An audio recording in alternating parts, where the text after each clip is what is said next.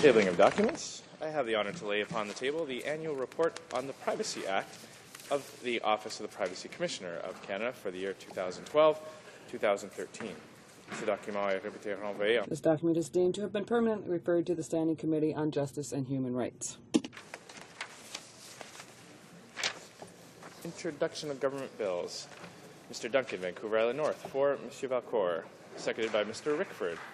Moves for leave to introduce a bill entitled An Act Respecting the Election and Term of Office of Chiefs and Councillors of Certain First Nations and the Composition of Council of those First Nations. This motion is deemed adopted. The Honourable Chief Government Whip. Mr. Speaker, pursuant to the special order made previously, I would like to inform the House that this bill is in the same form as S6 was in the previous session at the time of prorogation. Mr. Duncan, Vancouver Island North, for Mr. Valcourt, seconded by Mr. Rickford, moves that the bill be now read a first time and be printed. This motion is deemed adopted. First reading of this bill, première lecture de ce projet de loi. The Chair is satisfied that this bill is in the same form as Bill S6 when it was before the House at the time of prorogation of the first session 41st Parliament. Accordingly, pursuant to the order made on Monday, October 21st, 2013, the bill is deemed read a second time and referred to the Standing Committee on Aboriginal Affairs and Northern Development. Statements by ministers. Déclaration de ministre. Reports from interparliamentary delegations. Présentation des rapports. Presenting reports from committees. Introduction of private members' bills. First reading of Senate public bills. Motions. Motion.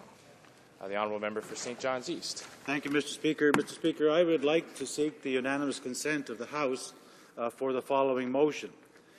That notwithstanding any standing order or usual practice of the House, that this House immediately adopt the provisions of private members' motion M461 listed on today's order paper that deals specifically with the creation of a special committee of this House on security and intelligence oversight to be appointed to study and make recommendations with respect to the appropriate method of parliamentary oversight of Canadian government policies, regulations and activities in the areas of intelligence, including all of those departments, agencies and review bodies, civilian and military, involved in the collection, analysis and dissemination of intelligence for the purpose of Canada's national security. Thank you, Mr. Speaker. Very good. Does the Honourable Member for St. John's East have the unanimous consent of the House? No. There's no consent. Motions. Motion. Presenting petitions. Présentation des pétitions. The Honourable Member for Kildone and St. Paul. Thank you, Mr. Speaker. I have several hundred petitions here from my constituents in Winnipeg, Manitoba, that call upon the House of Commons to call upon Parliament to ensure that the Holodomor and Canada's First Nation internment operations are permanently and prominently displayed at the Canadian Museum for Human Rights in its galleries. And in addition to that, Mr. Speaker, I have petitions from across Canada calling on Parliament to ensure that the criminal code be amended to decriminalize the selling of sexual services and criminalize the purchasing of sexual services and provide support to those who desire to leave prostitution. Thank you, Mr. Speaker. Presenting petitions. L'Honourable Deputy. Honourable Member for Rimouski, Nejet, Témiscouata, Les Basques.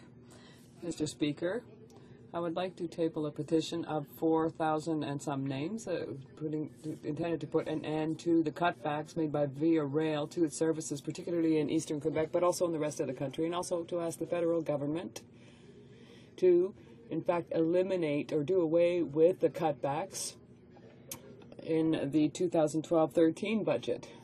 Because of the cutbacks, Mr. Speaker, Via has had to decrease its service to La Pocatière, Montjali, Port-Daniel, Grand-Rabière, and Barajois, as well as Rimouski and Richmond stations are going to lose services as well. So this has been tabled in my ride, and also from my colleague for and this affects all kinds of neighborhoods in the Guest Bay, and we're asking Via Rail to overturn its decision, keep these stations open, and we're asking the federal government to change their decision on these cutbacks. So this 4,200 and some odd names on the petition. Thank you. Edmonton Strathcona. Thank you, Mr. Speaker. I'm pleased today, Mr. Speaker, to table a petition from Albertans calling on the government to take action on the changes to old age security.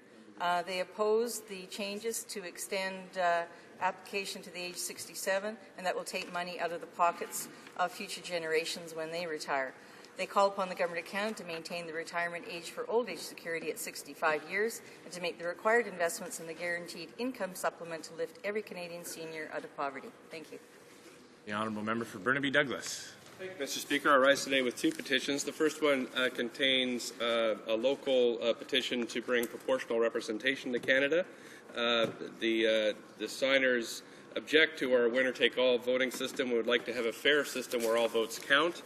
The second petition, two petitions here, is to support my motion on electronic petitioning that constituents think would be a very, very good addition to our parliamentary process. Thank you. The Honourable Member for Western Arctic.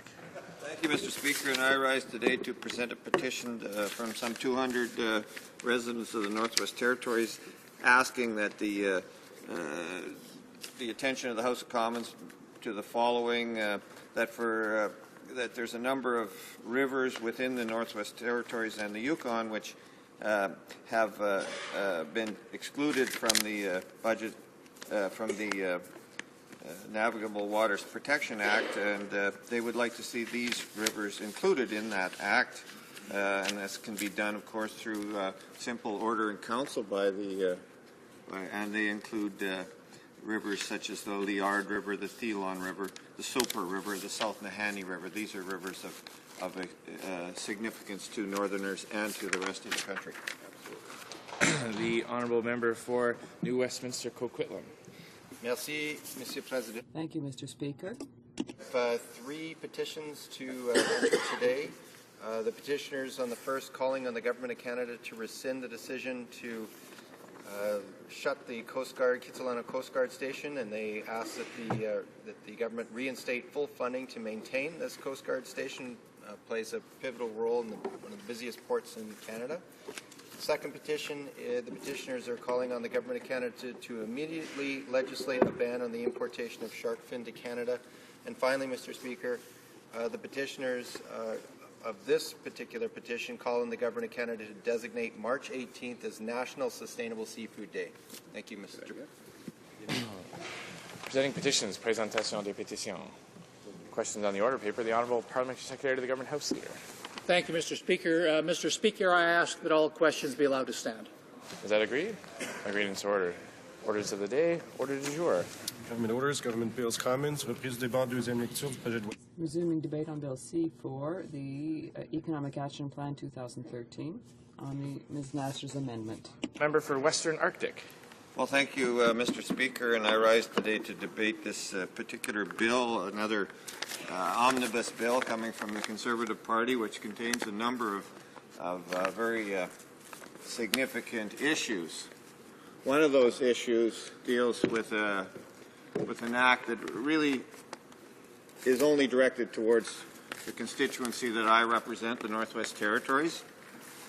It's called the Amendments to the Mackenzie Gas Projects Impacts Fund Act.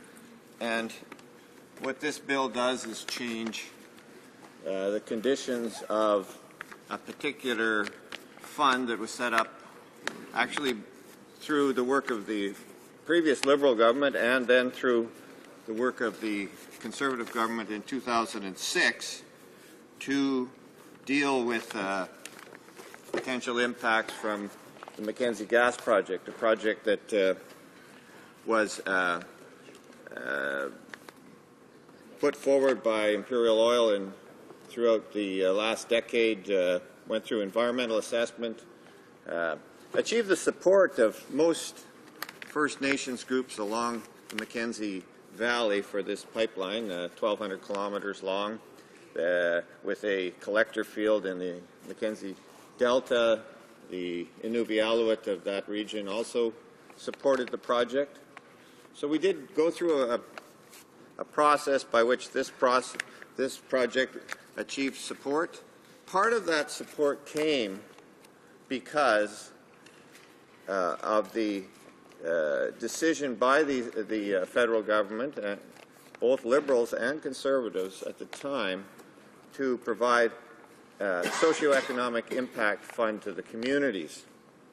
This fund, which was established as a trust fund, $500 million, was to be divided among the communities, the regions, the Aboriginal organizations that represented the regions down the Mackenzie Valley and in the Mackenzie Delta.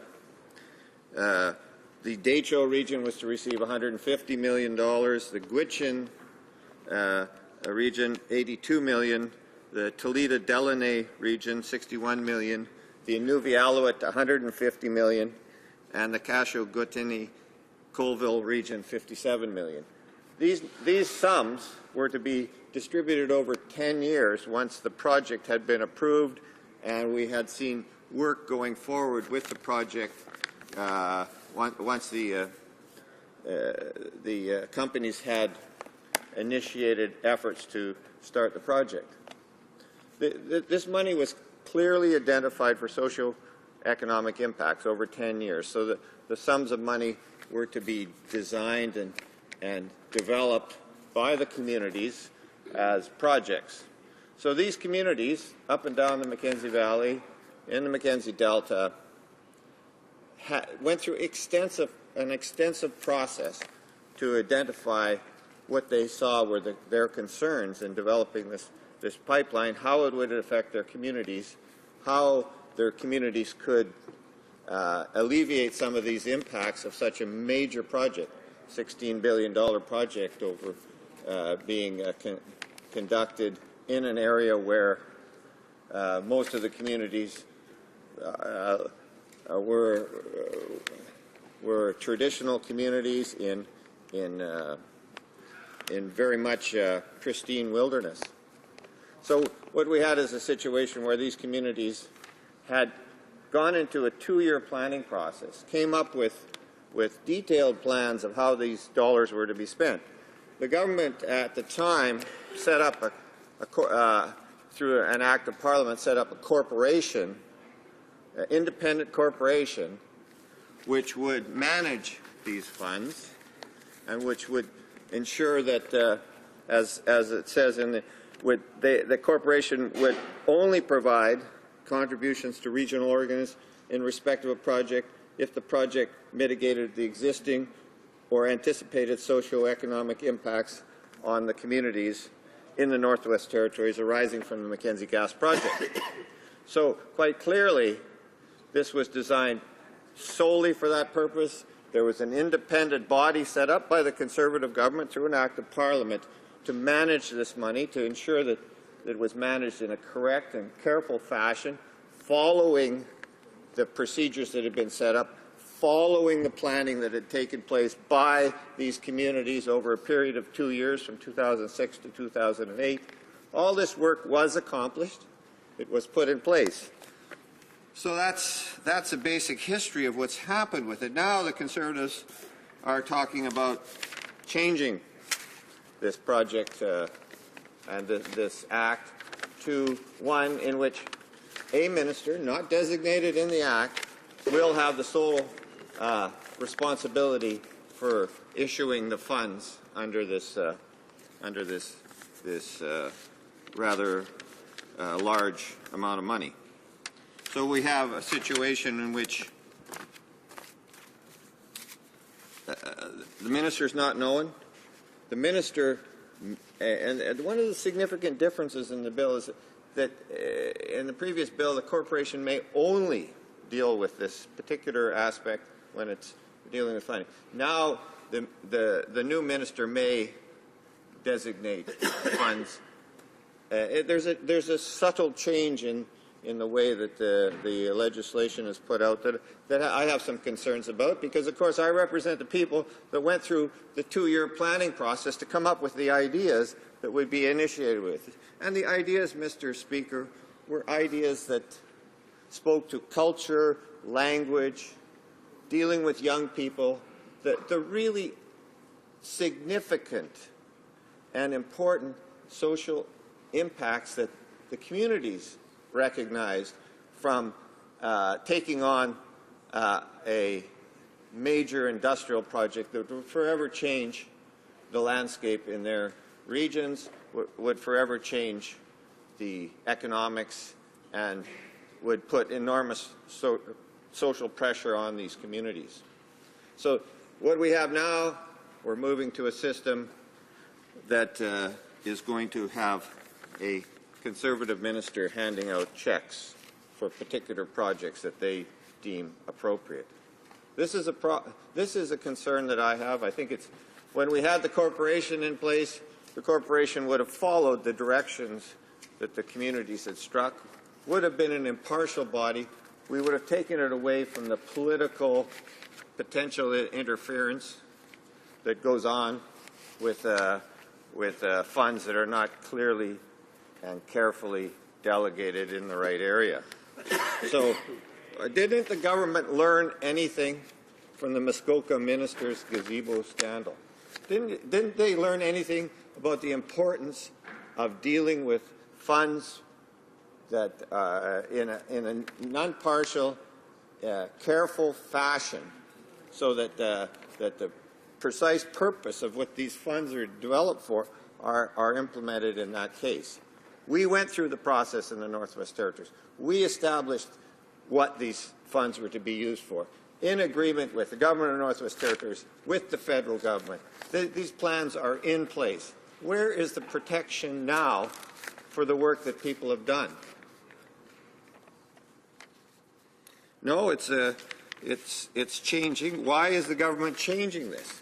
Where was the consultation with anyone in the Northwest Territories about this process?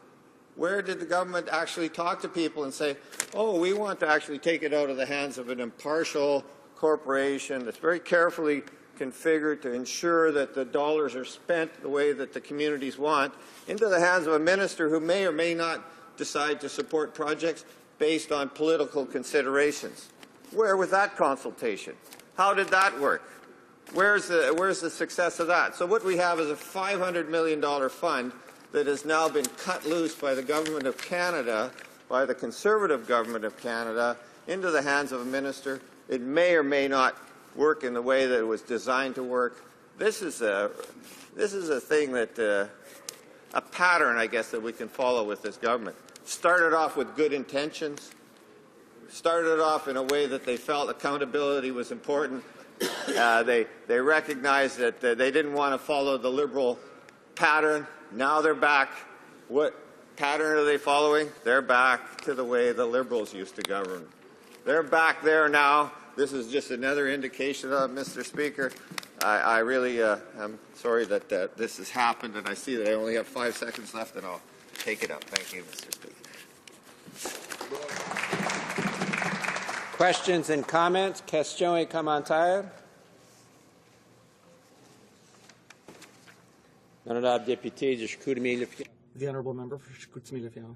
Thank you, Mr. Speaker. What really bothers me with the C4 process is that, once again, the Conservative is proposing an omnibus bill with another time allocation, and that bothers me with regard to Canadian democracy. And I'm just wondering, how can we really truly debate bills like this one? Across the country, we've got citizens who are telling us what they think of the environment, of finance. So they talk to us about employment insurance. And seriously, our work in Ottawa is to bring those concerns forward in the House of Commons in order to find a compromise together, like one big family. I mean, yes, it is a dysfunctional family, but we need to find solutions to make Canada progress instead of having a dialogue of the deaf in the House of Commons. So I would just like to ask my colleague, who represents the Canadian North, what are the Canadians who live in the North, what do they think of C4? Is this budget bill really going to represent his citizens, or do we have another government that is disconnected from reality, whether it be in Quebec or in the Canadian North, and only serves its cronies? So I would like to put that question to my colleague. Honourable Member for Western Arctic. Well, Mr. Speaker, I think quite clearly over the past 2 years, my constituents have rejected omnibus bills. They understand now what they mean. And this bill is no different.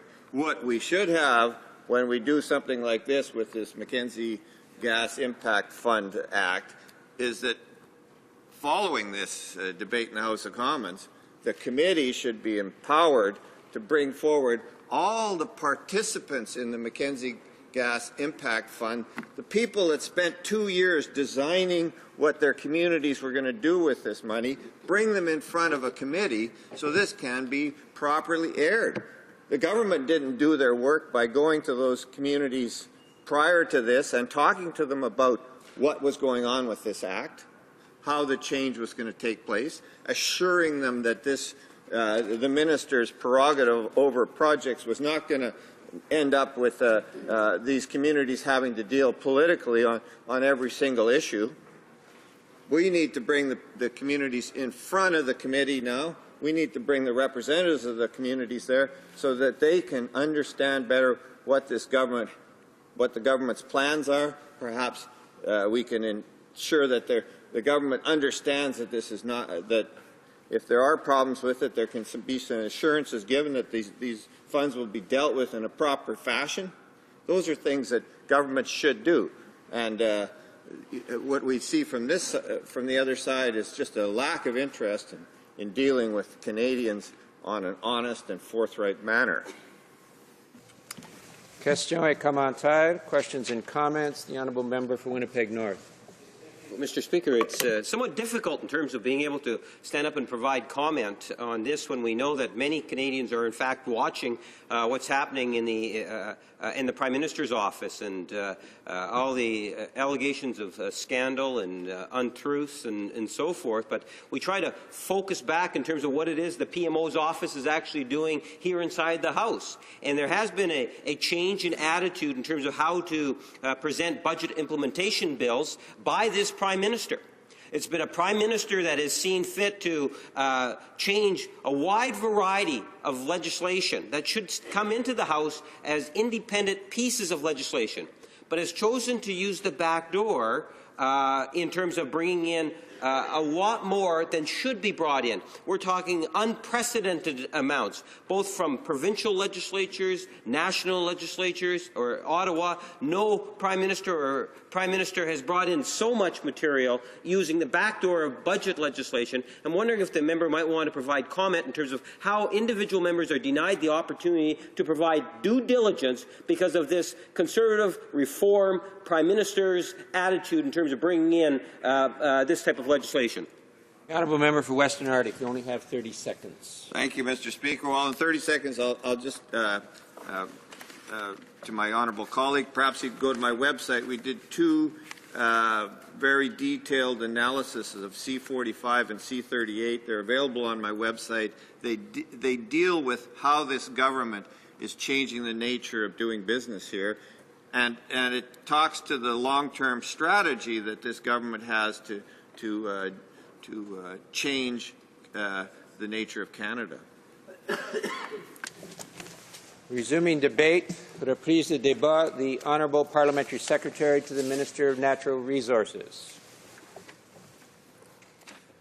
National revenue, Mr. Speaker, but we understand. I'm sorry, I should have read that more closely. Mr. Speaker, I welcome the opportunity to add my support for the swift passage of this important and necessary legislation. We on this side of the House have been very clear.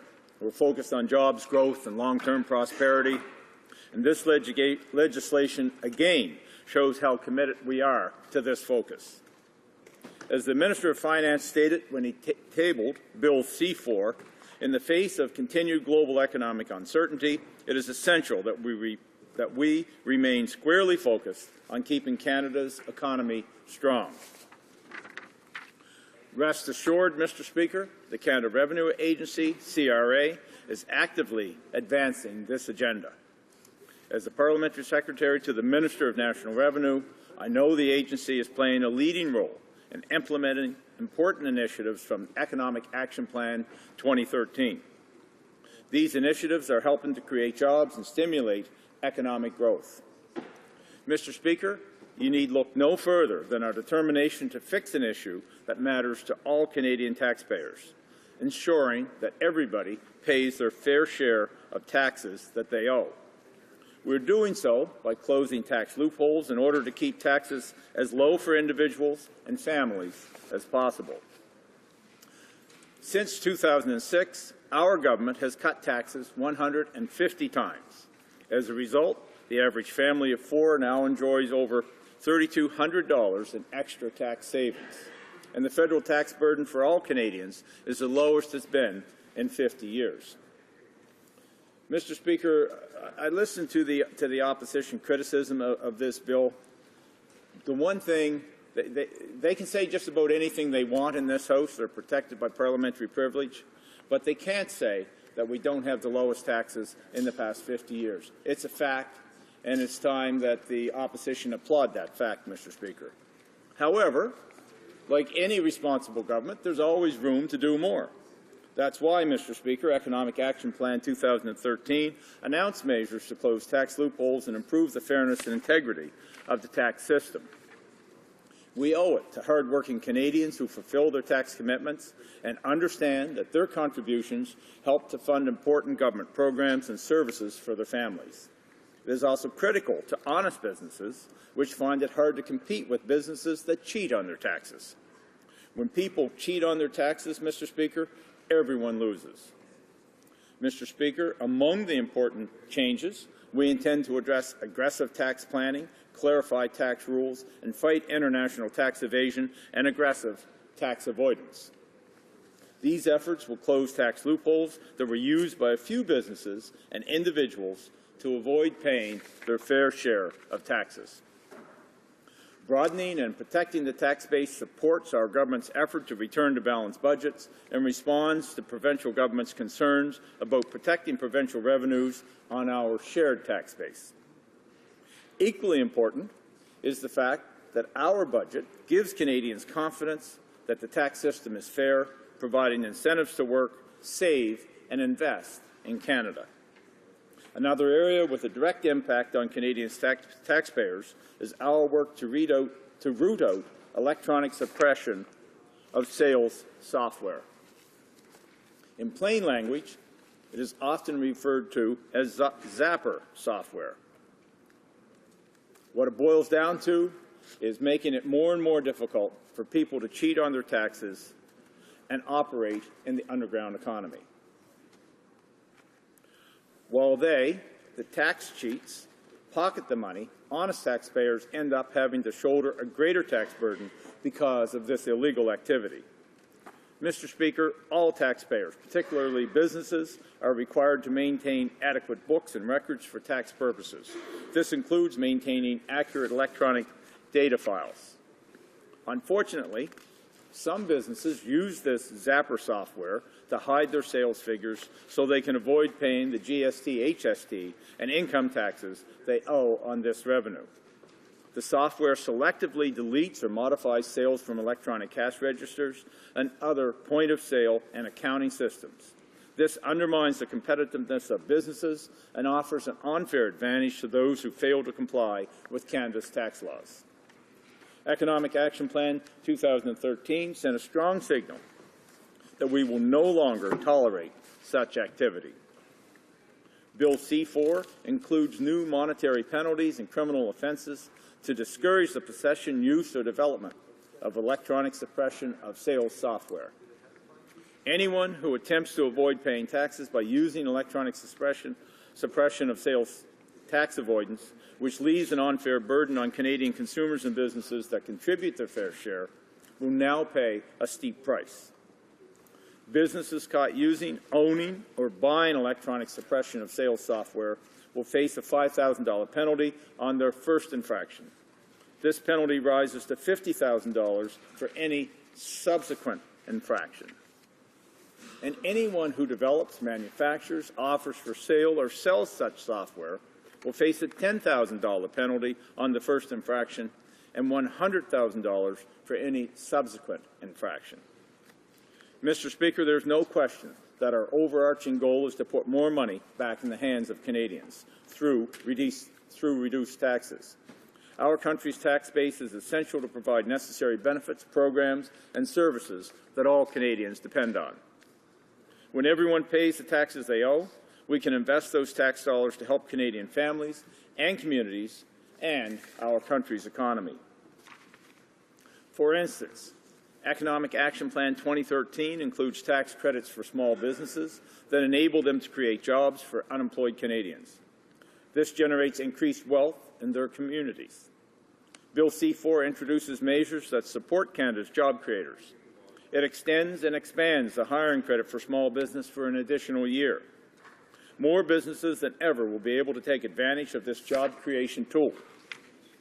Especially noteworthy, the hiring credit will leave eligible business owners with up to $1,000 they can put back into their businesses. Eligible employers will receive the credit when they hire new employees or increase wages. New businesses created in 2012 may also be eligible. If business owners are eligible, they can get the credit automatically when they file their T4 information return. This investment yields huge dividends. Based on the success of the existing initiative, we anticipate that 560,000 small businesses will benefit from this measure. Mr. Speaker, if even 50% of those businesses use the hiring credit, this would allow them to reinvest $225 million back into the Canadian economy. And this is especially good news to businesses, and there is no extra paperwork to fill out. That's because, Mr. Speaker, of another one of our priorities, reflected in Bill C-4, our commitment to reduce red tape at every opportunity. Business owners and their associations have told us loud and clear that they are frustrated with the amount of paperwork they have to deal with from all levels of government. And, Mr. Speaker, we've been listening to them. Our government recognizes that too much red tape restricts innovation, productivity, and competitiveness. We understand that when Canadian businesses succeed, all Canadians benefit. That is why we have taken repeated steps to free up Canadian business owners from paperwork so they can focus on growing their business and creating jobs.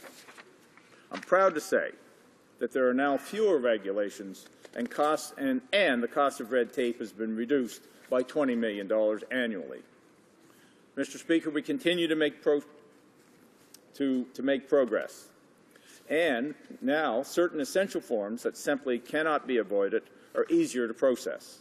For instance, the CRA recently launched its new online mail service for Canadian businesses, available through My Business Account, which streamlines their interaction with the agency. Canadian small businesses can now choose to receive notices of assessment and reassessment, as well as some letters for their corporate and GST/HST accounts electronically. And CRA uses the same high level of security that financial institutions use to protect banking information, so businesses can use the new online service with peace of mind.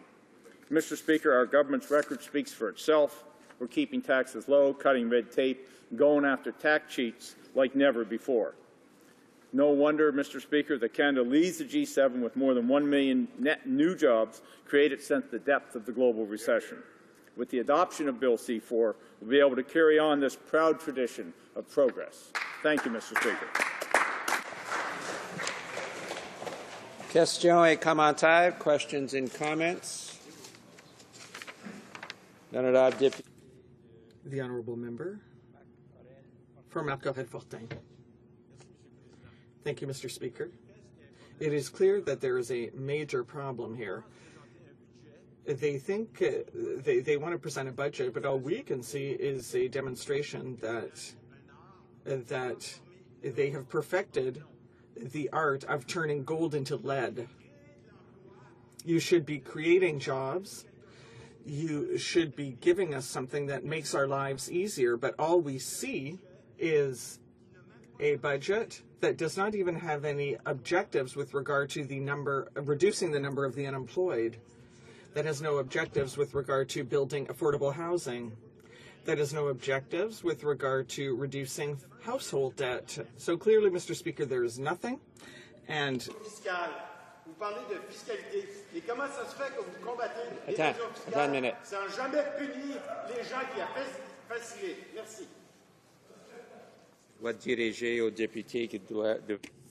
I must say to the member that he must address his questions through the chair. Honourable Parliamentary Secretary.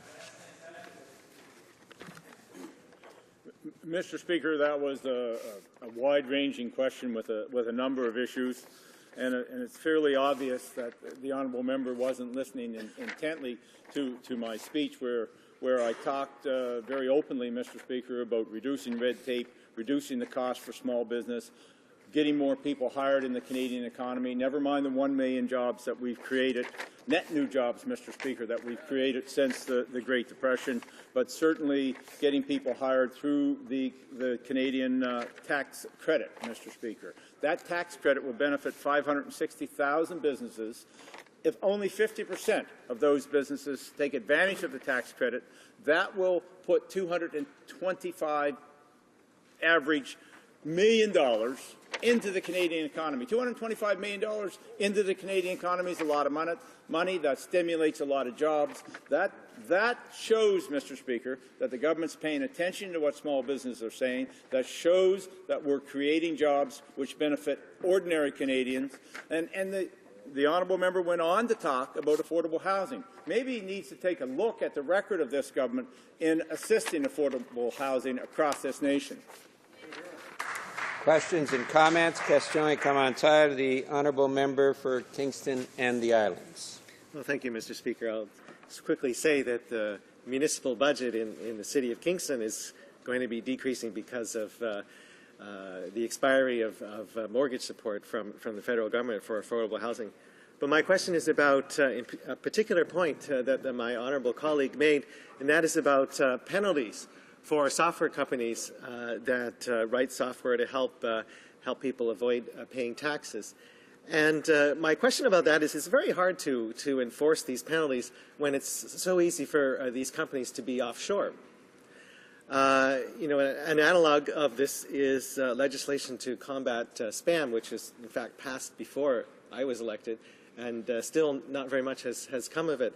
So the question is, can we really accomplish something by passing a law against punishing software companies for helping people evade taxes when these companies are offshore, or is this just kind of feel-good legislation? The Honourable Parliamentary Secretary. Mr. Speaker, I think the honourable member makes a fair, if incorrect, point. The reality is that we have to cut down on the software suppression material that many businesses are using to avoid paying their fair share of the tax. Obviously, if we're going to penalize the business, that's one part of the equation, and we've set that up, Mr. Speaker, because some of these businesses, quite frankly, have this software in place and they're not even aware of it. So it really would be improper to punish somebody for using something that they're not aware that they're using. But we're serving notice. So we're saying, recognize that this software is out there. Make sure that you're not culpable in using this software. And furthermore, so the first fine is $1,000. The second fine is $50,000. Furthermore, Mr. Speaker, we will go after, and it's difficult, I agree, to go after these companies if they are offshore. But there must be a penalty for companies who create and promote this software, because ultimately they're the problem. So yes, I recognize the difficulty of targeting the offshore companies, but at the same time there has to be a control put in place that at least allows us to go after them. Reprise du débat. Resuming debate. L'honorable député de the honourable member for Notre-Dame-de-Grâce, La Chienne. Thank you very much, Mr. Speaker. today, Bill C4, is a new and sad example of the way Conservatives legislate. What a piece of architecture. It's faithfully based on the model of the three previous omnibus bills, C38, 45, and C60, and it claims to address 70 legislative measures, most of which have only a tenuous link with the budget. This omnibus bill even includes two entirely new pieces of legislation, the Mackenzie Gas Project Impacts Fund and the Public Service Labour Relations and Employment Board Act. With this bill, Mr. Speaker, Conservatives are trying again to force significant changes in Parliament without letting Parliament do its work. The Parliamentary Budget Officer has already pointed out several times that members of Parliament don't have access to the information they need to exercise their role as critics and to improve our laws. He even had to threaten to drag the government before the courts to have the Conservatives deign to unveil their budget cutback plan. And so here we are again, faced with another omnibus bill. The Minister of Finance presented a budget in March of this year before Parliament, and the budget cuts thousands of jobs in the public service and also makes program cuts. It's an economic austerity treatment which is unjustifiably harsh and which doesn't help Canadians. Bill C4, an act to implement certain provisions of the budget, weakens protections for workers in the area of health and safety. It directly attacks public servants and workers' unions, and it is causing untold harm to our research system. It tightens government control on EI, and Mr. Speaker, I'm particularly concerned, I'm worried for Canadian workers. The bill takes away from health and safety officers powers which they had under the Canada Labour Code. It significantly reduces the ability of employees to not work in unsafe conditions, and it gives almost all health and safety powers to the minister. Concentrating powers in the hands of a minister is a dangerous thing, Mr. Speaker, especially when it's a Conservative minister. When Conservatives attack the Canada Labour Code, they are attacking what Canadians have fought hard for over the years to make their workplaces more safe and secure. It is the opposite of progress. It's a retrograde measure, like everything the Conservatives do. Instead, they should find ways to ensure that no one is obliged to work in a dangerous situation. Government should help protect workers. In fact, when I was in university, I studied health and safety, and in the course of our class, we had to assess workplace safety, and I can let you know that this bill goes against everything we learned, goes against every health and safety in a private company setting. So for all of these reasons, the NDP certainly will oppose this bill, which would affect the fundamental rights of workers when it comes to health and safety. As well, Bill C4 would also give the minister the power to define essential services in the public service. And the minister would therefore be able to question collective bargaining rights. So this is a direct attack on social dialogue in the public service. By killing the balance of power between negotiating parties, the government is giving itself the ability to muzzle public servants. It restricts an employee's right to challenge deteriorating workplace conditions which were caused by the government in the first place. By gutting jobs, the government is creating conditions which would lead to conflict, and now it wants to ignore the consequences of these conflicts by preventing workers from expressing their dissatisfaction or making any claims. However, some services seem to be less essential than others, especially when objective scientific results are at odds with the government's visions. The government laid off hundreds of scientists without assessing the consequences of this decision. Bill C4 would now would also attack the Research Council of Canada, thus hammering the nail in the coffin of the public research system. To complete the cuts made in the name of flexibility, This bill would repeal the Canada Employment Insurance Financing Board Act and would give the Minister of Finance the power to set EI premiums. Let's be honest, Bill C4 also has good aspects. The bill extends the small business hiring tax credit. It's a good idea, but it's not enough. The NDP would go farther and bring in a $2,000 hiring tax credit. This would not affect the EI fund and would help small companies hire young workers. Let's stay on the subject. Conservatives are going ahead with their tax increase of $350 million on Labour-sponsored venture funds. And yet it's been established that these venture funds are indispensable to help small businesses grow.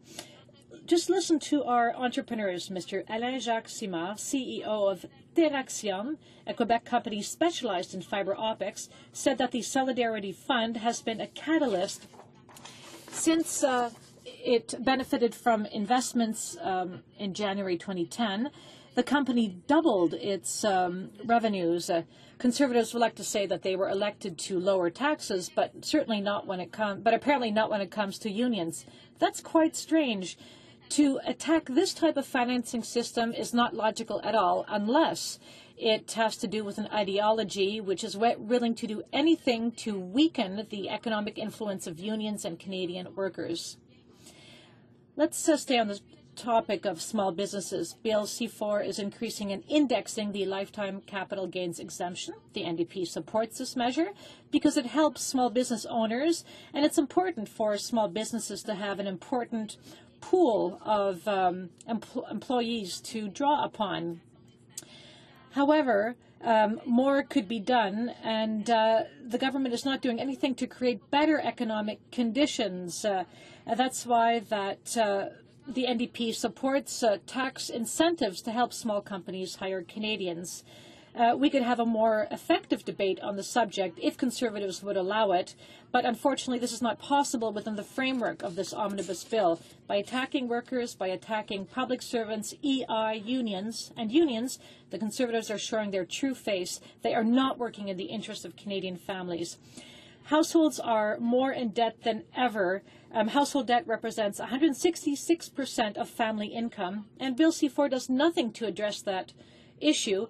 Also, it doesn't help the young unemployed in Canada. In fact, Bill C4 is not in line with the priorities of Canadian families. Mr. Speaker, this Conservative bill is retrograde and dangerous. It's a policy which will destroy everything the middle class has gained so far. It's a policy which will make workers and family pay for services they have already paid for through their taxes. This bill, as with all the other omnibus bills which preceded it, is an instrument of systematic political destruction of the social relationships Canadians have built amongst themselves over the years. The NDP will never support this measure. We will not support the Conservatives in their new attempt to get around parliamentary democracy. All kinds of subjects are stuffed into Bill C4, and these, in fact, should be debated separately by the relevant committees. So we will also oppose Budget 2013 and its implementation bills, including C4, as long as they will not address the real priorities of Canadian families, which include the creation of good, well-paying jobs, good pensions, and the possibility of young people finding a better life. In comments, the honourable member for Kamloops, Thompson, Caribou. Thank you, Mr. Speaker. And I did listen to the speech from my colleague with great interest, and I did note that she said that she studied occupational health and safety in school. And I think if we look at the changes to the Canadian Labour Code, it's important to look at 80% of the appeals in the last 10 years, even after appeal, have been found to have no danger. So if we're looking at changes to the Labour Code and we look at 80% of the cases that have been brought forward have no danger, would she not agree that we need to have a system that allows our health and safety officers to focus on that 20% where there is true danger? Again, I think it's an absolute phenomenal number, and it speaks to the fact that the system as it currently exists is not working. So I would like to ask her why she would not not look at positively at a change that will really focus on the true and imminent dangers to workers' health? Honorable Deputy de Notre Dame. The Honourable Member for Notre-Dame-de-Grâce-la-Chine. Thank you very much, Mr. Speaker, and I would like to thank my colleague for her question. In fact, what I was saying is that everything is being centralized and there will be fewer people on the ground to assess health and safety. The bill, the bill will decrease the ability of workers to refuse to work in dangerous conditions, so they will not be able to say that they cannot work in dangerous conditions. This is what the bill does, and I'd like to say to my honourable colleague, if we had more time to discuss this matter instead of putting it into an omnibus bill which runs several hundred pages under the shadow of time allocation, under such a scenario, we will not have time to fully debate the different measures contained in the bill. There are some things in the bill I agree with and I support, but if you put everything in an omnibus bill, and if we cannot study it in each appropriate committee, I cannot agree with that, and therefore I cannot support the bill. Questions and comments? Honorable Deputy Dabit. The Honourable Member for Abitibi-Témiscamingue. Thank you very much, Mr. Speaker. I would like to continue on the themes raised by the Parliamentary Secretary and my colleague. In Quebec, we have a system of occupational health and safety boards, and we have a system of regulation which regulates the health and safety of employees at work. And Quebec was able to do this without centralizing everything into the hands of minister. We have a system that works which is not centralized. So my question is it possible to have that at the federal level as well? The Honourable Member for Notre-Dame-de-Grâce-la-Chine. Thank you, Mr. Speaker, and I'd like to thank my colleague for her question and for the excellent work she does in her riding. So my colleague is asking me whether we need to concentrate in power in the hands of the minister. And in fact, since I've been in Parliament, it's what I've seen on the Conservative side. They are tightening control. We've seen this in human resources, amongst other areas. Each minister is gaining more and more powers, and there's less presence on the ground, but that's not the way to do things. You can't pass legislation. In theory, it's dangerous. As my colleague said, we have a very good system in Quebec, and the minister does not control everything. And again, in Quebec, the system works well, and I find it unfortunate that the Conservatives, again, want to concentrate power into their own hands. Reprise de débat. The Honourable Member for Kildonan St. Paul. Thank you, Mr. Speaker, and it's my pleasure this morning to get up and speak on the budget implementation issue. I'd like to highlight some things that are extremely important to all Canadians, and I think sometimes when we look at all the issues, we forget the umbrella over which the budget was built. 2.5 years ago, Canadians gave our government a mandate to create jobs, keep taxes low, and help make our streets and communities safer. In an uncertain and unstable world, our Conservative government has led us through tough economic times. The results are clear. With 1 million net new jobs added since the recession, we lead the G7 on job creation on the strength of our balance sheet. Canada now leads the G7 in job creation, in income growth, and in keeping debt levels low. We're the leader. We're the leader. Canada is now amongst only a few countries in the world with a AAA credit rating. But we know that we need to do more. Canadians have a rare opportunity to build on our stable democracy, our sound finances, our expanding trade relationships, our strong communities, and our skilled workforce. This is Canada's moment, and it is our government's job to seize the moment for the benefit of all Canadians. That's why the recent throne speech laid out 3 priorities for our government moving forward. Number 1 is to create jobs and opportunities for Canadians. Number 2 is to support and protect Canadian families. And number 3 is to put Canada first. Our priorities are about making sure Canada is leading the world so that Canadians who work hard, pay their taxes, and play by the rules can get ahead. Our work will be guided by our values, the belief in low taxes, small government, a thriving private sector that creates jobs for Canadians, protecting our communities from criminals and drug pushers, and believing that Canada is the best country to live in on the earth. Mr. Speaker, in our throne speech, our government committed to pursuing free trade agreements, such as the Canada-EU Free Trade Agreement. I am proud that our government has already delivered on this promise. 1 in 5 Canadian jobs depend on exports. Our prosperity hinges on opening new markets for Canadian goods, services, and investment. I congratulate our government for signing an agreement in principle of a comprehensive economic and trade agreement with the European Union, an agreement that has the potential to create 80,000 new Canadian jobs. This is an historic win for Canada and means thousands of new jobs for Canadians and 500 million new customers for Canadian businesses. Manitoba has much to gain from this 21st century. I'm from Manitoba, and I'm very proud. I know 40 cents on the dollar has been put forward from the federal government to keep Manitoba going. And now Manitoba has much to gain. My province has much to gain from this 21st century gold standard trade agreement. The elimination of 98% of all EU tariffs on the first day that the agreement comes into force will translate into increased profits and opportunities for Canadian businesses of all sizes in every part of the country. This historic agreement with the EU is a big win for workers, businesses, and families in Kildonan and St. Paul, Manitoba, and all through Canada.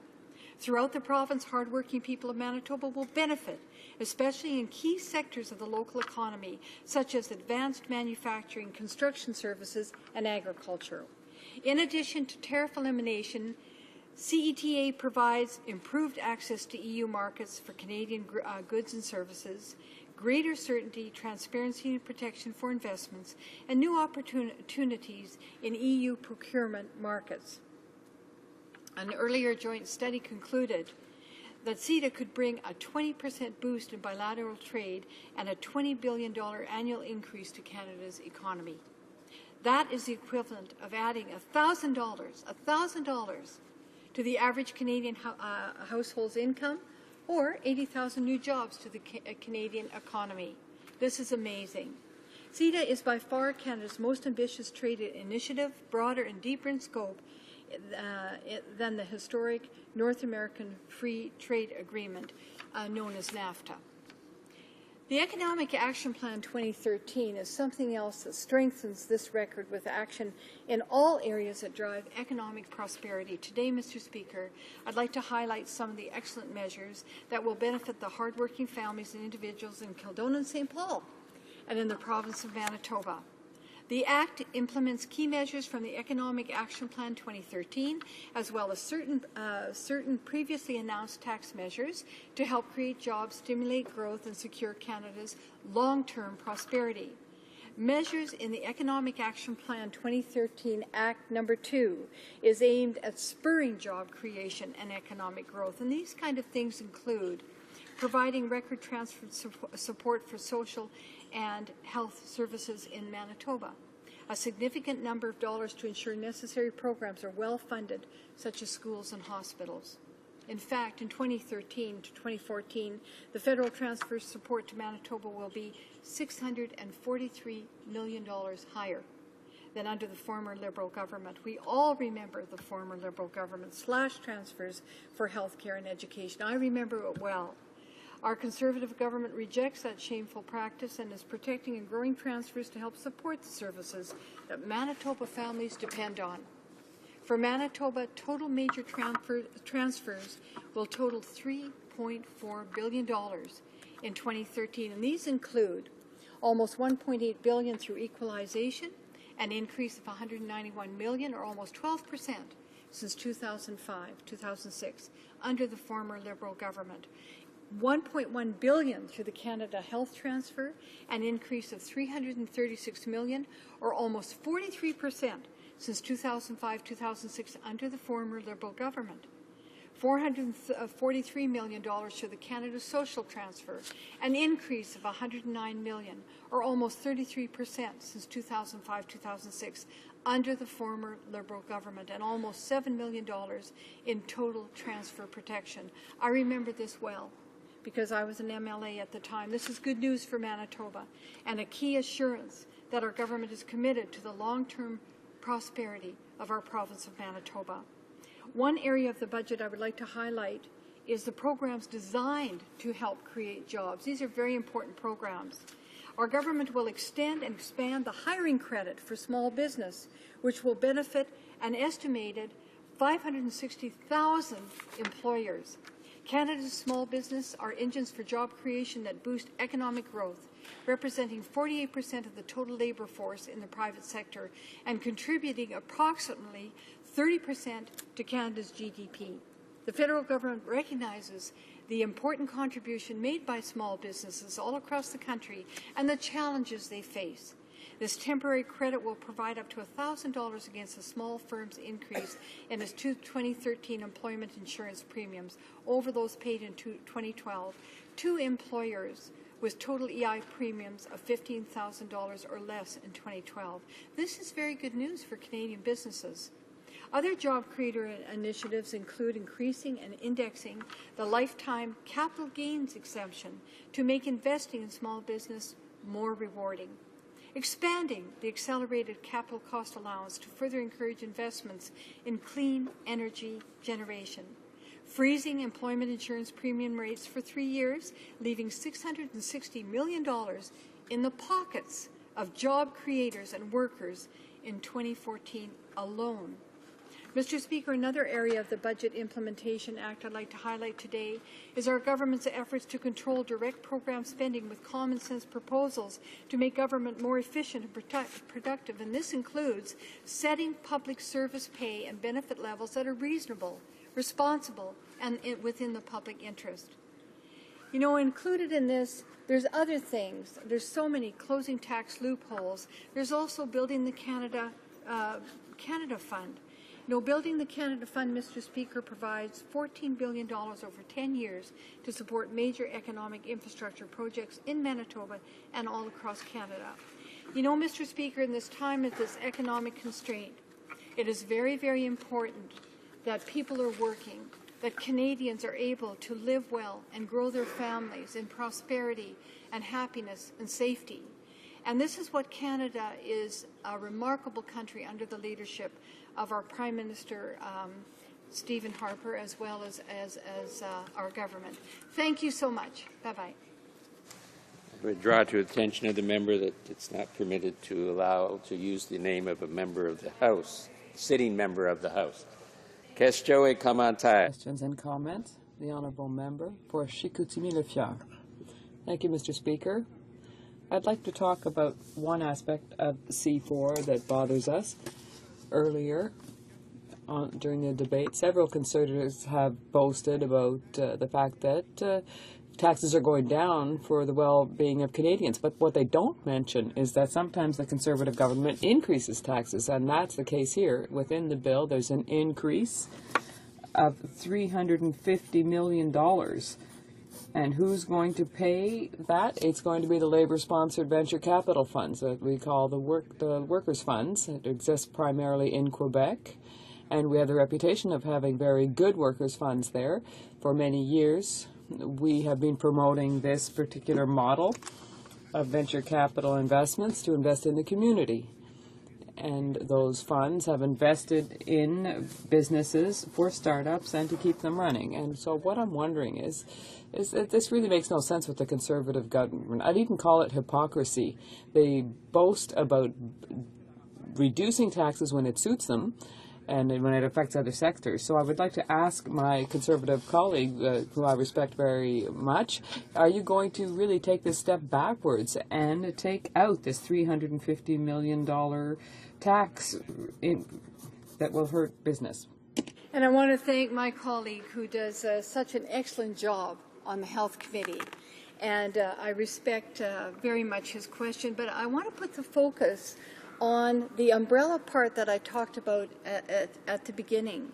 In terms of helping businesses succeed and relieving tax breaks, there's been a myriad of tax breaks that our government has put forward to grow business and prosperity.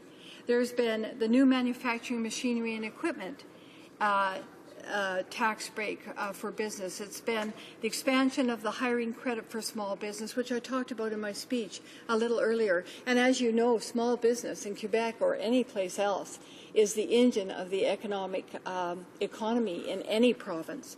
Increasing and indexing the lifetime capital gains exemption, which is extremely important. This is very positive for business because it increases the rewards of investing in small business by making it easier for the owners to transfer their family businesses. And as you know, in Quebec, there are an awful lot of family businesses that have grown and prospered and become very famous for their goods. Also support for farmers, and farmers, that's the breadbasket of the world, and Quebec is the same. There's been a lot. There's been the current deduction limit under the restricted farm loss income tax from $8,750 to $17,500. So that helps the farmers right on the ground. I have to say, there's so many tax relief measures that our government has given that it far offsets anything else that might have to be put in place to keep our economy balanced. Here, here. Questions and comments? Question commentaire. The honourable member for Sudbury. Thank you, Mr. Speaker, and I'd like to thank my honourable colleague for her speech. And she did talk about the umbrella that she's been using when she's talking about the things that this government's been doing. I'm wondering if she can explain to us if this umbrella is including the amendments or repeals to 70 pieces of legislation in over 300 pages in this omnibus budget bill, stripping away health and safety officers for their powers and puts nearly all of these powers in the hands of the minister, significantly weakens the abilities of employees to refuse work in unsafe conditions, moves to eliminate binding arbitration as a method to resolve disputes in the public service, guts Canada's most scientific research institution, the NRC, reduces the number of members in the Veterans Review Board, changes to the Supreme Court of Canada. Are these the things that the umbrella is including? Because that's right now in this budget bill. And we on this side of the House can't figure out why that would be in a budget bill. Maybe she can explain that. Is it the umbrella? The honourable member for Kildone and St. Paul, you have about 40 seconds. Well, Parliament is always interesting because the job of the opposition is to be opposition. But I have to say, in research and innovation, our government has done so much. We've invested $20 million to help small and medium-sized enterprises in Manitoba, in my province, and all across the country. We've strengthened research partnerships and investing $37 million all across the country in Manitoba and across Canada, promoting clean projects. I mean, there's so much that's been done to help business. Yes, it is the umbrella. That is why today our country is in sound, stable economic standing, and we have a AAA credit rating. So I think that the management of the finances in our country has been exemplary. Thank you. Resuming debate, reprise de débat. The honourable member for Nipissing-Temiskaming. Good morning, Mr. Speaker. I rise today to speak to Bill C-4, introduced by Minister Flaherty on October 22nd. The second. I don't know what it is about this morning. The use of a sitting member's name is not permitted in the House. Refer to the Minister of National Revenue. Before I get into the details of this bill and how it will benefit Canada, and specifically my riding of Nipissing-Temiskaming, I would like to take a moment and give this House the context in which we consider this bill. In early 2008, Canada was forced with the worst global economic downturn since the 1930s. However, thanks to the firm and responsible regulations that were put in place, Canada did not sink as low. This alone was not enough to keep Canada from following our neighbours. Our government saw investment dwindling, an unstable, unconfident marketplace, and millions of Canadians with their jobs at risk. Our government acted with resolve and initiative to introduce the Economic Action Plan, providing our economy with a $60 billion stimulus, including $12 billion in stimulus and $20 billion in tax relief. Action plan after action plan, this government, Mr. Speaker, has continued to responsibly steer Canada through the global recession while simultaneously pushing taxes lower and removing barriers to trade and investment in Canada. The ultimate result, Mr. Speaker, all Canadians should take pride that though our government's responsible, through our government's responsible and disciplined leadership, Canada has the best fiscal record in the G8. Our debt to GDP ratio is the absolute lowest. We are on the path to surplus. We hold a AAA credit rating. We have added over 1 million net new jobs to the economy, reducing unemployment lower than before the recession. Our markets remain responsibly regulated, stable, and dynamic. But our recovery is fragile and vulnerable to the actions of others. That is why C4 has impact. Bill C4 will project this government's low-tax, consumer and friendly focused agenda into the future to ensure continued growth and long-term prosperity. While C4 touches on all aspects of Canada's economy, I would like to highlight 3 areas of importance to my region and how C4 will help Nipissing-Temiskaming grow. First, as we know, businesses are absolutely key to healthy communities. If the cost of businesses are too high, jobs will disappear. This is the plain truth, and it baffles me as to why the NDP and Liberals cannot comprehend it. Fundamentally, they believe we can tax and spend ourselves out of every problem. Nipissing-Temiskaming is home to many manufacturing companies. Aerospace and mining are major sectors for us. The Accelerated Capital Cost Allowance Program introduced in C4, being extended for 2 years, will allow companies in my region to invest in new machinery and equipment, expand their operations, and stimulate growth and job creation. Economic Action Plan 2013 proactively addresses our continued job growth and skills shortage through the Canada Jobs Grant, an initiative that will help workers get $15,000 towards valuable skills training. Mr. Speaker, our government understands that it is not enough to just create new jobs, but to make sure there are skilled Canadians to fill them. This kind of long-term experienced thinking is exactly why under this government Canada has prospered while other countries continue to flounder. I know my region students and graduates of Canada College will particularly benefit from the Canada Jobs Grant. These very same students, many of which go into skilled training, will also benefit from the changes we are making to how apprenticeship accreditation works. $4 million over 3 years will be allocated to harmonize requirements with the provinces and examine assessments. Aerospace in particular will benefit. Over $1 billion will be invested in the aerospace and space sectors. Nipissing-Temiskaming has a long and proud history in airways, and I am confident it will play a key role in our government's plan to consolidate and improve our 5th place standing in the world.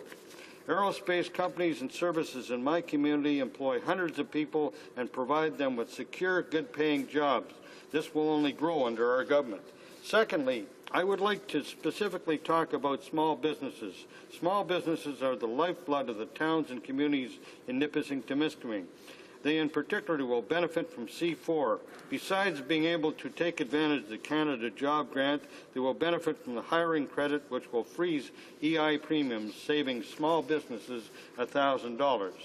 Small businesses, in particular part-time farmers, will benefit from the increase to the lifetime capital gains exemption, which is increased by $50,000 to $800,000. Farmers will also benefit from the doubling of the restricted farm loss deduction from $8,750 to $17,500. Overall, thanks to the low tax plan of our government, C4, and previous Conservative budgets, small businesses are paying $28,600 less in taxes. Canadians get it, Mr. Speaker, and Canadians got it in May 2011 when they sent the Conservative government to Ottawa with a majority. But I will make it clear from my colleagues who remain a little confused, we have been cutting taxes and jobs have been created. 1 million net new jobs. Bills like C4 have cut taxes and employment now is lower than before the recession. Our responsible long-term plan is working for Canada and Canadian families. I hope after 7 years my colleagues are beginning to understand that. Lastly, Mr. Speaker, I want to touch on infrastructure. A major part of the original Economic Action Plan investment in infrastructure underpins this budget and Canada's success. How would this be any different given our national history? In the infant stage of nationhood, it was the building of the Trans-Canada Railroad that united Canada and set it on the path towards economic prosperity. The Building Canada plan, the single largest infrastructure investment in our nation's history, will provide an additional $53 billion over several years to make sure our infrastructure is modern, safe, and capable of helping us unlock more economic potential in our communities and from our resources. We cannot expect to grow without a firm base on which to stand. Infrastructure is that base. Nipissing-Temiskaming has greatly benefited from infrastructure projects, particularly through FedNor. In particular, our airport, roads, and community assets have been invested in. The expansion of our airport and upgrading of its services continues to make our region a more attractive place for continued investment in aerospace. Coupled with our government's aerospace prerogative, there is potential for real synergy. The investment in our roads and community infrastructure continues to open up the north and add to our quality of life. Mr. Speaker, it is unfortunate that many of our neighbors suffered greatly and continue to suffer because of the global economic downturn. I, as a Canadian, am very grateful that our recession was not as impactful. Canadians recognize that our success is no accident. Canadians recognize that our continued economic leadership of the G8 is no accident. Canadians recognize that the government is not the answer, only a part of the solution. Our country has grown weary of the tax and spend promises of the Liberals and NDP, mostly because the money is never spent on the people, although it is they who are taxed. Lastly, Mr. Speaker, I want to draw to the attention of this House the fact that this government does not draft policy or budgets in a vacuum, but in a long-term, responsible, and critical fashion. The effects of Economic Action Plan 2013 and C4 and future budgets will greatly benefit from the recently announced Canada-European Trade Agreement. The synergy is perfect. Bills like C4 help create a low-tax, investor-friendly market, while CETA removes barriers to trade and investment. Mr. Speaker, in conclusion, thanks to C4 and parallel government efforts, Canadians can continue to expect net job growth, world leadership and fiscal accountability, and political stability with an explicit focus on Canadian job families and their pocketbooks. The government fully intends to seize Canada's moment for the benefit of all Canadians, and I would urge my colleagues on the side opposite to support it. I look forward to questions from my colleagues. Thank you, Mr. Speaker. Question et commentaires, questions and comments. L'honorable député. The Honourable Member for Abitibi-Témiscamingue. Thank you very much, Mr. Speaker.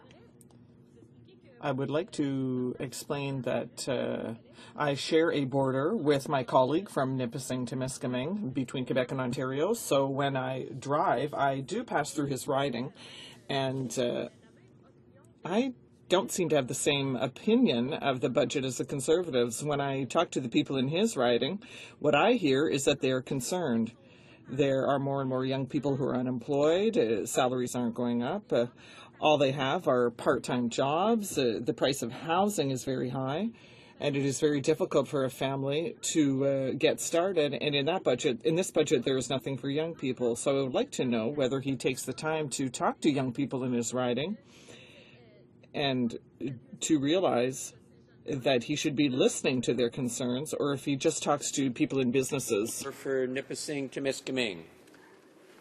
Well, thank you, Mr. Speaker, and I'd like to thank my honourable friend, my honourable colleague, for her question. She indeed frequents our riding and is always welcome in our riding. Yes, I talk to young people a number of times throughout the week, number of times throughout the month. Basically, what they're telling me is they want opportunities. They want opportunities for training. And there is plenty in this budget, Mr. Speaker. As I mentioned, one in particular is the Canada Jobs Grant. When that Canada Jobs Grant is fully formulated, it will provide $15,000 for young Canadians in my riding to get fully trained and obtain the skills that they need to carry and obtain the jobs of the future. Another opportunity is the tremendous amount of money that the government's afforded for aerospace, Mr. Speaker. We in the riding have an aerospace forum coming to the riding on November the 8th, and we hope to grow aerospace in our region as it's growing in Canada. We want to maintain our 5th place standing. We, in fact, want to enhance our standing. It's my hope, Mr. Speaker, that we can attract investment to the North Bay region and help grow jobs in the economy and provide lots of jobs in the economy, jobs for our younger people. Thank you, Mr. Speaker. Questions and comments? Question et commentaire. The honourable member for Charlottetown. Thank you, Mr. Speaker. At one point in an earlier debate, the Finance Minister very eloquently said that the purpose of the Budget Implementation Act is to implement the budget. And when the budget speech was given back last spring, there was a lengthy speech and there was a thick, glossy volume, some hundreds of pages, with the blue and white cover and Economic Action Plan title. I wonder if the honourable member might be able to point us to the reference in the budget speech or the budget documents to the proposed changes to the Supreme Court Act. Thank you, Mr. Speaker. Member for Nipissing-Temiskaming. Well, Mr. Speaker, I'm sorry. I thank my question from my honourable colleague. I can't specifically point to that particular reference. I'm not familiar with that reference, but I thank him for his question. Questions and comments? Question et commentaire. The Honourable Minister of State. No ring of fire. Thank you. Thank you, Mr. Speaker, for this opportunity. I want to thank this member in particular for the important work he's doing, not just in Nipissing-Temiskaming, but across Northern Ontario. He's been a great ambassador. And indeed, he's right about aerospace, and he can also talk and celebrate the fact that North Bay is a world-class city for the mining supply and service sector. I've been traveling across the north, and this world-class theme has been ringing loud and clear. Sudbury is doing astrophysics and leading the world in natural sciences and water sciences. These are not our traditional strengths, Mr. Speaker. Thunder Bay, cyclotron early cancer detection. The world was gathered there, Mr. Speaker. Kenora is becoming a world-class tourist destination. Mayors, First Nations community leaders are talking positively and enthusiastically. There is a palpable enthusiasm for Northern Ontario. I'm concerned about the bad news bears across the floor. Can this member tell us why this particular Budget Implementation Act is going to take Northern Ontario one step forward to the greatness it can and will achieve? The Honourable Member for Nipissing-Temiskaming. We're out of time, so a very short answer. Thank you, Mr. Speaker. I thank my honourable colleague for the question, and he is right. This budget has provided our region, which is a rural region with a great deal of unemployment, the opportunity to move forward and seize the moment for the 21st century. Thank you, Mr. Speaker. Resuming debate, pour la prise de débat, the Honourable Member for Vancouver, Quadra. Thank you very much, Mr. Speaker, and I'm pleased to also join this debate on Bill C-4. Unfortunately, another grab bag omnibus bill that has had time for its debate cut off, so some important issues in this bill that won't adequately be aired. I'm going to touch on several aspects of this bill and how they reflect some of the challenges and failures of this government. So I'm going to start. I'm going to start by just pointing out that this bill, a budget implementation bill, does actually very little to address the key challenges that are faced by middle-class Canadians, with the challenges of rising costs and stagnant incomes for the middle class. And it does very little to create jobs. In fact, in the section on mining exploration, this bill increases taxes. Now, that's not very helpful, because if you increase taxes on mining exploration, what's happening is that much of the good work to encourage mining exploration and mining development gets undermined. In my province of British Columbia, for example, and my riding of Vancouver Quadra, where many people that are working in the mining industry live, being that Vancouver is one of the centers of the mining industry globally, the government in British Columbia has spent the last 10 or 12 years rebuilding that industry in our province. In 2001, when the BC Liberal government was first elected, mining exploration investment was down to about $25 million from being in the hundreds of millions of dollars of annual investment in the 1990s. Slowly and surely, the provincial government built that confidence of the mining industry back up until there was over $250 million a year invested in British Columbia in mining exploration. So did the federal government, did the Prime Minister consult with British Columbians, with the British Columbian Premier or the Minister of Energy and Mines in British Columbia, when slapping a tax onto this industry that our province has spent so much effort to build back up by respecting the industry and not adding to its tax burden.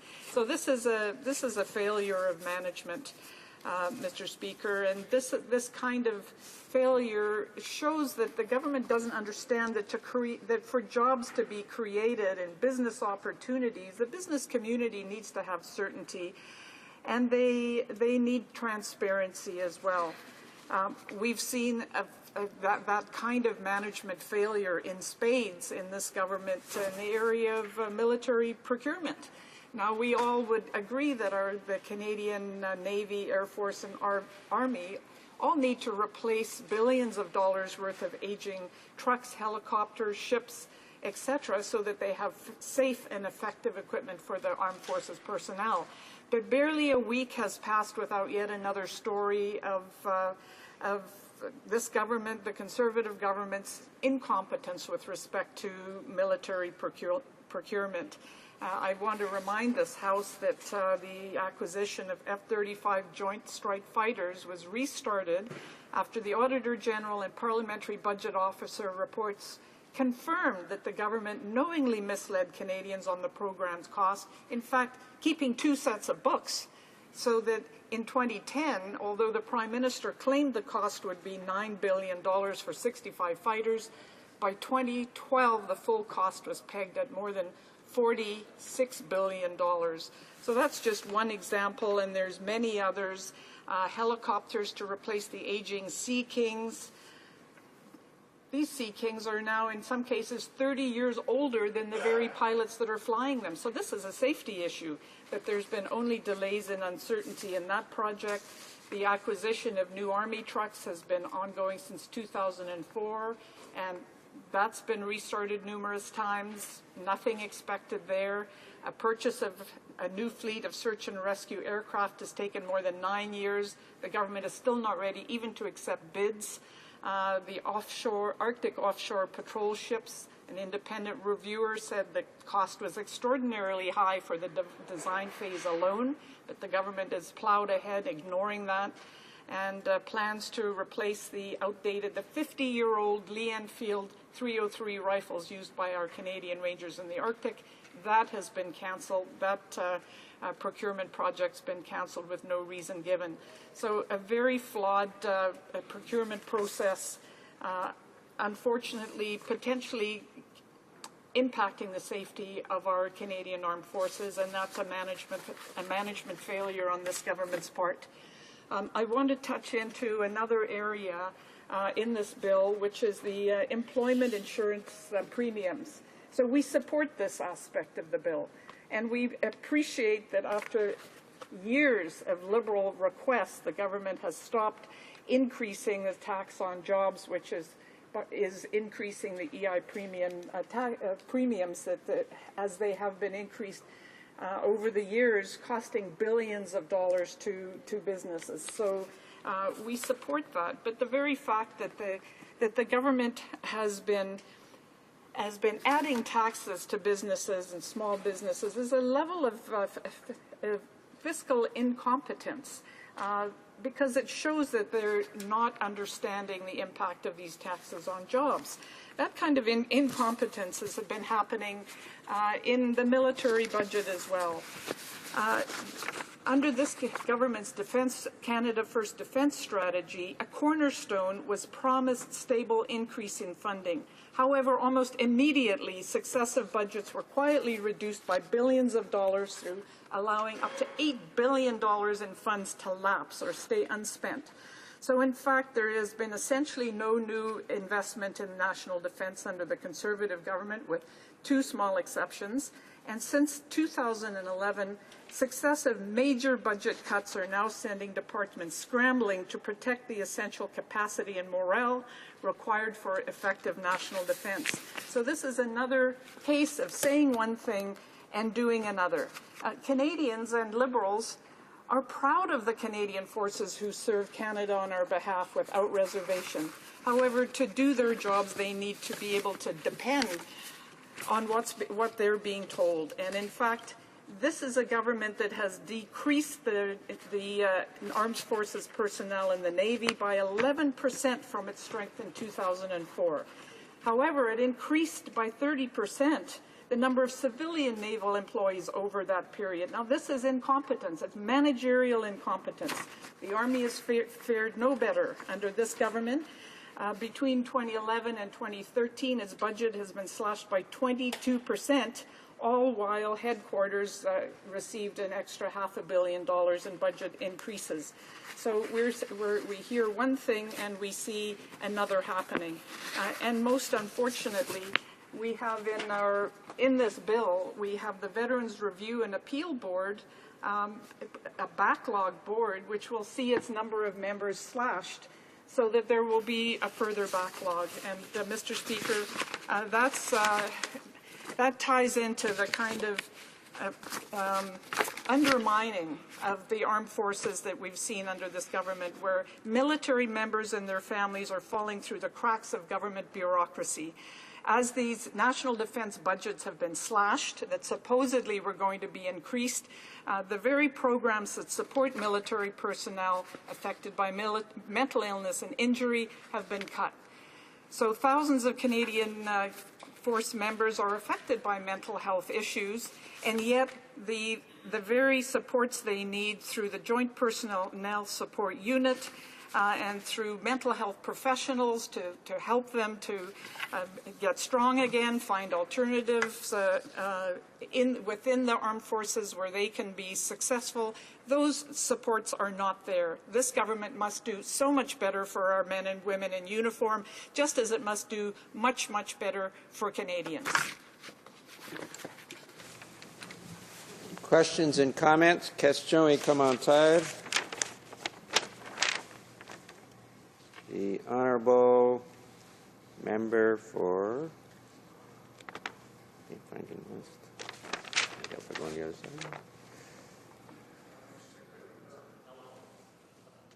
Honourable Parliamentary Secretary. Let me stop at that. Thank you, Mr. Speaker. I think that covers it. I appreciate the member from Vancouver Quadra trying to direct her comments to an area of her new critic role in defence and defence procurement, but I have to take serious issue with her speech. Actually find it incredulous for her to accuse this government of undermining the Canadian forces. at a time where the Canadian Forces has grown and actually been equipped properly by this government, as opposed to the previous government, which really balanced its budget on the backs of defence and of our provinces. I would ask the member if she's aware of the Veterans Transition Network, a new mental health facility or a program that's been championed by the University of British Columbia in her own province, Mr. Speaker, that was previously funded by the Royal Canadian Legion, and it's been this government to actually help take that program nationally so that more of our veterans with mental health issues can be addressed. I'd like her to speak to the Veterans Transition Network and that program specifically, Mr. Speaker. Honourable Member for Vancouver Quadra. Thank you, Mr. Speaker. And yes, very familiar with that program. That program struggled for years without government support. I appreciate that the government has now picked up the program and is expanding it. For many years, it was supported by the Legions and had to go out talking about their successes in speech after speech, including at a breakfast policy event where the leaders of that program spoke to constituents in Vancouver Quadra. But, Mr. Speaker, I just want to touch into this parliamentary secretary's comments about reductions in support for the military, because the decade in which cuts were applied were a number of those years were under Conservative governments because of the kind of deficits that Conservatives have gotten Canadians and Canada into. And it was under the Paul Martin government that the funding began to be restored for Canadian Armed Forces. What we have now is we're closing on a decade of deceit by this Conservative government that does photo opportunities about supposed increases in funding with troops and equipment in the backdrop, and yet has done virtually nothing and is now scrambling to figure out where to put all the cuts that they've hidden but that are in their budgets. Question et commentaires, questions and comments. The Honourable Member for Trinity Spadina. Thank you, Mr. Speaker. From a few steps away from here, 600 people are gathering to a first national conference on ending homelessness. As we know, there are 200,000 homeless people in Canada every year. And there's a slow motion crisis going on, and it is a definite disaster, a national disaster. Yet, in the debate, in the throne speech, and in the action plan, there's hardly any investment in building affordable housing, and the fact that the housing agreement is ending in 2014, meaning that there will be hundreds of thousands of people that have housing now will lose their affordable housing because of the end of this housing agreement. So my question really is, given this kind of crisis that is facing Canada, this kind of homelessness, what should Canada's response be? And what should be in this budget document? The Honourable Member for Vancouver Quadra, you have about 50 seconds. Okay, thank you. And I appreciate the member from Trinity Spadina pointing out what a core challenge it is for Canadians, the issue of affordable housing and homelessness. In fact, in 2005, under the minister responsible for housing in the Liberal government, there was a comprehensive plan that had been the product of consultation across the country to invest in solutions to that issue.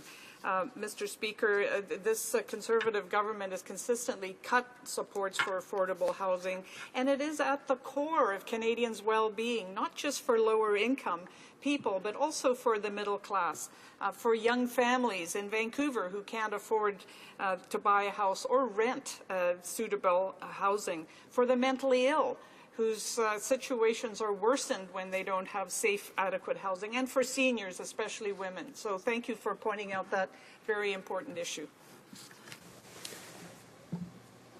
Resuming debate, reprise de débat, the Honourable Parliamentary Secretary to the Minister of Foreign Affairs. Thank you, Mr. Speaker, for giving me this opportunity to add my comments to this important debate that we're having on Bill C-4 today. Our Conservative government, as we've said many times, is squarely focused on what matters most to Canadians, and that is economic growth and their prosperity. And we hope to do that, and we intend to do that by creating jobs across this country.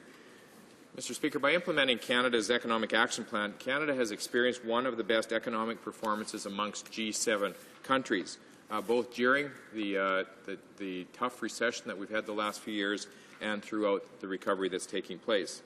And this morning we're discussing Bill C-4, which is the Economic Action Plan 2013. I want to take a few minutes to outline why the opposition should support this legislation. Our Economic Action Plan 2013 builds on the strong foundation that was laid last year, and that laid in conjunction with the portfolio initiatives that we've had since 2006, with affordable measures that will create jobs, that will promote growth across this country, and then will contribute to long-term prosperity. It will further unleash the potential of Canadian businesses and entrepreneurs to thrive and to innovate in the modern economy, and also so that they begin to create prosperity and economic growth as well. So to me, Mr. Speaker, that is what matters most in this country.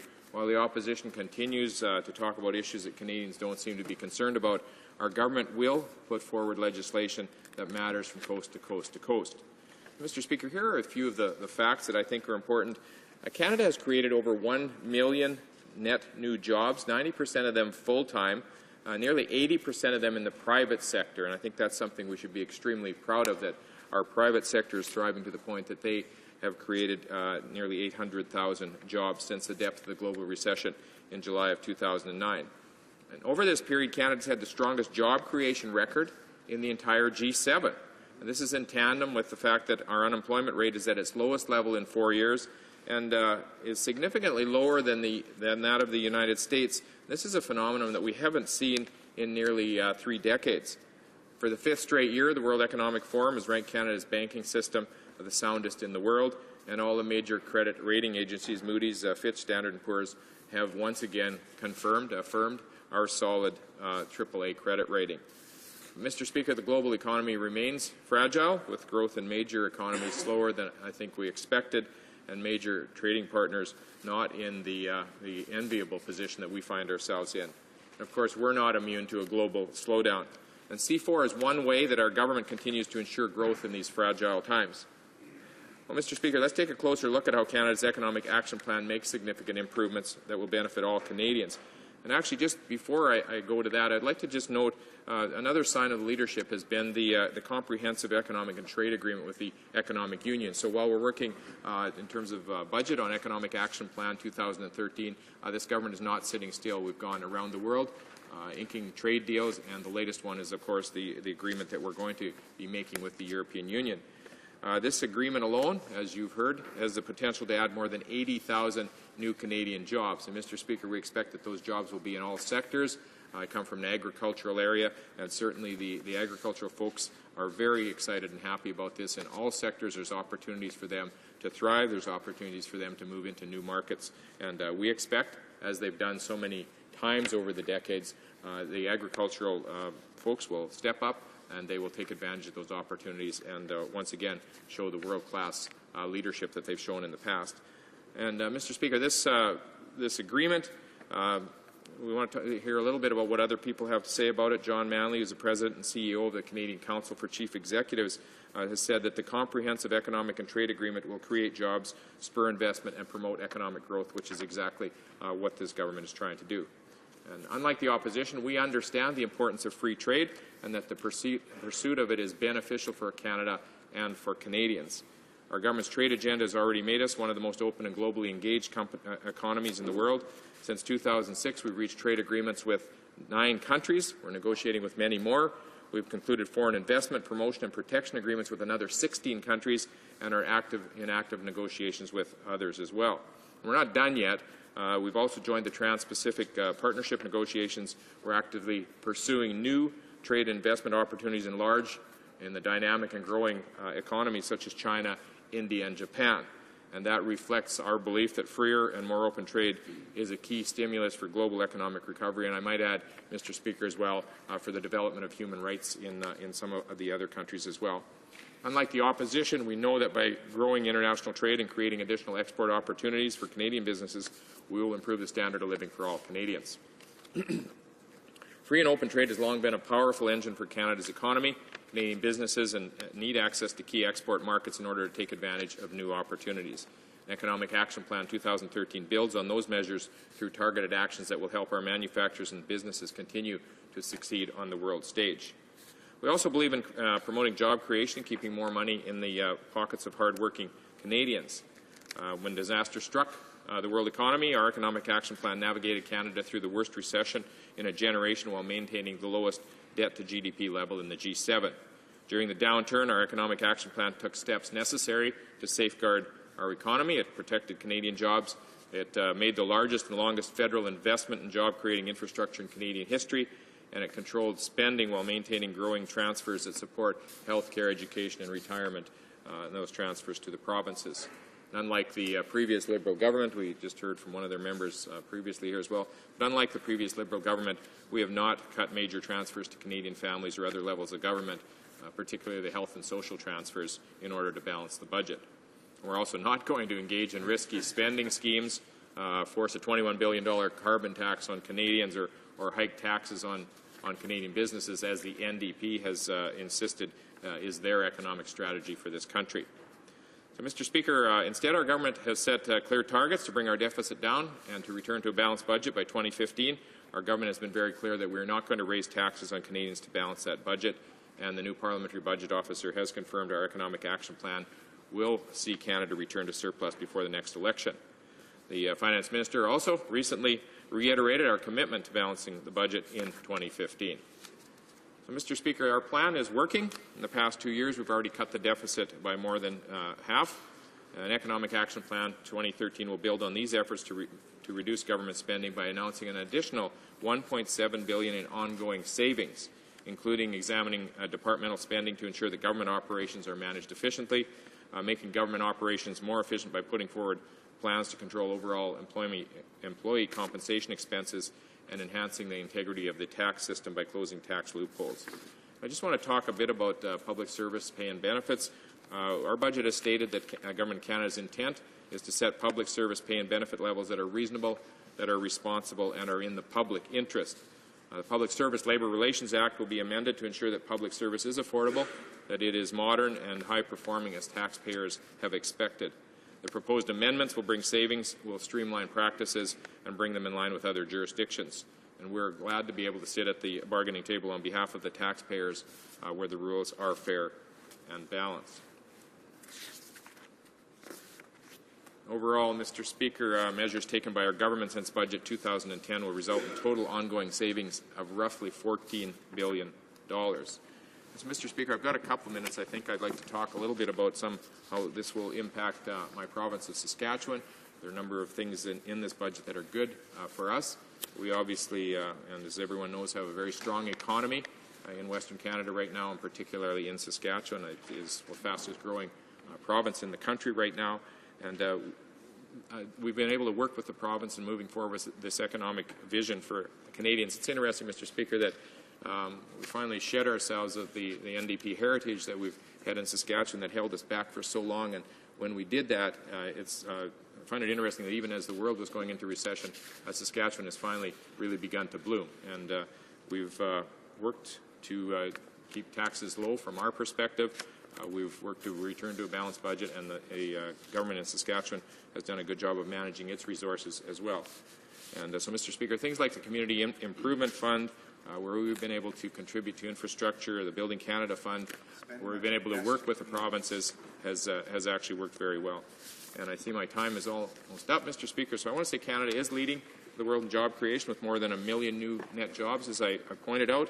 At the same time, we have created an environment that encourages new investment growth and new job creation, and one that ensures that Canada has the strongest fiscal position and the lowest business tax cost in the G7. and we continue to work. Economic Action Plan 2013, we are committed to helping businesses grow, succeed further. We're committed to helping Canadians get the rewards from that, we will deliver high-quality jobs to them, economic growth, and prosperity for the future. Questions and comments? Questions et commentaires. L'honorable député de Laurentides-Labelle. The honourable member for Laurentides-Labelle. Thank you, Mr. Speaker. The government seems to have a strategy to avoid looking after our infrastructure. If things are so good, can my colleague tell me why there are still .111 railway cars traveling on crooked rail lines, being pulled by old 1960s locomotives which catch fire and which crash in villages such as in Lac-Mégantic and twice in Alberta? Should the government not have thought last spring, when my colleague asked a question about railway safety, should he not have thought about this back then? Jerry. Well, Mr. Speaker, my colleague across the way is mixing a number of things together there. Certainly, we have had an infrastructure plan in place over the last few years, and Community Improvement Fund has been funded through the gas tax fund, which we have made permanent, and under the GST rebate, that helps municipalities across this country, across Canada, with stable funding to build their economic infrastructure. And, Mr. Speaker, I think that the government doesn't, and I don't want to lessen what happened at all this summer in terms of rail safety, but the government is not in the business of managing or of owning rail lines. We've committed to infrastructure, and I know in my riding the infrastructure that we've committed to has primarily been roads and water treatment systems. And those communities that have gotten help with that have been very happy to have that kind of help. I think those are things that you can easily say a government should be putting money into. We need a good road system, good infrastructure system. We certainly need water treatment plants. As we're raising the standards of water requirements across this country, it's reasonable that the government would also participate in those types of infrastructure projects. Questions and comments? Questions et commentaires. The honourable member for Charlottetown. Thank you, Mr. Speaker. The Parliamentary Secretary talked about how helpful the economic policies of this government are to his province. Well, I can tell you that's not the case across the country. I come from Prince Edward Island, and when the federal government decided to downsize the civil service, it downsized the civil service by 4.8% across the country, but not in my province, where it was double that rate. He talked about the transfer payments. The decision by this government to go with per capita transfers on the health transfer has disproportionately affected my province. My province depends on a seasonal economy. The changes to EI has devastated our economy. So my question for the Parliamentary Secretary is this.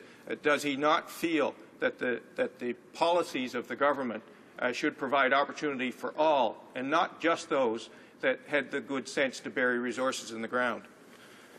The Honourable Parliamentary Secretary. Well, Mr. Speaker, the Liberals are the specialists in downloading costs onto others, because they spent their entire existence downloading costs onto the provinces and virtually destroyed the economy of provinces across this country. We've been very generous in terms of our transfer payments. We've continued the transfer payments for health and social services, and at 6%, others at 3%. And so we've been very generous and continued those commitments. There are some other things he should be thanking us for, things like the creating opportunities for apprentices. We've been focused finally. We're trying to get it back onto trades and the importance of trades in this country, because we have many people who are unemployed, but also they don't have a trade. And so we're trying to encourage people to go into the trades, because we need tradespeople across this country. We've got the expansion of the hiring credit for small business people to encourage small business to be able to expand their businesses. And we know that small and medium-sized businesses are the heartbeat of this country. He seems to think that the government is. That's an NDP position as well, that it's the government that has to do everything for Canadians in this country. We know that small and medium-sized businesses are the ones who are the job creators. As I mentioned before, nearly 80% of the jobs that have been created across this country have been created by private business. And so maybe he should turn his thinking a bit more to encouraging those folks who are running businesses to find ways that they can expand. And there's a number of other things, Mr. Speaker, I can talk about as well, but I see that you probably want me to sit down here. Resuming debate. Reprise de débat. The honourable member for Lambton, Kent, Middlesex. Thank you, Mr. Speaker, and I take this opportunity to speak on Bill C4 today. We've heard a lot of great conversations on the benefits of what Bill C4 has done for our country. And what is the importance of this bill, some may ask. Mr. Speaker, over the time, and particularly over this summer, I've been able to visit many of my businesses as farms and constituents in my riding of Lambton, Kent, Middlesex. Just so that the viewers and you, Mr. Speaker, may have a handle on what Lambton, Kent, Middlesex is in terms of constituency. It is a riding that follows a little bigger than the island of Prince Edward Island, the province of Prince Edward Island. It is a very rural riding made up of small communities. My largest urban area is 14,000 people. And the next largest urban area is somewhere around 12,500. And in it is made up of agriculture and small businesses within our towns and our communities.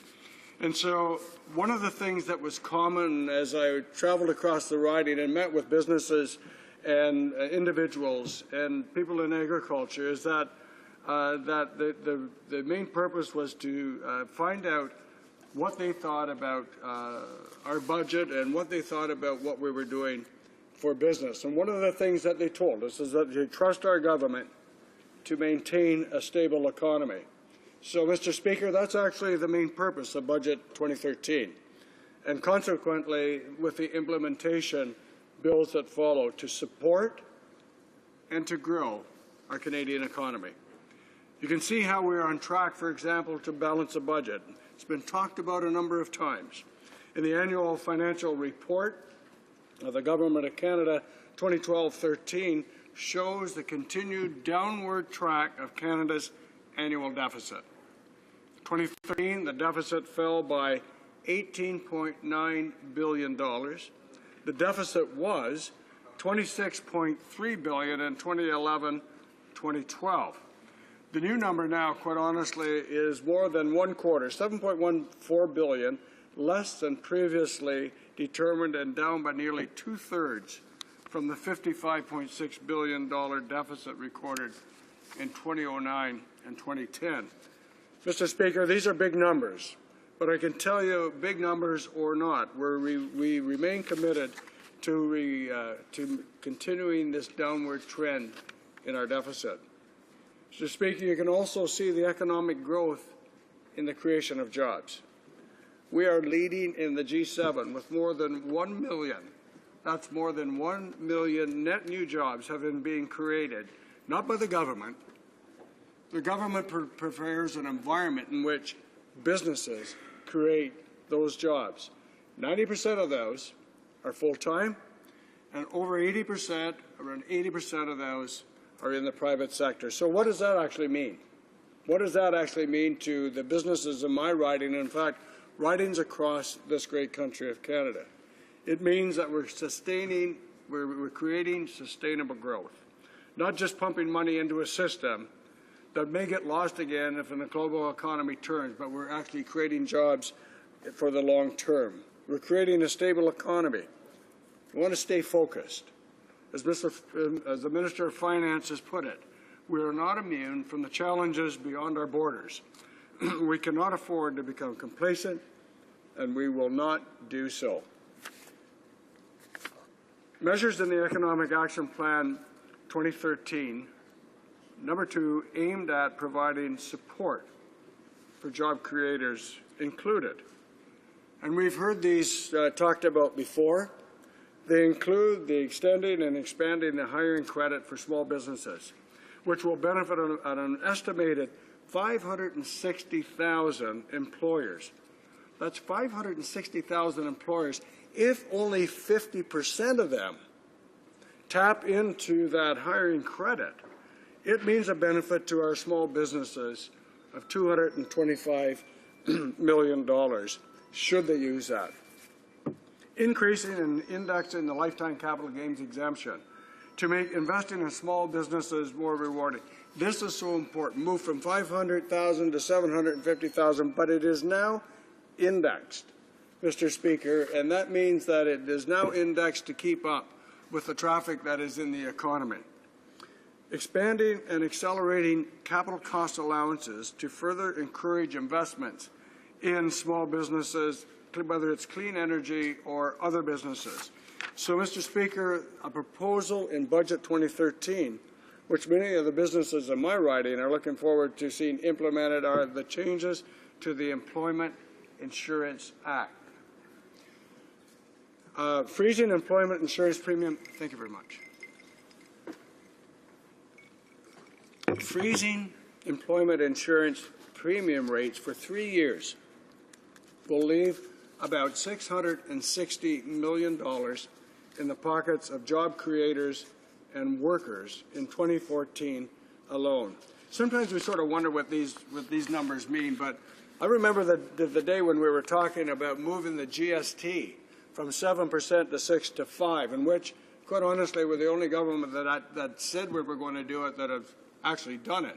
And I used to get comments, well, only if you buy a pair of jeans, it's only going to mean a few cents here, and it's going to mean $1 or so here. Actually, in my riding, for every 1%, it left $18 million in the pockets of people in Lambton, Kent, Middlesex. So that 2% left in my rural riding of small towns and small businesses $36 million. So we never want to underestimate sometimes when we say that we're going to take these small steps, they seem small, but the great benefit that they mean to the people in our ridings. So going back to the employment insurances, we know that this money will put money back into the pockets of small businesses that are the cornerstone of many of our communities in rural areas. In turn, that means more money they can invest back in their business. It almost means job creation and economic prosperity for them. And then that rolls out, Mr. Speaker. So if it's good for them, it's good for the community, and it's good for, obviously, governments when they collect the taxes. Mr. Speaker, these are only a few of the examples of what we're doing to ensure that Canadians have available jobs for them and their children and the benefit to the Canadian economy.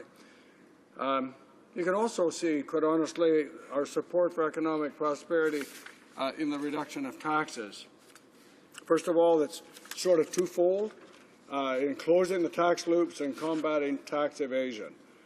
New administrative, we're going to introduce monetary penalties and criminal offenses to deter the use and the possession and sale and development of electronic suppression of sales software designed to falsify records for the purpose of tax evasion. And we've had that discussion by some others today. And we know that there's some difficulties. It's easier to say than actually implement. But we also know that if you don't implement, you never move down the road.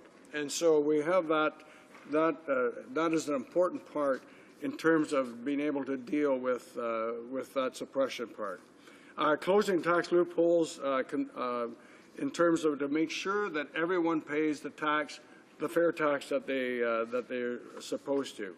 And then, on the other hand, and also the period during which Canada Revenue can reassess a taxpayer who fails to report income from foreign property, giving a longer term to make sure that when the examinations happen, that they're exact and they're accurate, and making sure that we make sure that those are carried out in a responsible way. Secondly, also, we want to always respect taxpayers' dollars, but we also want to give the benefit to some of our young people. And so that is moving the student loan program, the temporary foreign worker program by expanding the electronic service delivery. But, Mr. Speaker, I want to talk about, in my short time left, CETA and the importance that that agreement has, not only in my riding of Lambton, Kent, Middlesex, because of the small businesses and agriculture, but for the economy. We know that it's going to create about a $12 billion annually and a 20% increase in bilateral trade. With that, agriculture, of that $12 billion, agriculture is going to gain the benefit of $1.3 billion of that. And so, Mr. Speaker, I will I'll be glad to take questions and move on that. But Canada is a leader in terms of economic growth and around the world. And on this side, we plan to keep it this way. Thank you very much. The Honourable Minister of State for Northern Norris, rising on point of order. Rising on a point of order, I didn't want to interrupt the member's speech, but no less than twice in the short time he spoke, cell phones were ringing from across the opposition benches. Now, I know it was constituents urging those members to support this Budget Implementation Act to create jobs and strengthen Canada's economy, but I don't want to hear good speeches like that interrupted by phone calls, and I would ask you to just remind the members of the importance of putting their cell phone. The Minister of State does raise a valid point, and I know from time to time members forget to turn their ringers off on their phones when they bring them in this place. Questions and comments? The Honourable Member for Sudbury. Thank you, Mr. Speaker, and I'd like to thank my honourable colleague for his participation in the debate today. Always brings forward a very good presentation. I may not always agree with everything that he's saying, but he does bring forward a good presentation. He was talking a lot, Mr. Speaker, about economic growth and jobs, and I know we hear that from that side of the House all the time. And one of the interesting things was that the economy is still fragile.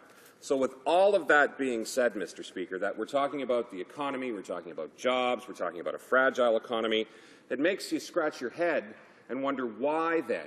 Why in a budget bill? Why in a budget bill are we talking about reducing the number of members on the Veterans Review Board?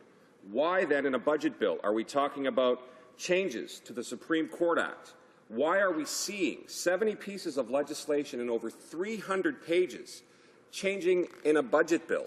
Maybe the honourable member can answer that for me, Mr. Speaker, because on this side of the House we don't understand how all those issues correlate. Thank you, Mr. Speaker. The Honourable Member for Lambton, Kent, Middlesex. Thank you, Mr. Speaker, and I want to always listen and enjoy listening to my colleague and friend from Sudbury. I think it's snowing up there, and so where I'm coming from, it's actually nice and warm, so thank you. But no, all seriousness, I think in terms of what are some of those things doing in our budget, as I mentioned, across Canada, when we look at at what businesses do, 95 to 98% of the businesses in Canada are small businesses, and when they look at how they're going to operate their businesses to be sustainable in the long term, they look at what can we do within our management system to become effective, to become efficient, and yes, become and stay profitable. And so when we look at a number of the initiatives or the issues in terms of in terms of reducing, for example, the number of members on the Veterinary Review Board, I believe that we have got to always look at how we're going to provide the service that we need to provide, but then how do we do it more effectively and efficiently? And I rely on those members in the Veterans Committee, and I don't know, sir, if you were on it at one time. I was, and it's one of the greatest benefits that I had of being able to be on that committee. Order.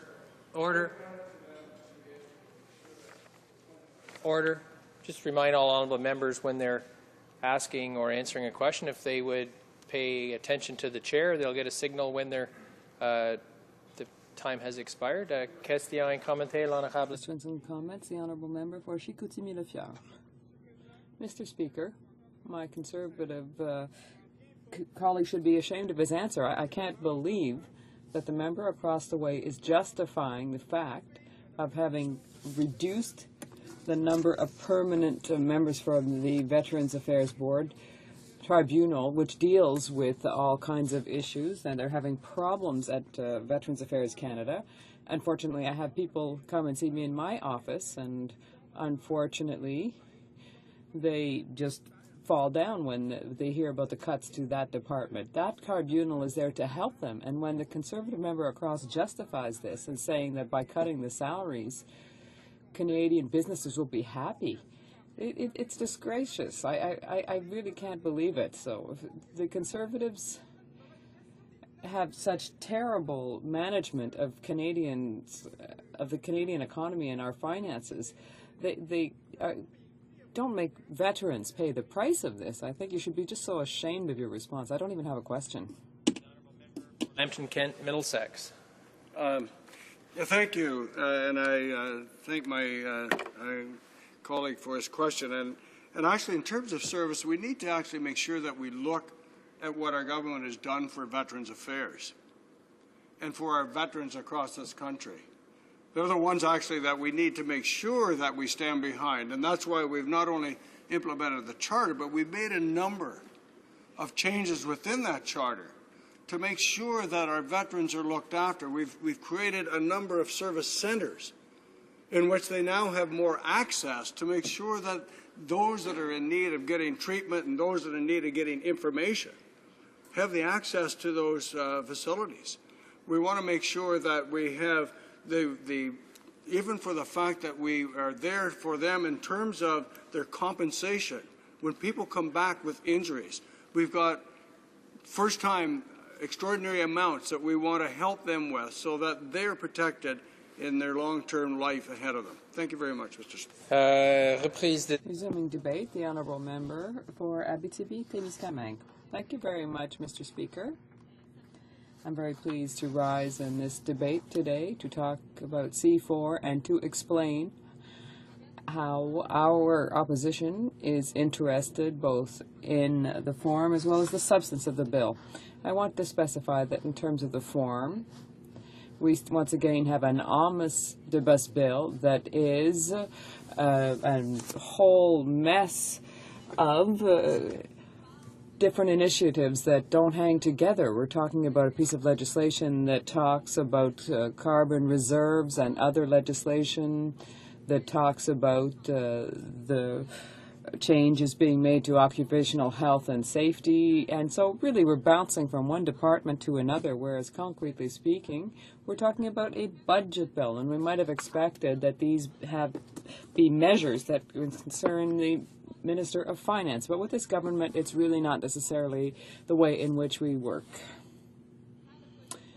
Through this budget bill, the Minister of Finance is telling other ministers, I think, what to do. I think it's a flagrant lack of respect for the other ministers in the cabinet. It leaves me baffled, and I wonder to what degree the Conservative government is centralizing, and they're turning left and right, and it's so inconsistent.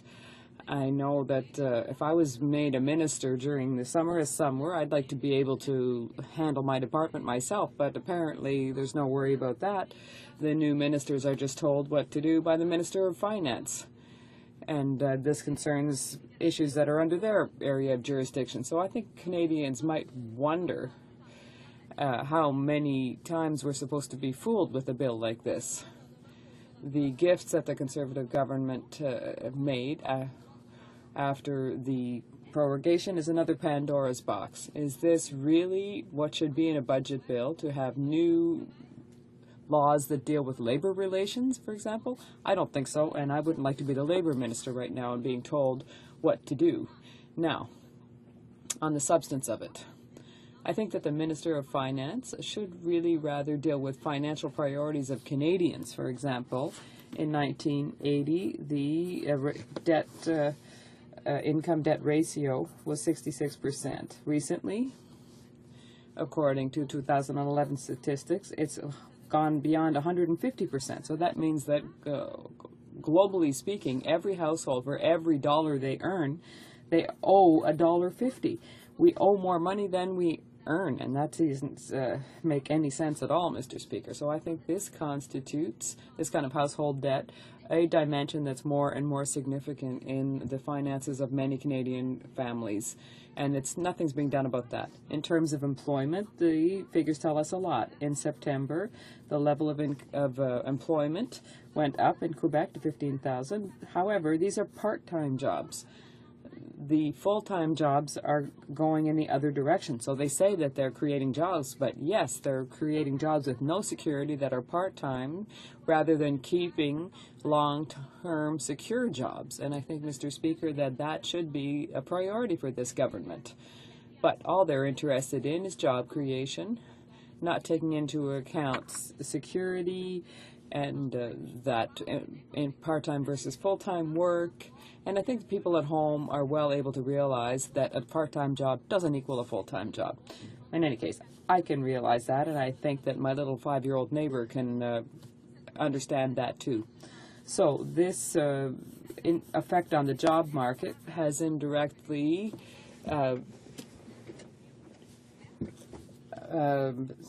my colleague goes along with what my colleague from Monterey-Ben-Quist said. I'm not sorry if I didn't pronounce that right. They're not taking the measures necessary to help housing issue in Canada. So once again, there are lots of volunteer jobs available, and in terms of construction even, and this is shameful. We can't build housing, good housing for Canadians, social housing, with that kind of initiative. My colleague from Chambly-Bourdieu emphasized the fact that the unemployment rate for young people was twice what it was for adults, and that explains a lot about what the government has not done here. They're preventing young people from taking their rightful place on the Canadian job market. Now, I think we need solid information to build a solid economy. We need to work through charitable organizations and develop our Canadian economy. The median income for families, after tax for families of 2 or more, is at $68,000, or was at $68,000 in 2011. This is the 4th year in a row that there's been no significant change in this level of income after taxes. So Canadian families are being punished by the inflation rate, and yet there was this national household survey that replaced the long-form sentence that was abolished by the Conservatives in 2010, and this data is not reliable. In the Devoir of September 12th, the changes made the comparisons with the past data superfluous because the data was no longer obligatory. So I wonder whether whether the Conservatives are just improvising random measures that make ensure that they have no economic compass, and the suppression of the long-form census gave us the reliable data that we still need. Let's talk about economic robustness. Over 4.5 million of members of unions worked in Canada in 2012, so that's 32% of the total labor force, and their weekly payroll represents 60% of the national total. And that is why I want to raise the importance of unions in Canada. The Canada Labour Congress published a study that illustrated the true importance of the union advantage in all communities across Canada, and in a number of communities. It was shown that the unionized workers made some $4 an hour more than workers who are not unionized. That means that the union benefit adds $785 million per week to the revenue of our country, and that money is mostly spent in our communities and locally. So that contributes to the strength of the Canadian economy. Unfortunately, Conservative attacks on the unions continue. There will be a possible withdrawal of bargaining powers, and so that is just another example of the Conservatives weakening measures of justice that seek to fight inequality in our society, and the Conservatives are shirking their responsibilities. I think it is important to remember that without unions, we would not have safe work environments, And the Conservatives are going to undermine this fragile balance between health and safety, and I think that this is a truly dangerous precedent, and I fear the consequences of deregulation on the rail companies, or when we talk about food safety with regard to the Department of Agriculture. There is always something that was pointed out by the member for Gatineau, and I think it is important. What does a section on the nomination of judges do in a budget? I have no idea, and I would add my voice to hers because this bill amends as it sees fit bills that do not come under the Department of Finance. I think we have a Justice Minister who has been in place for some time, and I think he would have been able to manage the appointment of Supreme Court judges. So I don't know why this comes under the Minister of Finance. I find this is just complete nonsense. I was not even of full age when the current Justice Minister was elected to the House of Commons, so I think that he is probably able to manage these things all on his own. So I think that these are questions that we need to be asked. There are many examples of other things that should not be in a budget bill. For example, we can see that parliamentary oversight is not sufficient. And we see more and more omnibus bills introduced by the Conservatives, and I think that they should learn from their mistakes, but unfortunately that is not the case. Comments? The honourable member for Guelph. Mr. Speaker, all morning we've been hearing the Conservative members that have been speaking on the budget. We've been hearing how they've been lauding this Canada Jobs Grant. And, Mr. Speaker, you and I both know that it amounts to $15,000 contribution to training. 5 from the government, federal, 5 from the provincial, and 5 from independent industry. But you know, Mr. Speaker, you know where they got the money, the $300 million that they're going to put into this program? They took it from the provinces. They took it from the provinces, and now they want the provinces to invest money, and the provinces said, you took the money away from us, money we were deploying in our own provinces in a way we thought was appropriate and was working. Now, Mr. Speaker, not only that, but all of the provinces have said, no, we're not participating. And to exacerbate the problem, they've been advertising the program as if it already exists at a cost of $90,000 a shot on TV, a program that doesn't exist, something that is needed to fill our jobs training gap. I'm wondering if the member from Nipissing to Miskaming can speak about this issue. Sorry. L'honorable député. The honourable member for Abitibi-Témiscamingue. Thank you very much, Mr. Speaker. And indeed, there's something fishy here. They are advertising a program that hasn't even been agreed upon yet with the provinces. They talk about education and training. We're talking about provincial jurisdiction here when we come to education, and there are all these lovely announcements that say that they're going to take away money from the provinces, and the provinces are allowed no leeway. They just dictate what is going to be done, and if the provinces aren't happy, well, too bad. So I don't think that that is a responsible way of behaving. And when we talk about budgets, I think that the government should be able to sit down with the provinces and to discuss things in order to put in place measures that will meet their needs. But the Conservatives are doing the opposite.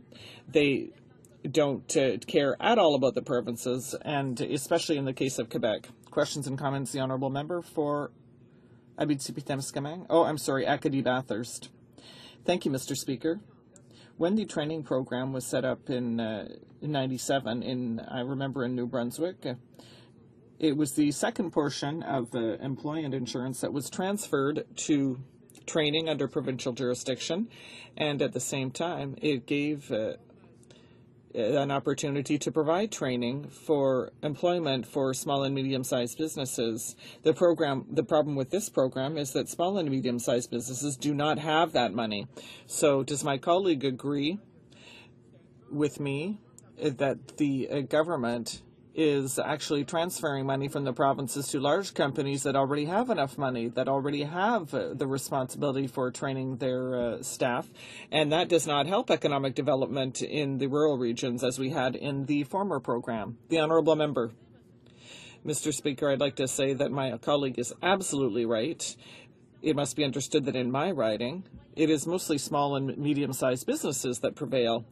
And so that money is going to be taken away from the rural regions, and I think that in our regions it is important to keep our young people, and we need to put measures in place for that. And the Conservatives are just undermining our efforts to keep our young people at home. Thank you, Mr. Speaker.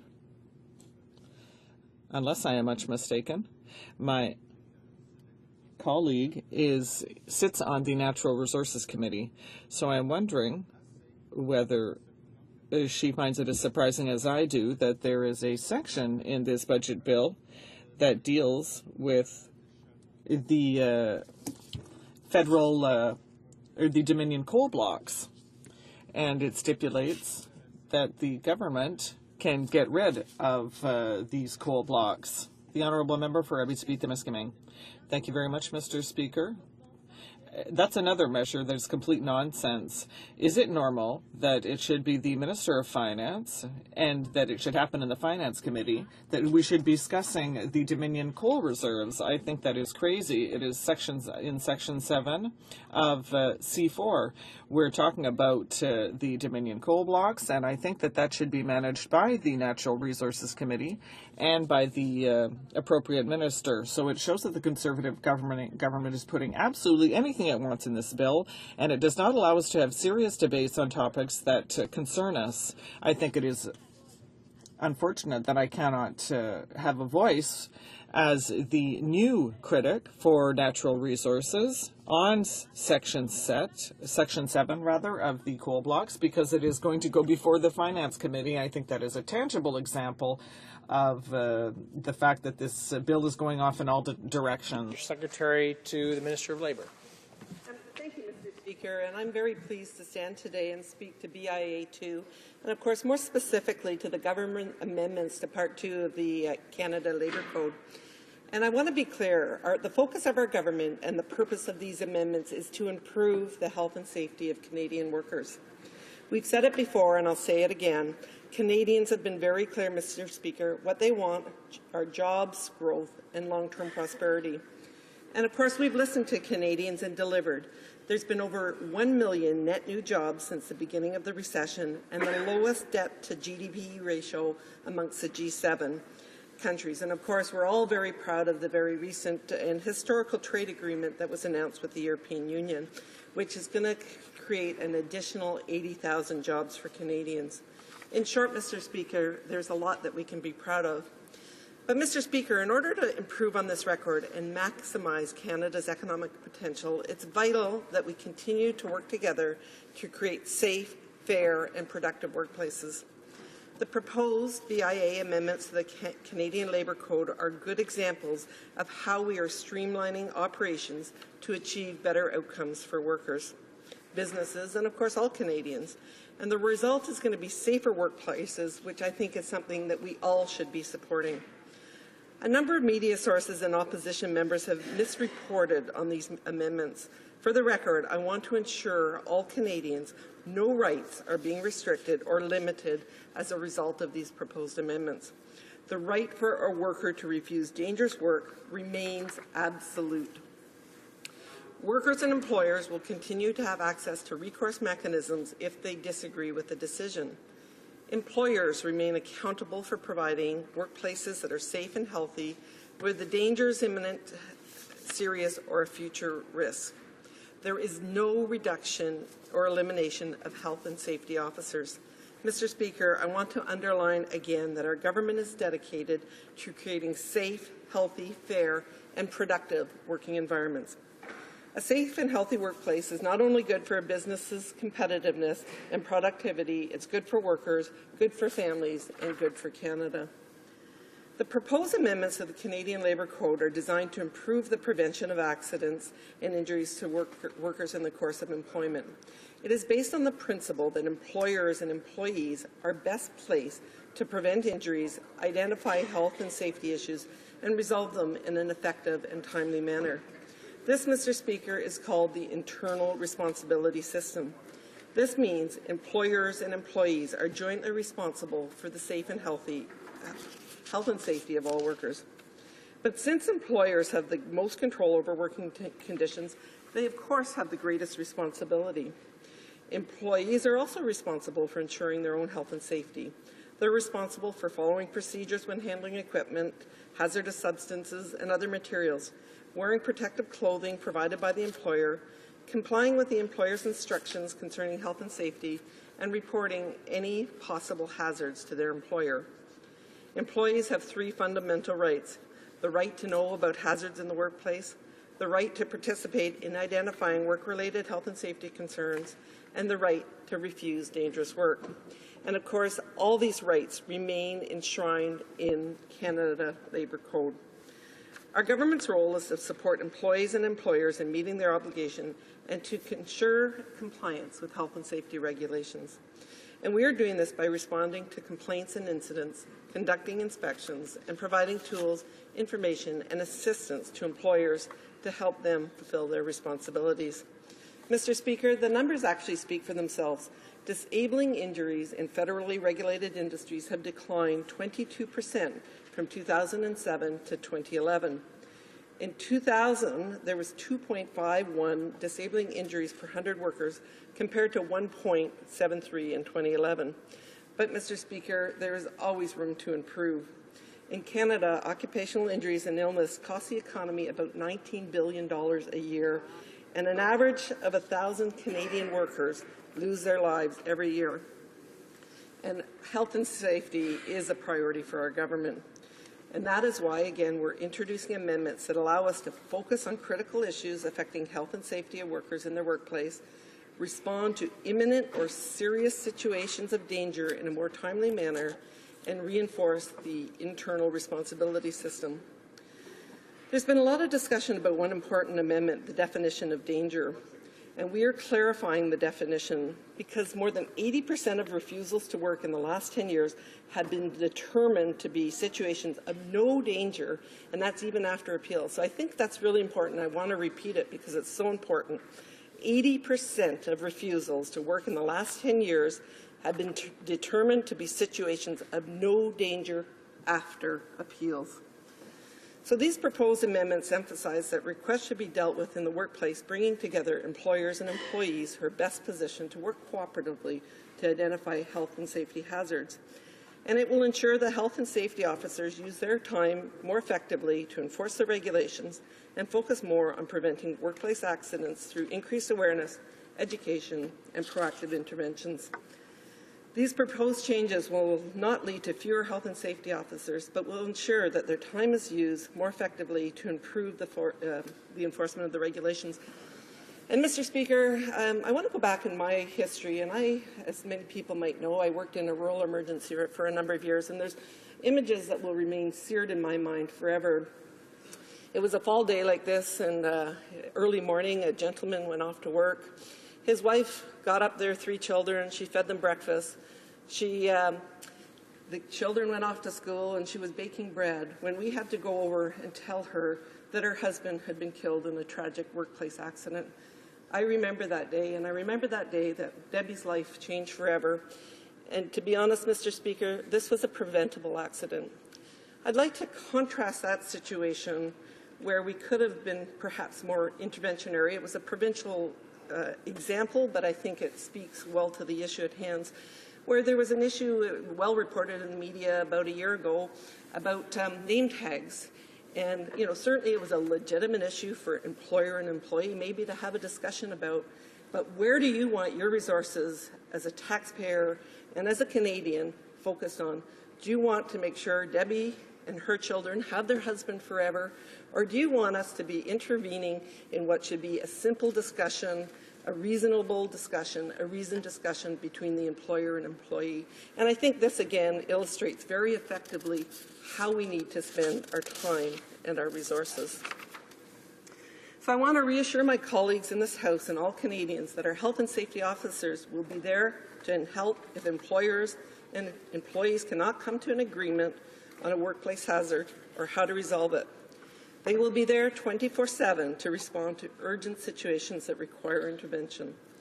Again, Mr. Speaker, I want to emphasize that these new amendments will not affect the investigative capacity of the labour program and will not lead to fewer health and safety officers, as it has been erroneously reported in the media. Health and safety officers have been, are, and will remain the key to enforcing the Canada Labour Code. Mr. Speaker, as the Honourable Minister of Labour has stated, the right of employees to refuse dangerous work remains absolute. The definition still provides protection from all hazards, imminent, serious, or long-term. Employees will continue to have the right to refuse all forms of dangerous work. Employers will still be responsible for ensuring their workplaces are safe and are required to take action if they are not. Employees and employers continue to have access to recourse mechanisms if they disagree with a decision. These proposed changes will not lead to fewer health and safety officers, but will ensure their time is used more effectively to improve the enforcement of occupational health and safety regulations. Mr. Speaker, our government remains focused on the economy, jobs, long-term prosperity, but a healthy and safe workplace goes absolutely hand in hand with those goals, and we're continuing to move forward. Thank you very much, Mr. Speaker. Questions and comments? The Honourable Member for Edmonton Strathcona. Thank you, Mr. Speaker. And I'd like to thank the Honourable Member for her presentation. I appreciate members of her important background, nursing, in the House of Commons. But, Mr. Speaker, I'm a little troubled at the Honourable Member's comments on this budget. One of the aspects of this budget which is most troubling for my colleagues is the fact that the government is taking the discretion to determine what work is dangerous, taking it from fully trained health and safety officers and giving total discretion to the minister. I would expect that the minister, the honourable member, would be doubly concerned because her government has been convicted of 3 counts of failing to protect federal workers, 3 violations of basic health and safety protections. So I'm a little troubled that she would think that the government's going in the right direction in this area. The Honourable Parliamentary Secretary. Thank you, Mr. Speaker, and I do appreciate the question from the honourable member. And I think it's important to recognize that delegation of responsibility is very common in statute after statute. Again, I'll go back into my previous world, and I had delegation as a licensing officer in terms of community care facilities. What it does is it allows for consistency across the country. It allows for the minister to mobilize important resources as she needs it. And so again, I think this will add and greatly improve both the ability to respond, the consistency of response, and really provide a framework for national improvement. Question and commentaire, l'honorable député de... Questions and comments? The Honourable Member for Akitsi-Bathurst. Thank you, Mr. Speaker.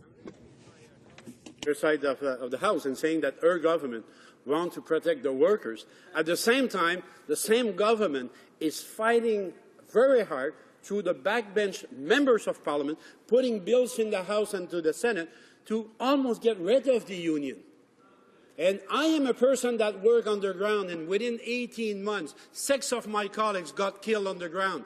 I remember West Mine when 26 guys got killed underground. And you know what? The law has to be very strong about the working place and the workers, and the only one that could save their place, I really believe in it. If you don't have a union, they don't have the right to speak because they know how to get rid of those jobs. They lose their job. I went through all of that. I know what I'm talking about, and I'm sure she knows what I'm talking about.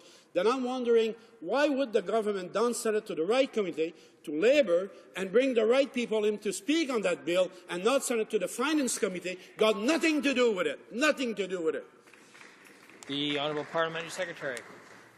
Thank you, and I think we obviously all have the same goal here, and that is that workers are safe, workers are protected.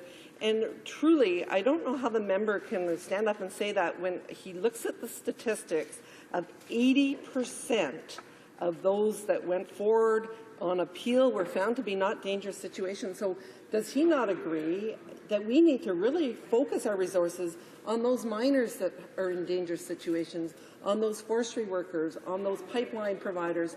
So again, to have mechanisms that deal with the 80% of issues that are important issues, absolutely, but not life-threatening, not imminent, and to allow the opportunity for our officers to really do the job that they're trained, hired, and very effective at doing. Thank you, Mr. Speaker.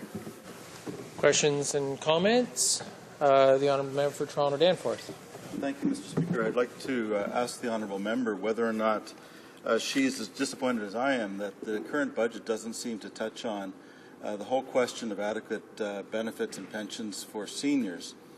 When I talk to my constituents, this comes up constantly, and we know that there's an active debate going on in this country, including with the premiers, about the need to enhance the CPP.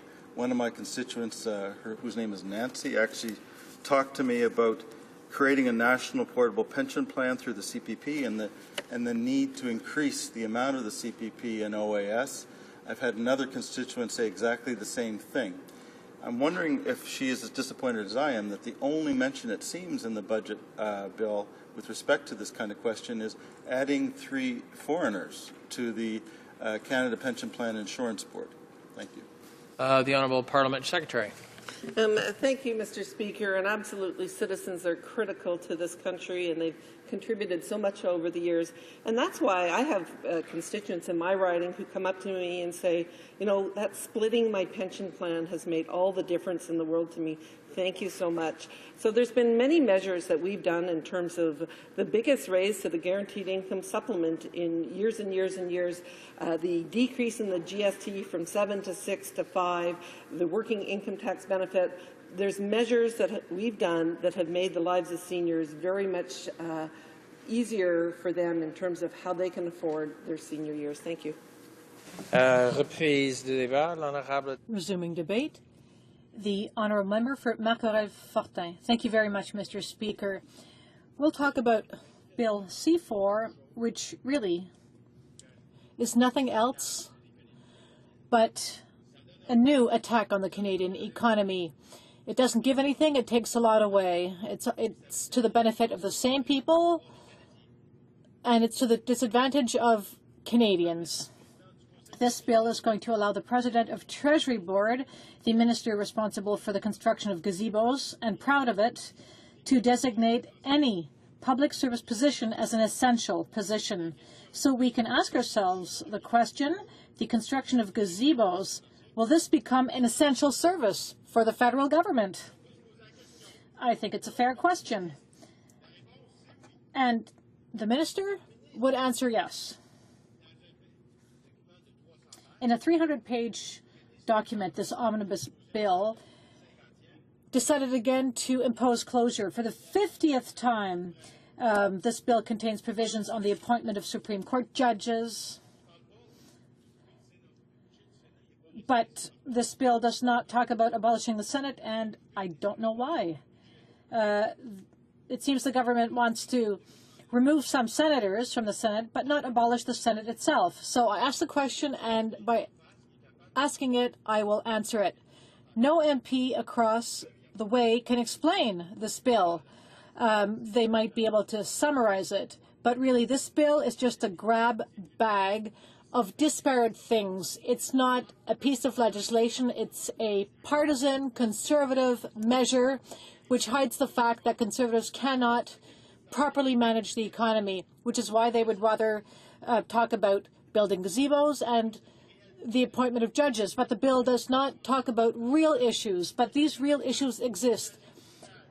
Unemployment, tax avoidance, massive dislocation, the closing of industries, the end of public services, and especially the elimination of or repeal of regulation, which is supposed to protect Canadian workers.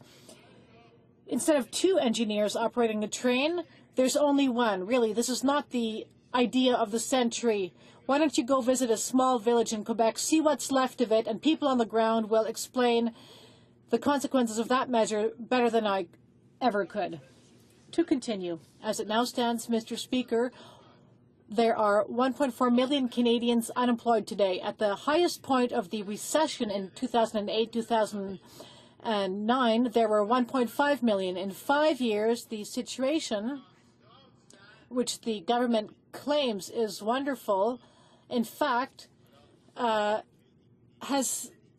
there are only 100,000 fewer unemployed, even though the government claims that millions of jobs have been created. This flies in the face of the fact that jobs have been lost.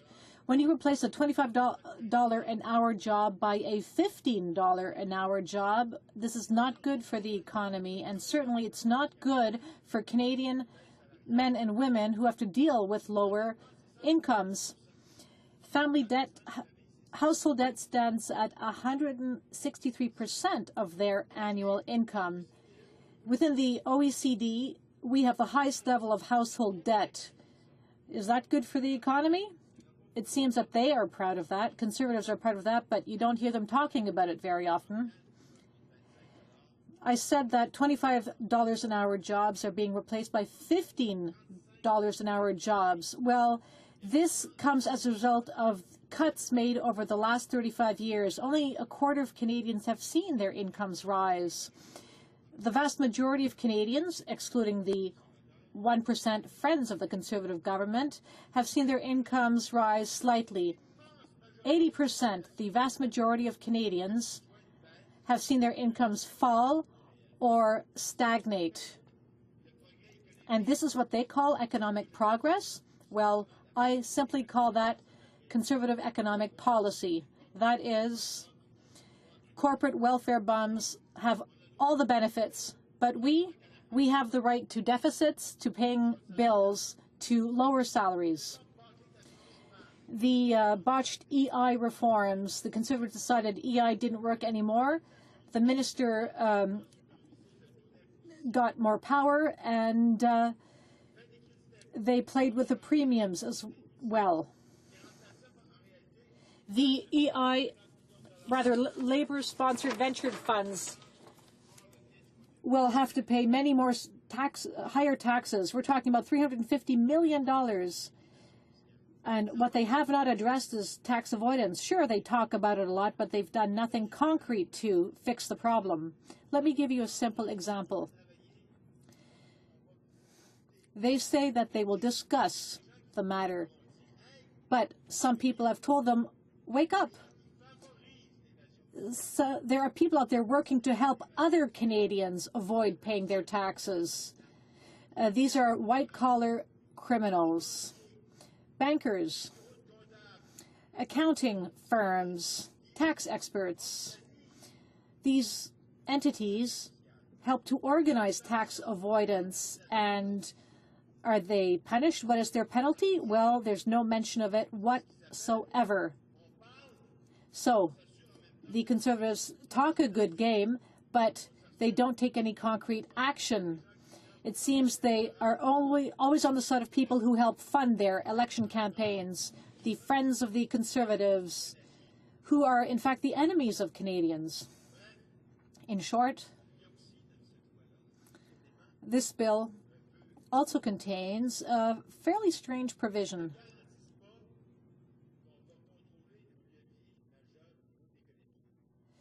The bill will ensure that we cannot even control our own economic levers by controlling our most important economic sectors, and they call that being Canadian. They are so Canadians that the Canada Pension Plan Investment Board will be allowed to recruit abroad for members to sit on the board. And there's no doubt that those foreigners will have an ideology which is imported from the outside. Conservatives claim that they are protecting us, but I would rather be protected by the boogeyman than by Conservatives. What about food safety?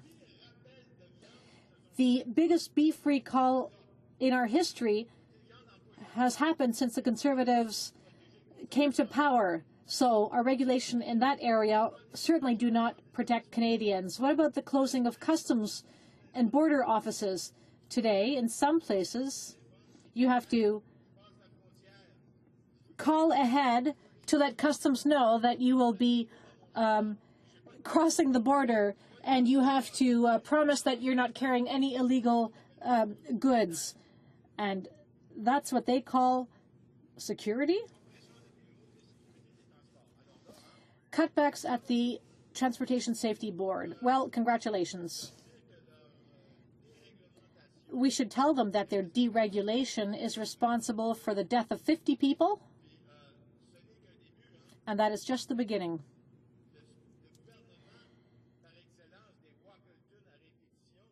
This government is simply copying what happened at Walkerton, and these incidents happened under Conservative governments. This government claims it is tough on crime, but I imagine that certain mafia organizations housed in luxurious accommodations have fallen on their knees to pray that God keep Conservatives in power for many years, because the best friend of the mafia is the Conservative government. The Conservative government is ensuring that our police forces don't have the tools they need to go after the mafia. Not only are they mediocre, but they claim in their advertising that they are good economic managers. However, the reality, and I repeat, is that the only thing this government is qualified for is to change lead, or rather, change gold into lead. They are making sure that their friends benefit and that bills are paid by Canadians. Thank you very much, Mr. Speaker. Questions and comments? The Honourable Member for Louis-Hébert. Thank you, Mr. Speaker, and I would like to thank my colleague for his enthusiastic speech. He talked about many important things, but what I am mainly concerned with is the fact that today the economy is vulnerable, and this bill will slow down growth even more. In fact, the budget is going to halt the weak growth of the Canadian economy. As a result, it'll be harder for us as a society. Consumption is one of the motors of the economy, and yet we are more and more in debt. I'd like the member to tell us about how he sees this unfold in the future. The Honourable Member. Unfortunately, Mr. Speaker, for this government, the only growth that counts is consumer growth. However, growth is also achieved through investment. Companies have never had as much disposable income thanks to the cuts brought forth, or income tax cuts brought in by this government. When this government came to power, Ontario was a net payer into equalization, but now, because of the mediocre economic management, Ontario is on the receiving end of equalization. The President of the Treasury Board can only be proud of the fact that he has forced his province to become a have province, or rather a have-not province. Questions and comments? The Honourable Member for Sherbrooke. Thank you very much, Mr. Speaker, and I would like to thank my colleague for his excellent speech. I have a question for him.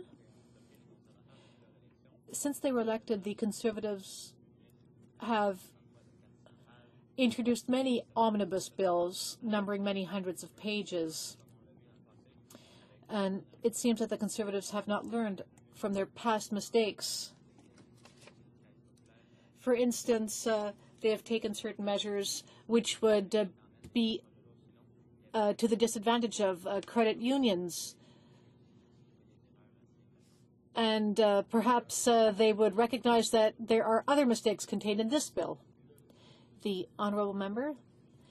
That is the problem with these bills, Mr. Speaker. As well closure is always imposed on debates surrounding these bills, which doesn't allow us enough time to thoroughly study this legislation, and this allows errors to slip through, such as those which affect credit unions. And as well, many of these of the measures contained in this bill have not been well thought out. Often there are unintended consequences of these measures on Canadians, and that's a dramatic thing, Mr. Speaker, because we are going to see more Walkerton-type situations happen in the future. The Conservative so this will not necessarily be a Conservative government. It'll be a Walkerton-type government, which will destroy the economy. And these measures will destroy lives. However, this government does not seem to care. Don't forget, Mr. Speaker, and thankfully the population of Ontario got mad at the mediocre way its economy was being managed. It got sick and tired of the people who were in power at the time, and they voted them out at the next election, and that's exactly what's going to happen at this point. So, back then, the people responsible for Walkerton were voted out of office. The same thing will happen at the federal level. Just because you were in office provincially, it doesn't mean you'll do well as a federal politician, and we will vote these people out. Thank you, Mr. Speaker. Treasury Board. Well, thank you very much, Mr. Speaker. Merci, Monsieur le Président. Thank you, Mr. Speaker. It is an honor for me to be here this afternoon to discuss Bill C-4. This is a very important bill. It's important for us to have it, and I think it strikes the right balance between protecting the interests of Canadians and protecting public service unions. Sections relating to my portfolio, and certainly there are some changes in the Public Service Labor Relations Act, as my colleagues across the way have cottoned on to, and the union heads as well. But I think it's important to explain the context and why these we believe are fair and reasonable, are what citizens, if they were informed, if they were not informed before, now are informed, that these things are in fact not in the legislation now. And citizens that I've talked to are quite surprised that these bits of the legislation that we're changing are not in fact the law as we see it today. That is one of the things that I think is the common sense of the people when it comes to these matters. Now, a lot has been made of changes to the designation of essential services. And let me just say this. I think that, again, most citizens, if you were to have told them that the designation of essential services was a matter to be bargained with the bargaining agent, with the union, so that the government as the employer and as the protector of the public interest had to bargain for the designations of essential public servants, they would have been shocked, Mr. Speaker. They would have been totally surprised by that. But that is, in fact, the law as it now sits, that there has to be a bargaining process that the Government of Canada has to undergo to designate various individuals as essential. Well, Mr. Speaker, our position is very clear. It is not for negotiation to defend the public interest when it comes to health and safety and security issues. That is not the public interest, Mr. Speaker. And this bill represents, I think, a very common sense change that most Canadians would agree with, Mr. Speaker. So, how does it work? Because this has come up, and some have suggested that the details are not in the bill. The details are in the bill, Mr. Speaker. And it is very clear under both the bill and the practice, which is considered good faith bargaining, that the designation of public servants as essential has to occur before you start the negotiation with the public sector union on a collective agreement. So I can't, Mr. Speaker, let's be clear, I can't wake up one day after a bad bargaining session with the bargaining agent and say, okay, that's it, y'all going to be essential. We can't do that, Mr. Speaker. That would be absurd.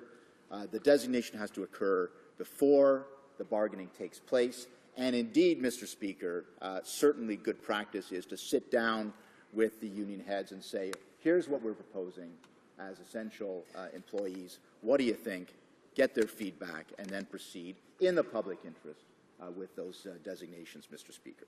But let me repeat the point that safety and security is not negotiable, and that this government, through this bill, intends to protect the safety and security of the public. Let me talk about 2 key arbitration, because this is another facet of the changes we're making to the Labour Relations Act, except in the case of essential services where there's mandatory arbitration. Oh, that's another point, by the way. If you hear from the unions, this designation of essential services means that there's the end of bargaining as we know it, that they've been stripped of all their bargaining rights. No, Mr. Speaker, no. Part of bargaining in some cases is arbitration. And indeed, this is preserved under the legislation. I wanted to make that point clear and put it on the record as well. 2 key arbitration to make sure that the bargaining agent and the employer both have a say as to whether arbitration is going to be used, except in the case of essential services when it would be used. I think that's an important change as well. Now, arbitration factors. This, I think, is, again, some common sense that most Canadians would agree. The arbitrators have to look at recruitment and retention issues. You can't have an arbitrator who is not aware that, in fact, this particular position or this bargaining unit is, in fact, one where there are 20 applications for every position, or maybe there are no applications for this position because it's that tough a job. I think that is relevant information for the arbitrator and goes to the impact on the Treasury of the particular demands of the particular union. The arbitrator should also have regard to the economy. What is the state of the economy? This is critically important because it affects the bottom line of the government, how much revenue can be raised. And indeed, the arbitrator should have regard to what the economic policies of the government are, because those are relevant. If we're in a period of tightening, that should be a relevant piece of information for the arbitrator. Again, Mr. Speaker, common sense. Most Canadians, if you were to ask them and given these choices, would say, well, I'm surprised that that is not the case right now. Cost sharing on grievances. Again, common sense, Mr. Speaker. If there's going to be a grievance process, those costs should be shared by both the union and the employer, not 100% the cost of the employer. Quite apart from everything else, Mr. Speaker, that only encourages those with spurious claims to grieve. So let's have some responsibility and some common sense, cost share the cost of the grievance procedure. There was, as well, Mr. Speaker, a Compensation and Research Bureau under the Public Sector Labour Relations Board. Quite frankly, it was not very effective. My point of view and the point of view of the government, Mr. Speaker, is if there is research to be done on pay scales or positions on the impact of a bargaining agent's position or the government's position in a particular collective bargaining session, that should be borne by either the government or by the union, whoever is making the point. It should not be borne by separate research that may or may not be accepted by the bargaining agents or by the government in any case. I think that's, again, common sense. We're also proposing to eliminate double jeopardy for grievances, Mr. Speaker. We have a situation where the grievor can, quite frankly, forum shop. If she or he doesn't like one forum, they go to the next forum, and so on and so forth. Our position, again, quite commonsensical, is pick a lane, pick a forum, have the adjudication at that forum so they don't lose any rights. There is an adjudicative process.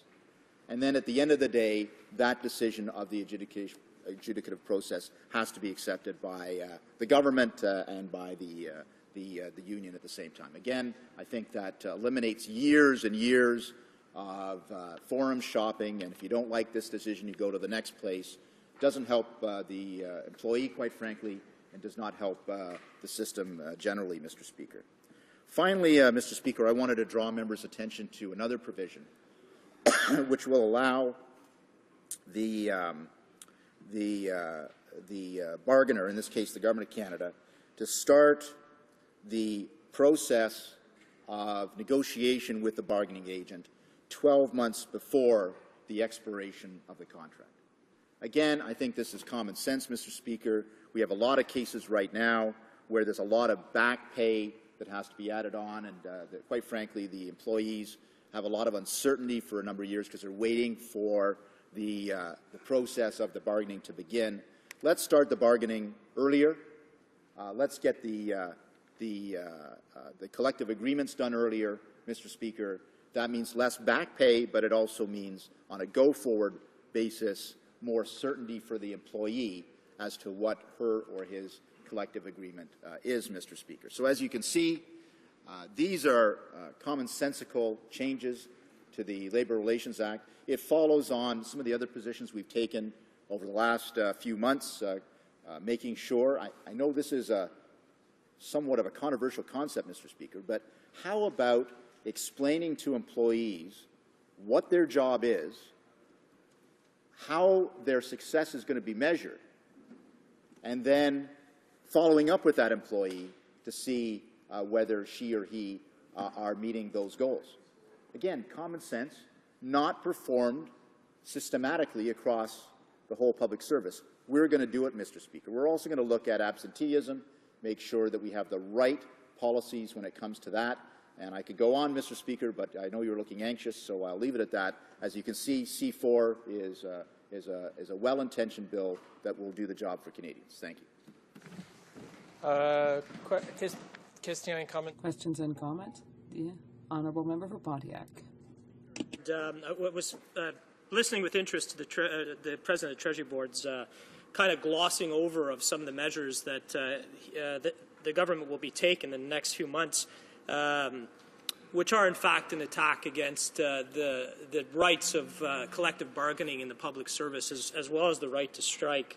There's an assumption in what the President of the Treasury Board is saying is that the way that essential services were negotiated in the past was somehow a problem, as if some essential services weren't deemed essential because there was a process in place to consult and negotiate with the employees. In fact, I think that the employees would be pretty well placed to define what might be essential and non-essential, knowing their place of work. So this is clearly an attempt to centralize this designation in order to use it in a tool ahead of the bargaining process in order to absolutely win every single conflict. So I'd like the President of the Treasury Board to tell me where's the problem. The Honourable President of the Treasury Board. I thank the Honourable Member for the question, and let me answer it this way. The problem is, Mr. Speaker, that to set up a system where the employer, in this case the Government of Canada, has to bargain on what employee is essential and what employee is not essential, is not the right way to approach the issue. These should not be bargained. These should be ultimately the responsibility of the employer to designate. Having said that, as I said in my remarks in this chamber, there should be a process of dialogue with the labour unions to get their input, get their feedback on what the government's intentions are. But ultimately, it is the responsibility and the duty of government to protect the public. That's the government's job. And if they do not have the ability to appropriately designate the individuals who carry on essential services, or if that is subject to bargaining and negotiation, that is not in the public interest, and that's what we object to. Questions and comments? The Honourable Member for Saanich Gulf Islands. Thank you, Mr. Speaker, and I have a number of questions for the Honourable Minister.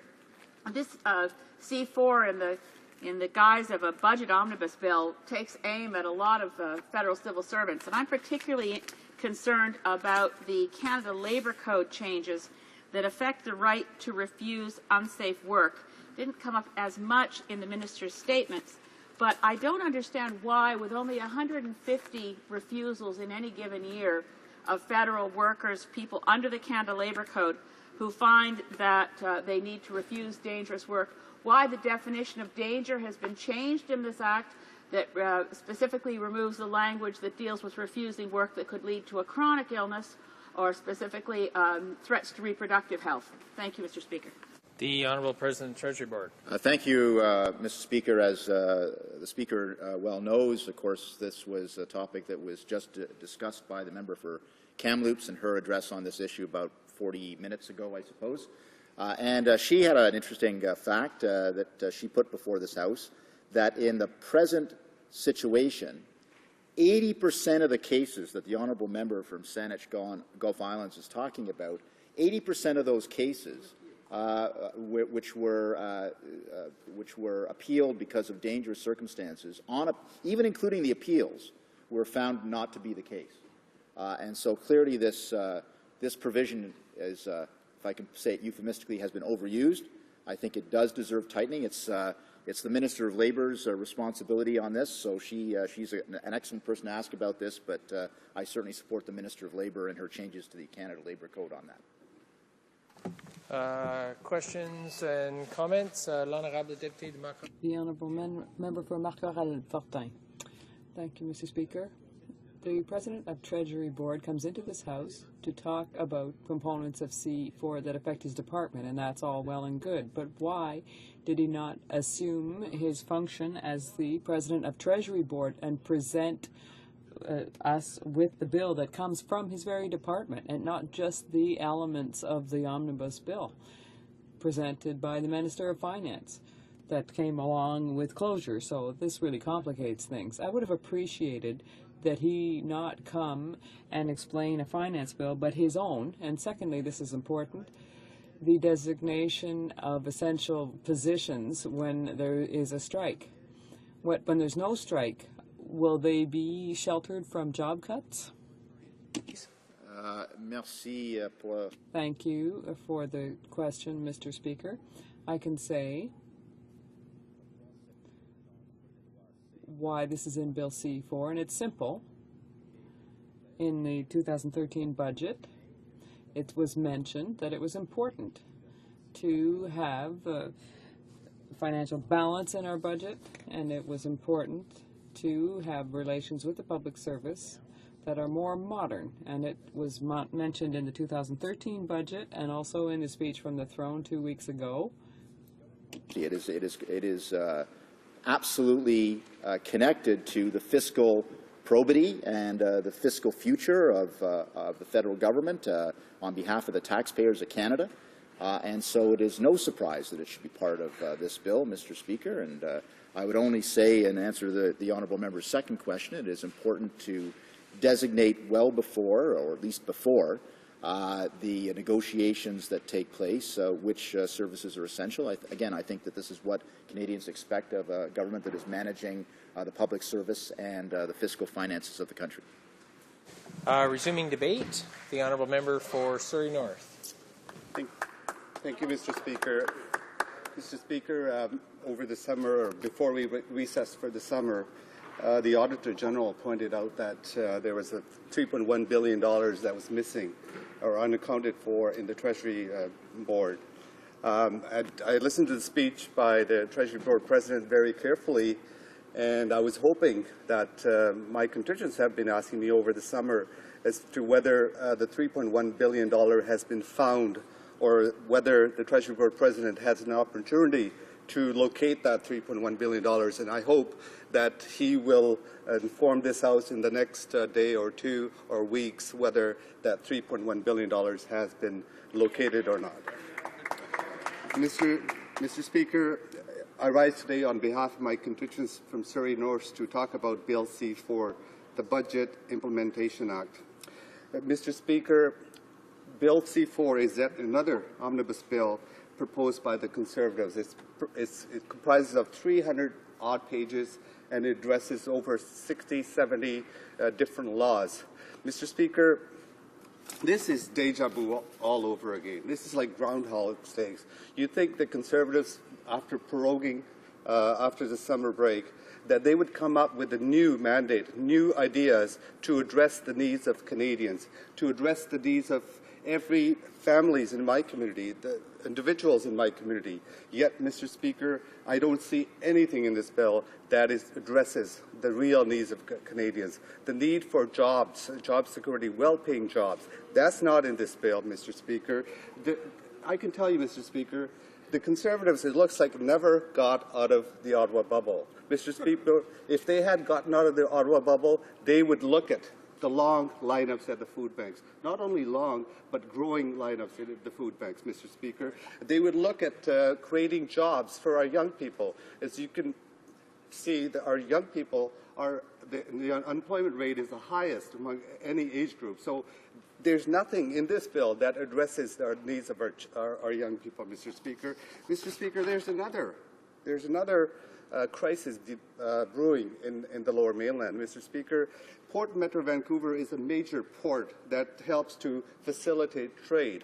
It helps movement of goods right across from prairies, right to the port, Mr. Speaker.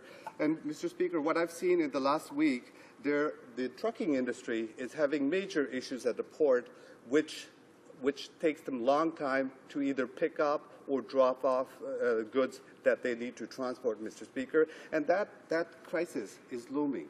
And I urge this government to address this issue before our economy in the Lower Mainland, Vancouver area, is damaged, Mr. Speaker, because, as you know, truckers provide a vital role in movement of goods throughout this country. And what they're having is difficulty picking up and dropping off their goods from the port. And the wait times are long time, Mr. Speaker, and this government needs to address that in a way that will help the movement of our goods. Mr. Speaker, there are many, as I said, there are many issues in this Bill C4. It addresses 70 or 80 different bills. And what I want to talk about, I only got 10 minutes, so I want to pick up two issues that I think that are important to my constituents from Surrey North, Mr. Speaker. Mr. Speaker, one of the issues I want to talk about is this is a missed opportunity by the Conservative government, and it's evident as I read through Bill C4. The irony certainly strikes me that we are approaching Remembrance Day as we discuss this bill. The next couple of weeks should be dedicated to thanking Canadians in service and our veterans for their dedication to our country, including those who have made the ultimate sacrifice. This time of the year, we repeat the mantra, lest we forget. But the truth of the matter is that this bill demonstrates the Conservatives have forgotten Canadian veterans. Here, the Conservative government had an opportunity to make real changes. Bill C4 does not do that, Mr. Speaker. Mr. Speaker, the 300-odd pages of this bill does not address. It addresses a wide range of things, but it does not address what is needed for the veterans. There's one change to the Veterans Review and Appeal Board, Mr. Speaker, in this Bill C4. The change to the institution that New Democrats have been repeatedly demonstrated is biased, subjective and inefficient. The Conservatives can only think of one change to make, Mr. Speaker, which is reducing the number of permanent members on the board from 28 to 25. Mr. Speaker, it's no secret that veterans do not find support or reassurances in the Veteran Review and Appeal Board. In March, in this House, I spoke about one of my constituents, retired Sergeant Fergus, who is having difficulty in navigating the Veterans Review and Appeal Board. Since March, the Conservatives have had many opportunities to make changes to the VRAV, but they continue to forget about veterans. Mr. Fergus is not alone in his plight. I have had many constituents who approach my office to seek help to navigate Board for Disability claims. Members of the board are appointed primarily because of their political connections. They have little military or medical knowledge. Mr. Speaker, these members have the responsibility of deciding the future of our veterans, but without contextual knowledge of their challenges, they often make decisions that are not based on evidence. Like the immigration system, the decision-making process of the Veteran Review and Appeal Board is lengthy. Long waits can leave veterans out in cold. Mr. Speaker, I say out in cold literally. I had a veteran approach my office this summer who was at risk of being homeless. After serving Canada bravely for years, it is clear that Canadian government did not intend to serve my constituents. Retired Sergeant Lorenz. Although my office helped him navigate the application process, Mr. Lorenz is now at standstill while he waits to see a psychologist to assess his mental health. He has to wait 6 months, Mr. Speaker. He already knows that he has post-traumatic stress disorder, but he must wait 6 months before his application can continue. After sacrificing so much for peace and freedom, it is shameful that Mr. Lorenz must wait this long to be awarded the benefits and support that he is entitled to. Mr. Speaker, to Mr. Fergus and Mr. Lorenz and all the men and women who have bravely stood up for our country, I thank them for their service. I commit, along with my NDP colleagues, that I will continue to stand up for them, for their rights around Remembrance Day and throughout the whole year, Mr. Speaker. Mr. Speaker, the other area I want to talk about that is contained in this bill is the changes to the immigration Immigration Act, Mr. Speaker. My constituency is very diverse, and there are many immigrants living in my community. It is clear to my constituents that Canada's immigration system is broken, especially in regards to family reunification. Family reunification is not a priority for this Conservative government. Recently, Canadians were appalled to hear a Conservative minister referring to family reunification as a burden to Canada. Mr. Speaker, I am a product of that family reunification. The Conservatives have repeatedly undermined the importance and value of family by making such claims. It is not only disrespectful, but outright inhumane for a minister to assert this. Canada has always welcomed immigrants, fostered family bonds, and provided opportunities for families reconstruct their lives. Mr. Speaker, every day my office receives many visits from many victims who have fallen to the immigration system. I cannot provide specific cases here because it will take a long time, but Mr. Speaker, there are too many to list all of them.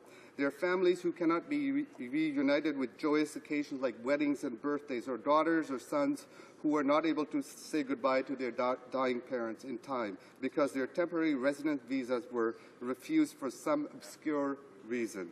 Mr. Speaker, there are husbands and wives who are separated for years before they can begin their lives together. Babies born to first-time mothers who need the support of their far-away partner, and new fathers who must wait months before they are to meet their newborns, Mr. Speaker. Mr. Speaker, I know my time is very close. Mr. Speaker, this bill basically does not address the needs of Canadians. It is true that I'm tired of seeing these omnibus bills come through the House. I'm tired of seeing the Conservatives attempt to hide these changes that are made within the 300 pages. Mr. Speaker, this truly demonstrates that the Conservative government is out of touch with the needs of Canadians. Questions and comments? Question and commentaire. The Honourable Member for Sandwich Gulf Islands. Thank you, Mr. Speaker, and I thank my honourable friend. I have the same issue over and over again in my constituency office of families that have been seeking reunification, patiently waiting. I'm horrified by the change in policy and the moving of the goalposts for so many families that have been doing all the right things, filing all the right papers, and then find they have to start all over again. But my question to you is on your last point, on finding omnibus budget bills. They split the Conservatives have done in the last number of years 2 omnibus bills per budget. So we had certainly in 2012 and 2013, first a spring omnibus budget bill, and then a fall omnibus budget bill, C38, and then C65, C60, and then C4. And each of these monstrous bills has included many aspects that had nothing at all to do with the budget, but are mere expedients for pushing things through the House that much faster. And I wonder if the honourable member knows what the official opposition would do. Would omnibus bills, can we have House rules to restrict when they're legitimate? How would the official opposition deal with this problem? The honourable member for Surrey North. Thank you, Mr. Speaker. I thank the member for the wonderful questions she's put forward. Mr. Speaker, not only this bill is humongous, it's 300 pages. You got changes being made out to 67 or 70 laws that we have, but on top of that, this government is trying to ram this through. It's not giving opportunity every member in this House to be able to speak about it. And one of the words I learned from the Conservatives is time allocation. And basically, I want to explain that to Canadians, it's basically shutting down a debate. It's not giving opportunity for every member in this House to be able to speak to this bill. And not only that, Mr. Speaker, this bill will go to one committee. And that committee may not have the expertise of all of the 70 or odd bills that are addressed in this omnibus bill. So the government needs to look at, if they're going to bring in forward legislation, they need to make sure that it addresses areas that is important too. Not a hodgepodge of different areas they bring into one bill and they try to ram it through, Mr. Speaker. Canadians expect more, Mr. Speaker. Questions and comments? The honourable member for Winnipeg North. I'd like to follow up along the same line and put quite simply is that what we have seen is a Conservative majority government that has provided a different form of government, one that's somewhat unprecedented in the sense of the way in which they abuse the rules by bringing in numerous pieces of legislation through the back door of a budget implementation bill, thereby denying members of Parliament to represent their constituents in providing due diligence on what should be a wide variety of bills. This is one bill that could have very easily been split into a number of different bills. But it's this new PMO-instructed directive of how to pass legislation, which is not healthy, which is highly undemocratic, and to top it off, they put in time allocation to ensure that even fewer members of Parliament would be able to contribute to pointing out the misgivings of this irresponsible budget bill. And if the member might want to provide further comment in regards to that. The honourable member for Surrey North. Thank you, Mr. Speaker, and I want to thank the member for that excellent question. And he mentioned that this is a PMO-directed initiative, that they bring in a bunch of different bills and laws and put it into one and make it into an omnibus bill. Mr. Speaker, we've seen what happens to PMO-driven agendas. We see it in the other House, and I can assure that member that the Canadians are paying attention to what's happening in this House when Conservatives are trying to ram through omnibus bills, and in 2015 they will provide the answer to this government and elect an NDP government, Mr. Speaker. Resuming debate, the honourable member for Charleswood, St. James, Assiniboia. Thank you, Mr. Speaker, and it's a pleasure to speak today on our government's actions vis-a-vis the budget. I'm going to focus my comments on my home province of Manitoba, as it is obviously a very broad topic, and I would like my constituents and Manitobans to know what is involved in the budget as far as they're concerned. First, as a Manitoban, we have to realize that we receive a significant amount of support from the federal government. In fact, transfers have increased to $3.4 billion in 2013-14. That's a huge sum of money, and it has been an increase of about $62 billion in this last year, almost 50% increase in transfers since the last Liberal government across Canada.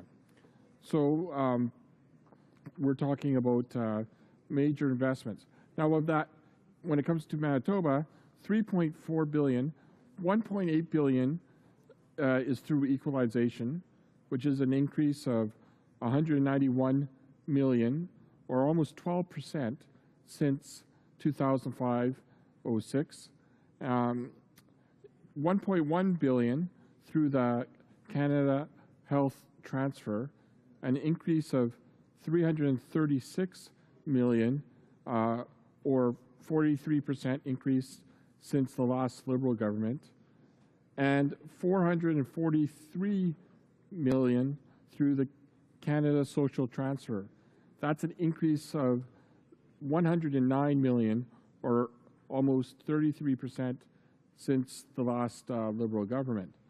So Manitoba benefits greatly in general from the federal government. Now let me talk about some other great specific initiatives in the budget that will help Manitobans. The Canada Jobs Grant.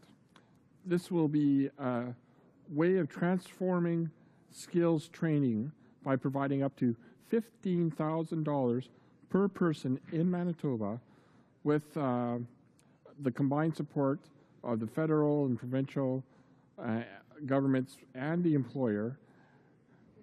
It will bring the student, the employer, and the funding and the job together.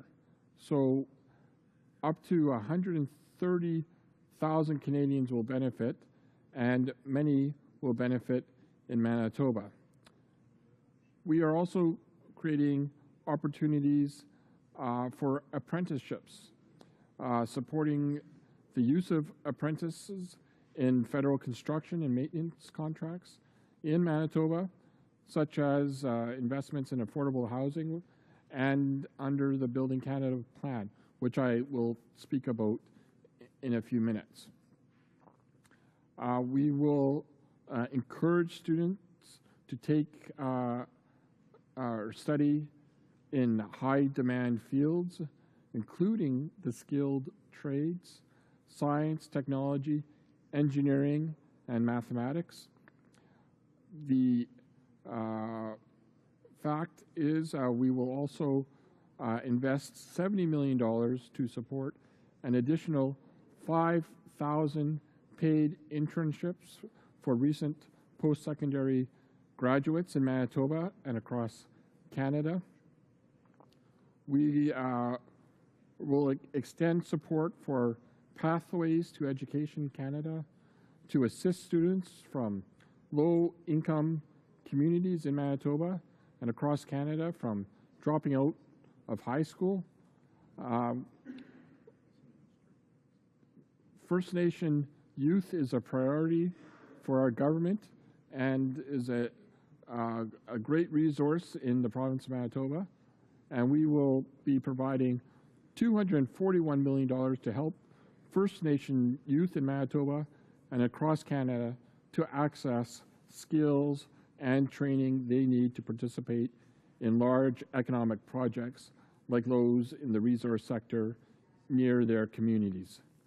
We'll also provide $10 million to grants and scholarships and bursaries to inspire, to help First Nations and Inuit students in Manitoba and across Canada. Mr. Speaker, this budget brings forward a landmark in infrastructure investments. The new Building Canada plan invests $70 billion over 10 years, and I was quite happy to be involved in the development of this plan with the Minister of Transport in the last session of Parliament, or in the last, before the last cabinet shuffle. And in that, we were able to consult stakeholders, meet with individuals meet with municipalities, provinces, territories, and the Federation of Municipalities, and we listened. And what they asked for was stable, reliable funding for infrastructure. And that is what they received. We have created a new Building Canada Fund, which is, as I mentioned, $70 billion over 10 years. It is comprised of three main parts. First is the Community Improvement Fund. The fund, which is $32.2 billion over 10 years, will be used, includes the federal gas tax fund, and which will be indexed, and as well as the incremental GST rebate to help municipalities in Manitoba and across Canada so that they have stable, predictable funding to support community infrastructure projects. Then we have the Building Canada Fund, which announces $14 billion over 10 years to support major new economic infrastructure projects in Manitoba and across Canada that have national or regional significance. And finally, we have the P3 Canada Fund, announcing the renewal of P3 Canada. Will continue to provide innovative ways to build infrastructure projects faster through private-public partnerships in Manitoba and across Canada. So in other words, this will enable us to have a vehicle to leverage private sector monies for the public good. I wish I had more time, Mr. Speaker, because there's so many great initiatives in this budget, but we will be supporting the commercialization of research by small and medium-sized enterprises. This will be an investment of $20 million to help in Manitoba and across Canada to access research and business development services across Canada. There is $37 million in Manitoba and across Canada for post-secondary education, $325 million for clean energy projects. We have supporting the aerospace and defense projects, investing almost $1 billion in the Strategic Aerospace and Defense Initiative, which in my riding includes beneficiaries could include Bristol Aerospace, Magellan, Standard Aero, Boeing. We have the third largest aerospace customer in the country.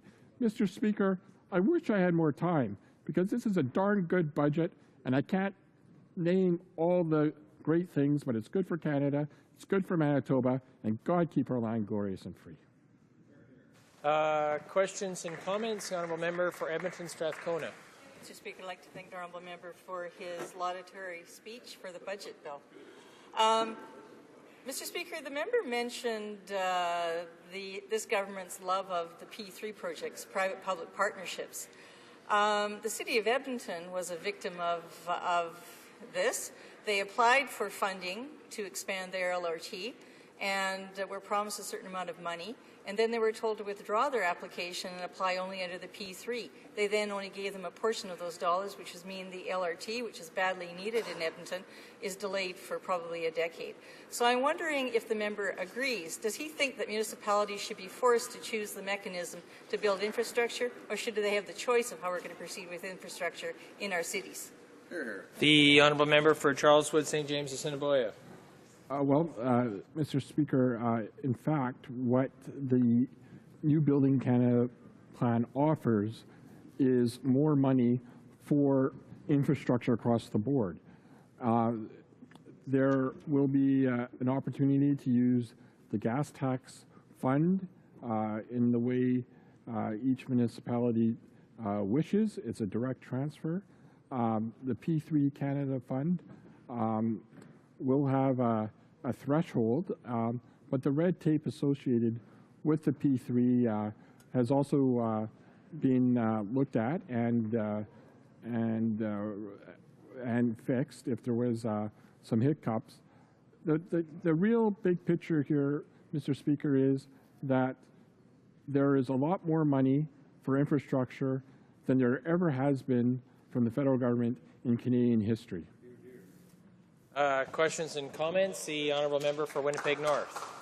Mr. Speaker, to my colleague, there's a number of concerns related to D&D and the Department of National Defence, what it's happening within its budget. PPCLI, I'm sure the member is very familiar with, at one time was located in Winnipeg, has been relocated out to Shiloh. Some concerns have been expressed in regards to getting some form of guarantees that there in fact will be no downsizing whatsoever of the PPCLI or the Shiloh base. Is the member in a position which he can provide those assurances to the House that no way will in fact there would be any sort of cuts, given some of the cuts that we're seeing happening with D&D, and no cuts in any fashion to the Shiloh? The honourable member for Charleswood, St. James, Assiniboia.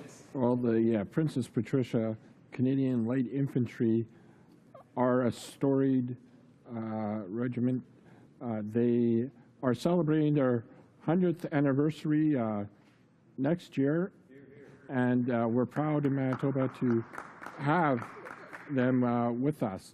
I believe they left the Campion barracks in Winnipeg under the Liberal regime.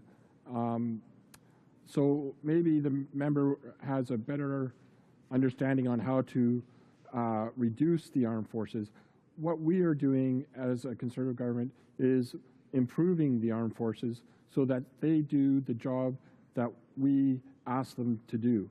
We are investing in defense, in our sovereignty, and in our freedom.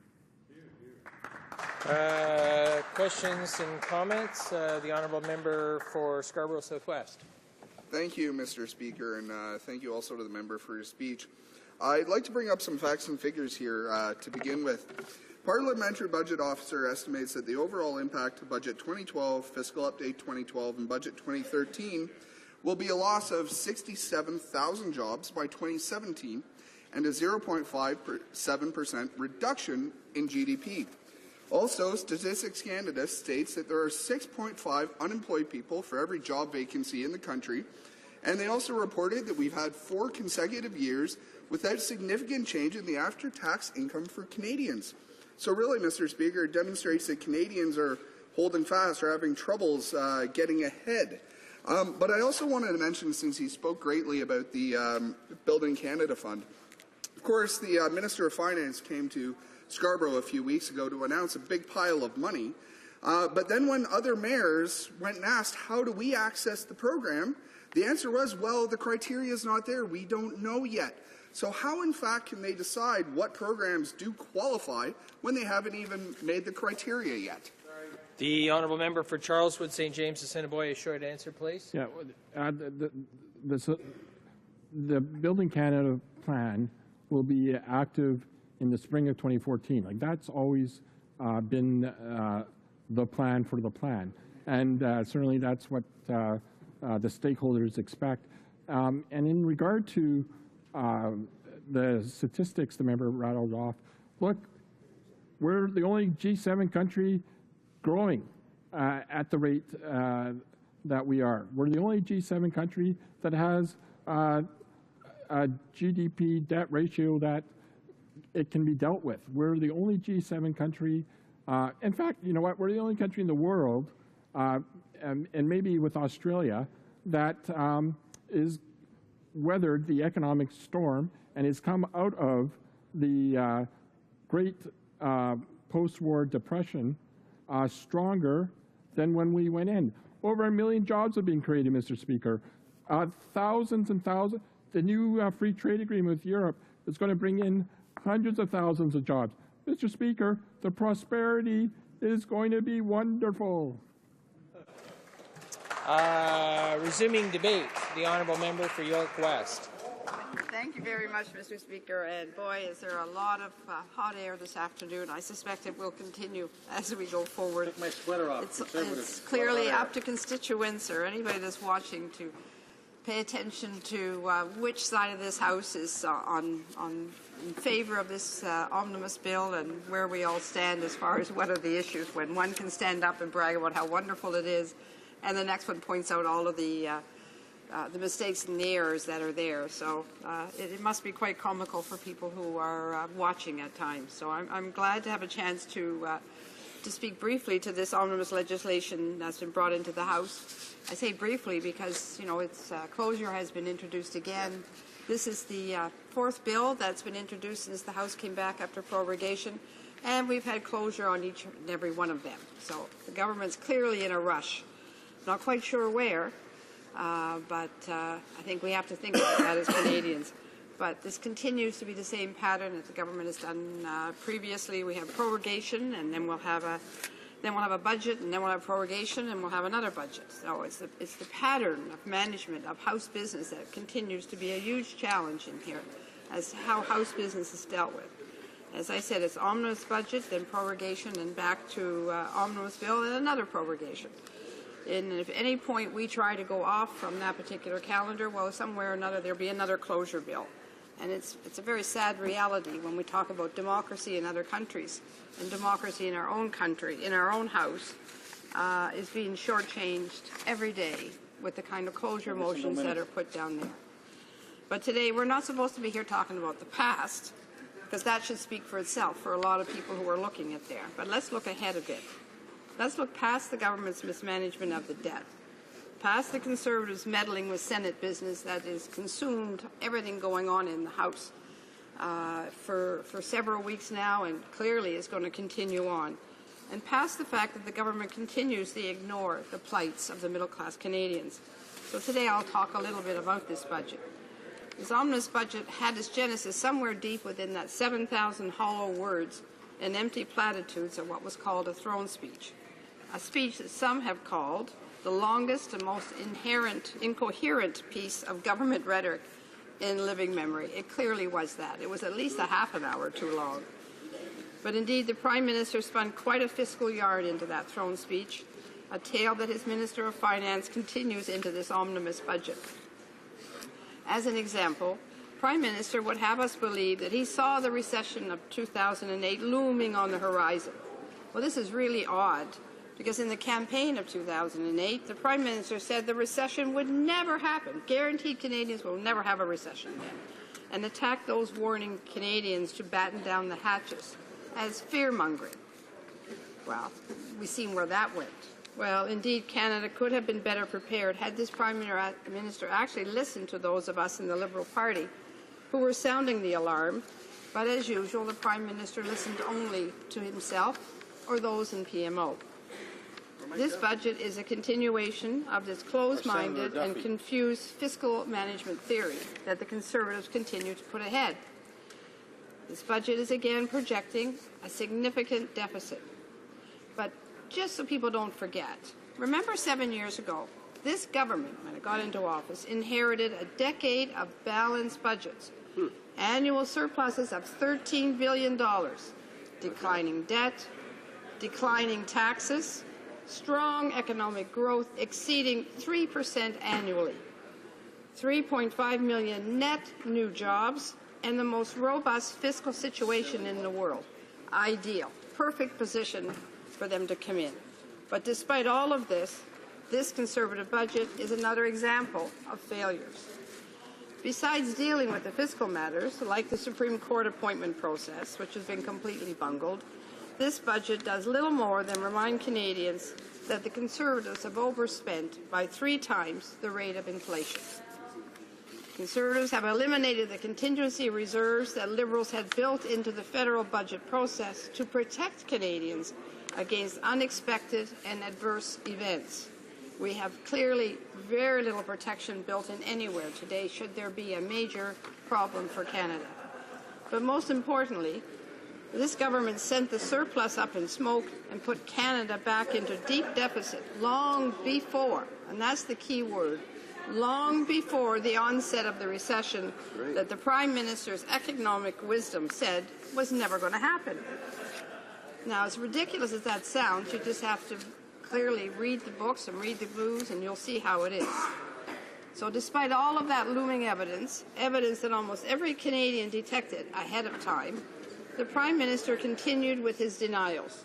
Despite collapsing markets in the U.S. and the onset of American bank failures, this Prime Minister continued to blindly plunge ahead. So rather than positioning Canada for the recession in advance, this Prime Minister suggested that economic problems in other countries would be a good thing for Canada. Remember how he projected good buying opportunities when other countries are in trouble? Well, I'm not sure if this was deceptive or just clueless. Canadians will be the ultimate judge of this ineptitude, but this country was left vulnerable, and this budget is further proof of just how seriously that exposure was. So this brings us back to the omnibus budget that is before us today. After 6 Conservative deficits and nearly $180 billion in new Conservative debt, this minister has the audacity to suggest that his debt-to-GDP target of 25% by the year 2021 is bold.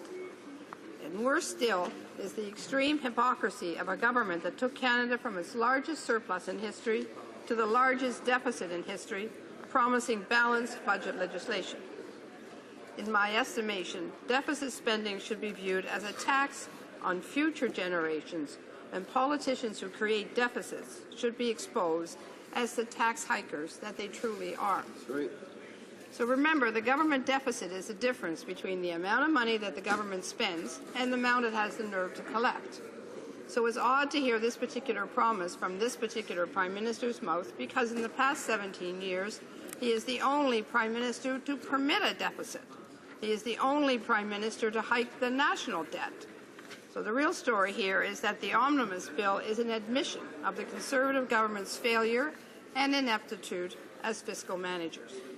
So let us not forget that it was this Prime Minister that promised to attain a debt-to-GDP target of 25% by the year 2012. So when they missed that target, they began planning, and now they have made the same kind of promise again, only this time they're promising to do it by 2021.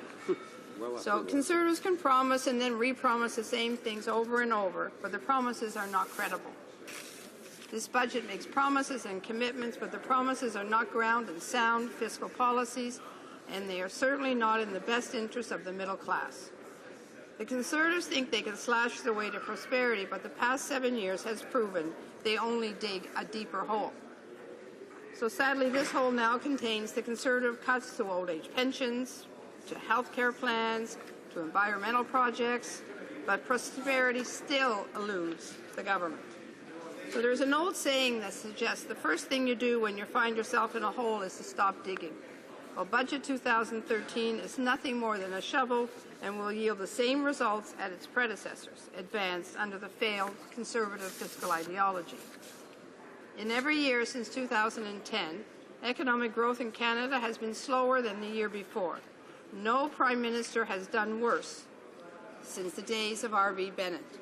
So what Canada needs most, alongside strong, competent, honest government, is a concrete plan for greater sustained economic growth, focused on the middle class. As the voice of the people of York West, I'm truly saddened by this government's negligence and disregard for middle-class families, students, seniors, and those working to make a living. Canadians are already being hurt by the fiscal policies of this government, and this omnibus bill is just another swipe at the middle class. I cannot support it. Clearly, it would be a good idea if the Conservatives didn't support it either. Thank you very much, Mr. Speaker. Questions and comments? The Honourable Member for Scarborough Agincourt. Thank you, Mr. Speaker. Mr. Speaker, I want to share with thank my colleague for bringing her views forward. I want to share with her something that's happening at the Department of National Defence. A veteran today, which was a member of the forces last week, Corporal Hawkins, he was suffering from post-traumatic stress disorder. He had 1 year to finish his 10 years in order to get a pension. And I do remember the Minister of Defence last year saying no member of the forces would be pushed out. Yet, last week, Last Friday, he was giving his marching orders. He had to pushed out. And therefore, I'm just wondering if my colleague can share with us how she sees the shortcomings of this government and the failed promises of the Minister of Defence, as yet this veteran, the soldier of yesterday, was pushed out of the forces and not allowed to finish his 10 years. The honourable member for York West. Thank you very much, Mr. Speaker. And I want to begin by congratulating my colleague on his new critical role as veterans. We've been very fortunate that we've had some great members do some fabulous work on the veterans file. And as his predecessor before him, my current colleague does a great job. These issues that we keep hearing about our veterans, you know, it's so nice to be able to stand up and talk about all the wonderful things we're doing for them. And it's that rhetoric that we continue to hear from an awful lot of people. But when we actually get out there and talk to some of the veterans, and I have a young man in our riding that did 20 years in Bosnia and is now suffering with PTSD and has been turned down several times, and we've launched an appeal to try to get the proper support for the men and women that put a uniform on to defend our country and put their lives at stake. And they get very frustrated with hearing all of the rhetoric about all the things they're going to be doing, but yet when they go and reach out for the help that they need, the doors are always shut. Questions and comments? Question and commentaire. The honourable member for Winnipeg North. Yes, thank you, Mr. Speaker. I know in the last number of months, one of the strongest advocates in terms of seniors that are on pensions has been my colleague from Toronto, as she has taken a look at the issue of how this government has increased the age of retirement from 65 to 67. And I know she's had the opportunity to tell the House on previous occasions the impact that that is going to have. And I'm wondering if she could share with members, once again, her thoughts in regards to the impact of increasing the age of retirement from 65 to 67. The honourable member for York West.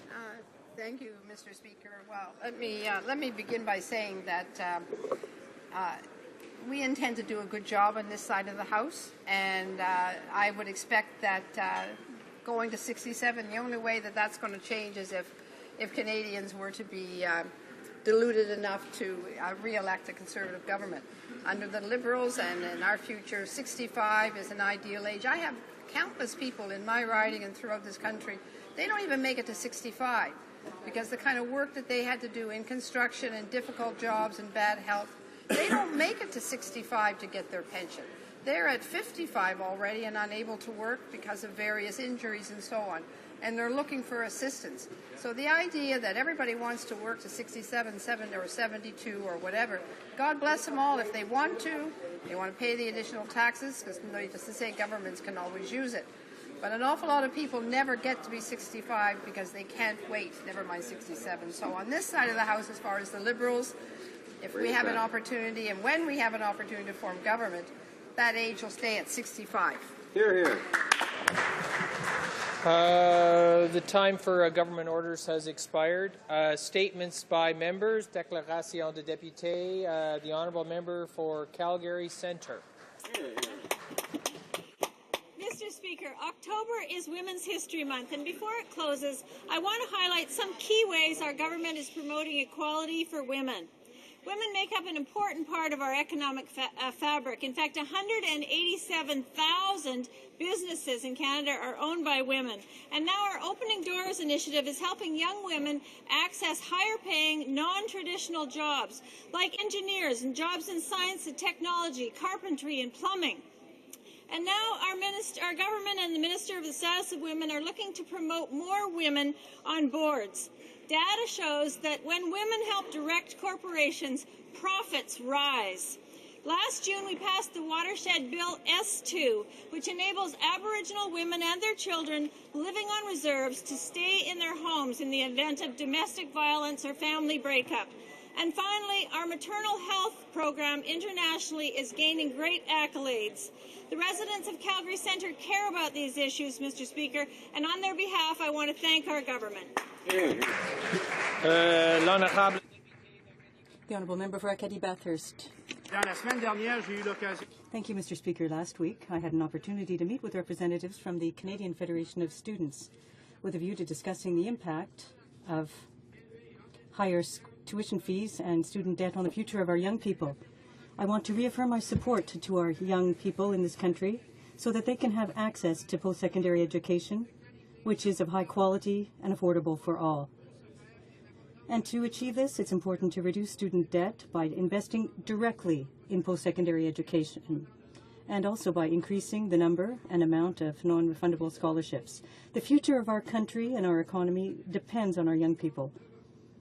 We have to put in place measures to ensure that they start their adult lives on the right foot by making post-secondary education as accessible as possible for all young people who want to go to university. Thank you, Mr. Speaker. Member for Wellington, Halton Hills. Mr. Speaker, 250 years ago this month, the Royal Proclamation of 1763 was issued by King George III, establishing a boundary, the Proclamation Line, between the British colonies on the Atlantic coast and the Aboriginal lands west of the Appalachian Mountains, and establishing the important precedent that Aboriginal peoples had rights to the lands they occupied. La Proclamation Royale a proscrit l'achat. The proclamation outlawed private purchase of Aboriginal lands and required that all future land purchases were to be made by Crown officials. It's the first document of the Crown to recognize Aboriginal rights and freedoms. It laid the foundation for all future treaties and was so important that in 1982 it was included in Section 25 of the Canadian Charter of Rights and Freedoms. Mr. Speaker, I ask all members in this House to join me in recognizing this historic anniversary for Aboriginal peoples. The honourable member for Lac St. Louis. The Suburban is celebrating 50 years of excellence, providing Montrealers with the news and analysis they need to take an active part in the life of their community. The newspaper has distinguished itself by the quality of its reporting and through editorial content that reflects a deep understanding of the events, local, national, and international, that shape our world. The Suburban's success has been reflected not only in the accolades it regularly receives from readers, but also in the numerous Quebec, Canada-wide, and international awards the paper has earned over the years from its modest inception on March 1st, 1963, in Sophie Wallach's basement on Davies Avenue in Côte Saint-Luc. The Suburban's readership has grown over the years in the highly competitive marketplace of weekly newspaper publishing. This is testimony to the paper's ability to stay on top of technological trends that have and are continuing to shape the media industry. Congratulations to the Suburban on this milestone anniversary. We wish the paper continued success covering the issues that matter to the communities it has served so well for half a century. The honourable member for Don Valley East. Sorry, all we have is thick Perfect. black or thin. I'll take thick black.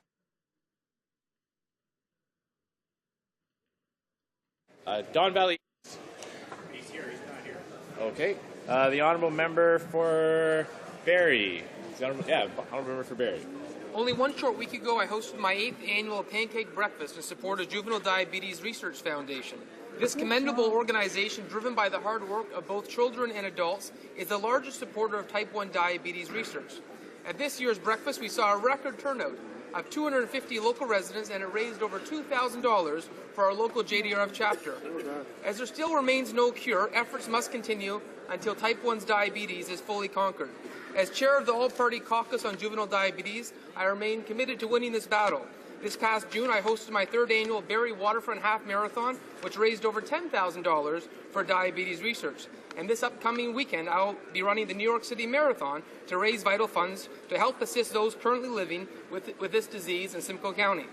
There are over 300,000 Canadians currently living with juvenile diabetes, like my friend 9-year-old Noah Stock from Barrie, Ontario. Let's all do that extra mile for extraordinary kids like Noah Stock. The honourable member for Ottawa Centre. Mr. Speaker, I rise today to recognize Rachel Collishaw, a grade 10 teacher at Glebe Collegiate Institute in my riding. Rachel is this year's recipient of the Governor-General's History Award for Excellence in Teaching. She is being honoured for her creative approach to teaching her students about the terrible impact of war. Rachel and her students conduct primary research about soldiers who died during the Second World War and tell their stories. What made this special was the 200 young men whose stories were told were also from Glebe Collegiate, and the sources used for research included old school yearbooks. As a teacher, I am impressed by the dedication that Rachel has demonstrated in her career. I am moved by the effort that she has made to foster a spirit of remembrance among her students, and I am proud to congratulate Rachel on her well-deserved award. Hear, hear. The honourable member for Don Valley East. Mr. Speaker, the aerospace industry in Canada have made Canada the 5th largest aerospace country in the world, contributing $22 billion of exports each year for our economy.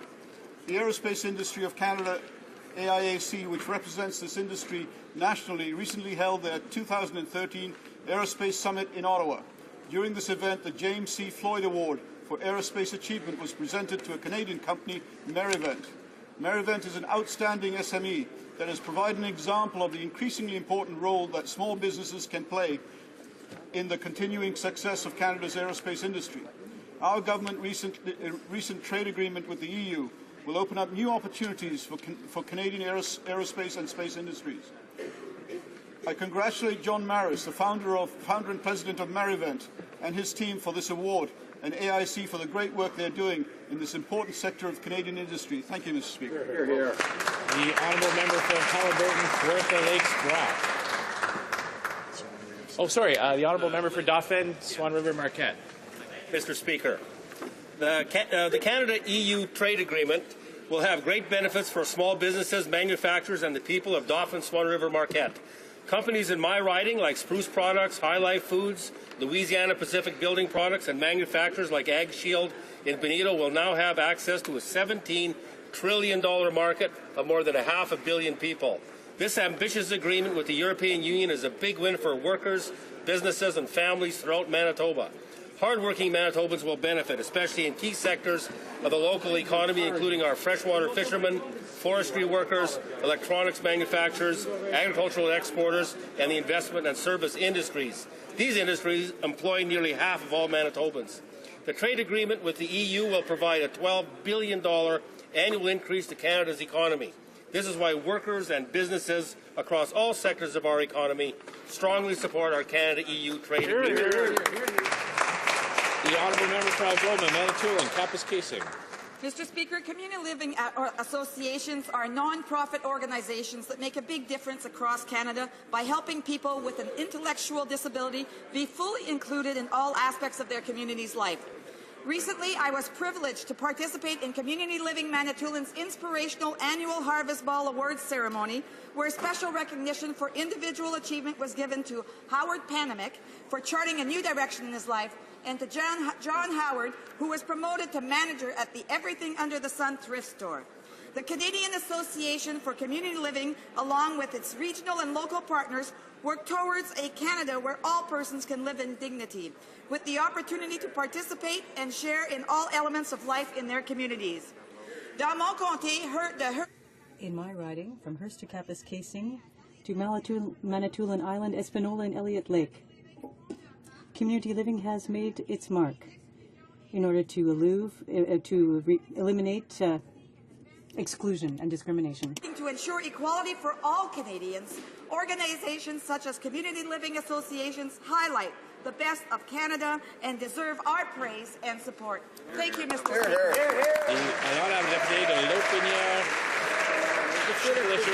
The Honourable Member for Lotbinière-Chutes-la-Chaudière. Mr. Speaker, I'd like to highlight the presence of distinguished guests in Parliament of Canada here today, representatives from the Quebec pork producers, the Quebec beef producers, and the Quebec wine producers. They've joined us to recognize the work being done by our Prime Minister in achieving results for Canada by reaching an agreement in principle on an economic trade agreement, which is a comprehensive one with the European Union.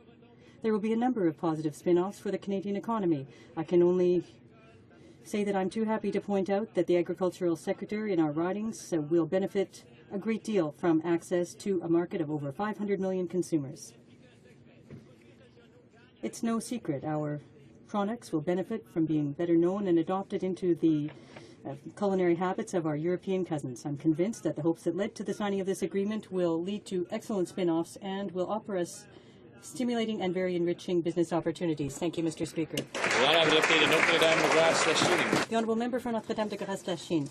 Mr. Speaker, it's with sadness and, in fact, bitterness that I rise here in the House today to talk about the second factory closure in Lachine. After the reckless shutdown of Old Dutch, now Blue Water Seafoods announced last Friday that it was closing. And this closing has left 125 people, families, without jobs in my riding.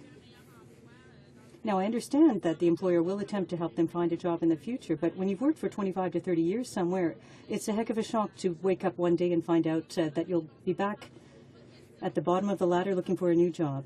Now, the Conservatives keep boasting about jobs, but they're not looking at the figures, talking about the loss of manufacturing jobs in exchange for low-paying jobs. They don't question the fact that there are 1.5 million unemployed people as compared to 1.4 in the past. Now, maybe they're counting the jobs, but they're simply forgetting about the ones that have been lost. I'm going to continue to work with the CDC, the MNA, the Mayor, as well as others, because they're the ones losing out in this situation.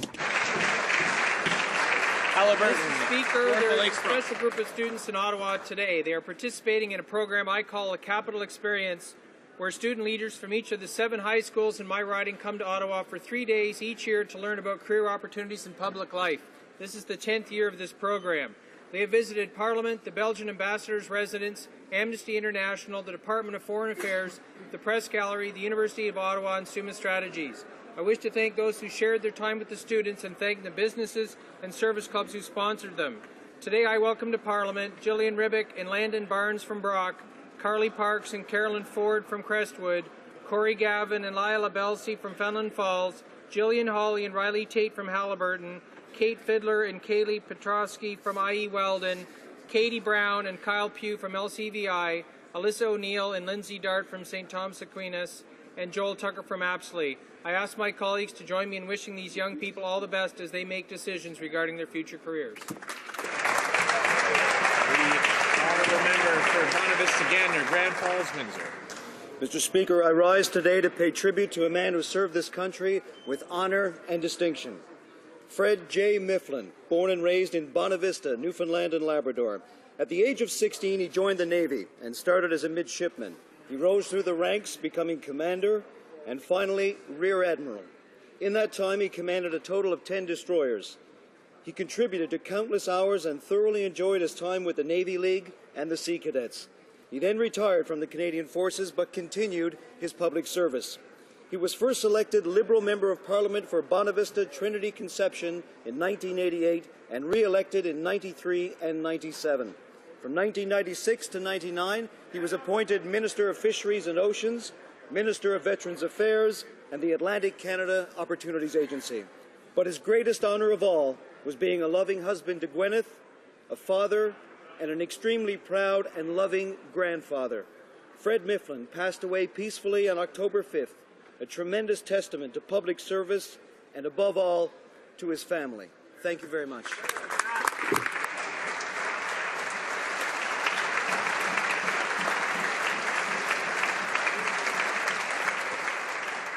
The honourable member for Lambton, Kent, Middlesex. Mr. Speaker, years from now, my great-grandchildren will learn in school of a historic European trade agreement, how it benefited Canada then and continues to do so.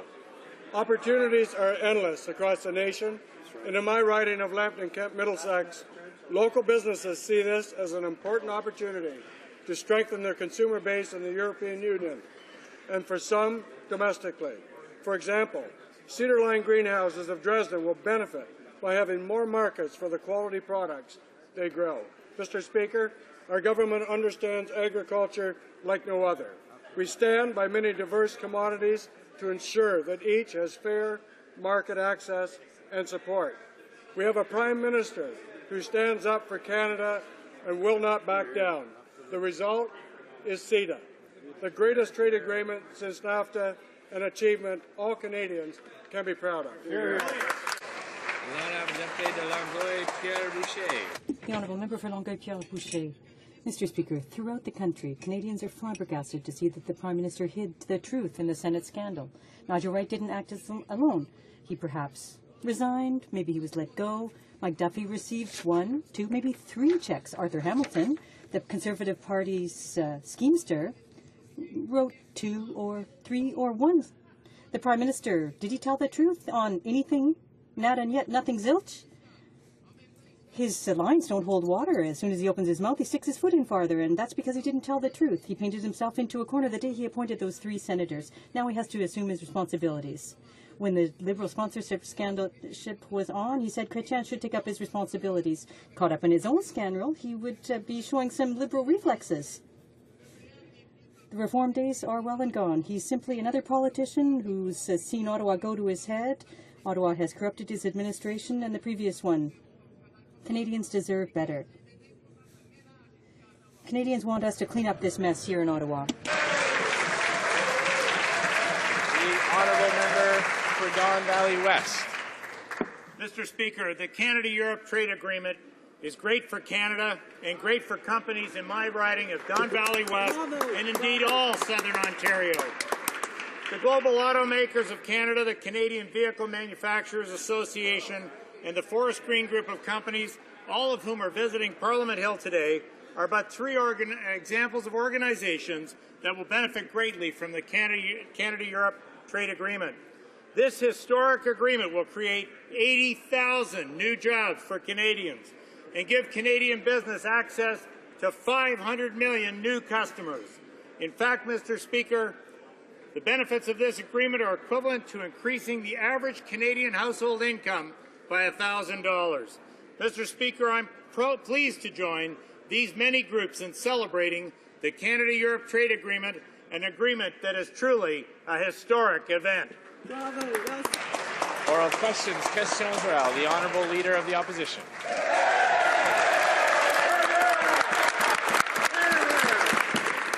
Mr. Speaker, I've just come back from Brandon, and I met a lot of people there who are very disappointed in the Prime Minister. That includes a lot of people who voted Conservative in the last election who are very sorry that they did not get the clean, ethical government the Prime Minister promised them. But all across Canada, including Brandon, people are all asking the same question. Why does the Prime Minister keep changing his story? Very good. The Right Honourable Prime Minister. Mr. Speaker, there's been no change of story here. On the contrary, Mr. Speaker, the events here are extremely well known. Senators collected expenditures that they should not have collected, in our judgment, and of course, a member of my staff facilitated an improper payment on that. That member has been removed, and those senators who have taken improper payment should be removed from the public payroll. The Honourable Leader of the Opposition. Après avoir dit. After saying that Nigel Wright had his complete confidence, the Prime Minister said, with his hand over his heart, that with great regret he accepted the resignation of Nigel Wright. Yesterday, in Halifax, the Prime Minister had another story. He said that he had dismissed Nigel Wright. Both cannot be true. What is the right story? The Honourable Prime Minister. Mr. Speaker, the story is very clear. Mr. Wright did things that were inappropriate, and that is why I explained this clearly to him. He could no longer work for me. Mr. Speaker, that was the appropriate action. We continue to have senators who took tens of thousands, in sum total, hundreds of thousands of dollars of inappropriate expenditures. They should be removed from the public payroll by the Senate of Canada. The Honourable Leader of the Opposition. Yesterday, Senator Duffy said, quote, that there were at least 2 checks involved in his deal with the Prime Minister's office. How many checks were there? Very good. The Right Honourable Prime Minister. Mr. Speaker, Mr. Duffy makes reference to the fact that the party reimbursed him for some legal expenses. Mr. Speaker, that is a regular practice. The party regularly reimburses. The party regularly. Order. The Right Honourable Prime Minister now has the floor. Mr. Speaker, the party regularly reimburses members of its caucus for valid legal expenses, as do other parties. What was shocking, Mr. Speaker, and unacceptable in this case, is that Mr. Duffy had collected inappropriate money from the taxpayers of Canada. He had been told by everybody he should pay it back. He had said he would pay it back. He'd said he did pay it back, and that all turned out to be untrue, which is why Mr. Duffy should be removed from the Senate.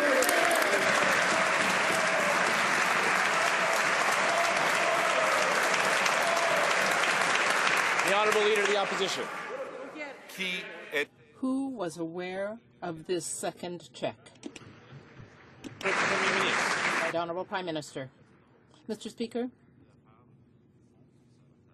this was from the Conservative Fund to help Senator Duffy pay for his expenses. This is not unusual that members, senators, would receive such payments, and this is done in other parties as well. But, Mr. Speaker, it is a whole other issue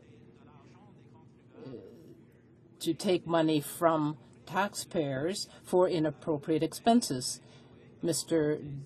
Duffy did not repay those amounts, and therefore he should be punished by the Senate. Right Honourable Leader of the Opposition. Speaker, on May 28th, the Prime Minister said that there was, quote, no legal agreement in the Duffy affair. Mr. Speaker, how many lawyers does it take to negotiate no legal agreement?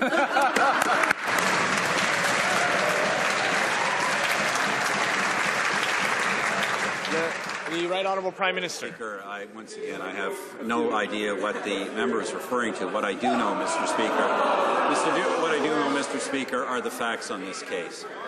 Mr. Duffy took $90,000 of expense money he did not actually incur. He was told to pay it back. He committed to paying it back. He, in fact, said publicly he had paid it back. That turned out, Mr. Speaker, to be a story told by Mr. Duffy and Mr. Wright. As a consequence, Mr. Wright no longer works on the public payroll, and Mr. Duffy should not be on the public payroll. The Honourable Member for Papineau. Mr. Speaker, the Prime Minister repeatedly told this House that only his Chief of Staff knew about the arrangement with Mike Duffy and that no Conservative Party funds were used in this affair. Neither of these statements were true. Not only did at least 13 people know, but Mike Duffy's legal bills for the cover-up were paid by Conservative donors. Will the PM clear the air and agree to testify under oath about this scandal and its cover-up? The Right Honourable Prime Minister. Well, Mr. Speaker, the entire premise of that question is incorrect. It is not true that all of these people knew. On the contrary, Mr. Speaker, the case here is, as we've said repeatedly, that Mr. Duffy took $90,000 of money from the taxpayer that he should not have taken. They were for expenses that had never, in fact, been occurred. He should have repaid those expenses. He was told to repay those expenses. He said he would. He didn't. And for that reason, Mr. Speaker, Mr. Duffy should be punished and should be taken off the payroll by the Senate of Canada. The Honourable Member for Papineau. For 5 days after this scandal broke, the PM said that Nigel Wright had his full confidence and could keep his job. Then the PM said that he accepted Nigel Wright's resignation. 5 months later, the PM tells us that Nigel Wright was fired. Canadians find it hard to believe the Prime Minister's story because he keeps changing it. For the 5th time since last May, will the Prime Minister clear the air by testifying under oath about this scandal and its cover-up? The Right Honourable Prime Minister. Once again, Mr. Speaker, I think we've all been very clear on this. Mr. Wright was told that his actions were inappropriate, and he no longer works for me. Mr. Wright has also accepted himself that his actions were inappropriate. He is no longer on the public payroll. He has accepted his responsibilities. On the other hand, Mr. Speaker, the reality is that Mr. Duffy still has not paid a cent back to the taxpayers of Canada. He should be paying that money back. The fact that he hasn't, and the fact that he shows absolutely no regret for his actions, and the fact that he is told untruths about his actions means that he should be removed from the public payroll.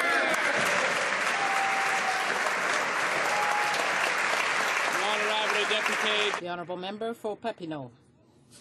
Whether we're talking about how many people were involved or what Nigel Wright did, the Prime Minister's story changes every day. This Prime Minister is disappointing. He disappoints not only the members and donors of his own party, but all Canadians of every allegiance who expect better from their Prime Minister. For the 6th time in this House since May, I would ask the Prime Minister if he will agree to testify under oath. The Right Honourable Prime Minister. Mr. Speaker, the real issue here is why Mr. Duffy accepted money for expenses he did not incur. He has not yet paid this money back, and and Mr. Wright, because of what he did, is no longer working here. The same should happen to Mr. Duffy. The Leader of the Opposition. Duly noted. He shows no regret, has told untruths, and should not be on the public payroll. HoC. Who, in the Prime Minister's office, provided Senator Duffy his lines when he said that he was going to reimburse his expenses with a loan from the Royal Bank. Who in the PMO concocted those lines, this story? It comes from the Prime Minister's office. Right Honourable Prime Minister. Mr. Speaker, the story of Mr. Duffy reimbursing his expenses is an issue between Mr. Wright and Mr. Duffy. Mr. Duffy had reimbursed his own expenses when, in fact, he hadn't, was the story of Mr. Duffy and Mr. Wright. This is completely unacceptable for me and for the public to be misled in this way. That is why Mr. Wright no longer works here and why Mr. Duffy should not be on the public payroll and the Senate should take action. The Honourable Leader of the Opposition. What does the Prime Minister say now that he knows that that tall tale was concocted in his very office? Very good. The Right Honourable Prime Minister. Well, Mr. Speaker, I say exactly what I've said since May the 15th, that this is completely unacceptable, Mr. Speaker, and for that reason, obviously, Mr. Wright is no longer working for us, and Mr. Duffy should also be removed from the public payroll. I mean, Mr. Speaker, this is crystal clear. I don't know what the difficulty with the honourable member in seeing this is. I imagine the fact that he sat on 17 years, or the fact he knew about bribery in Quebec, explains why he doesn't see this, but it is crystal clear.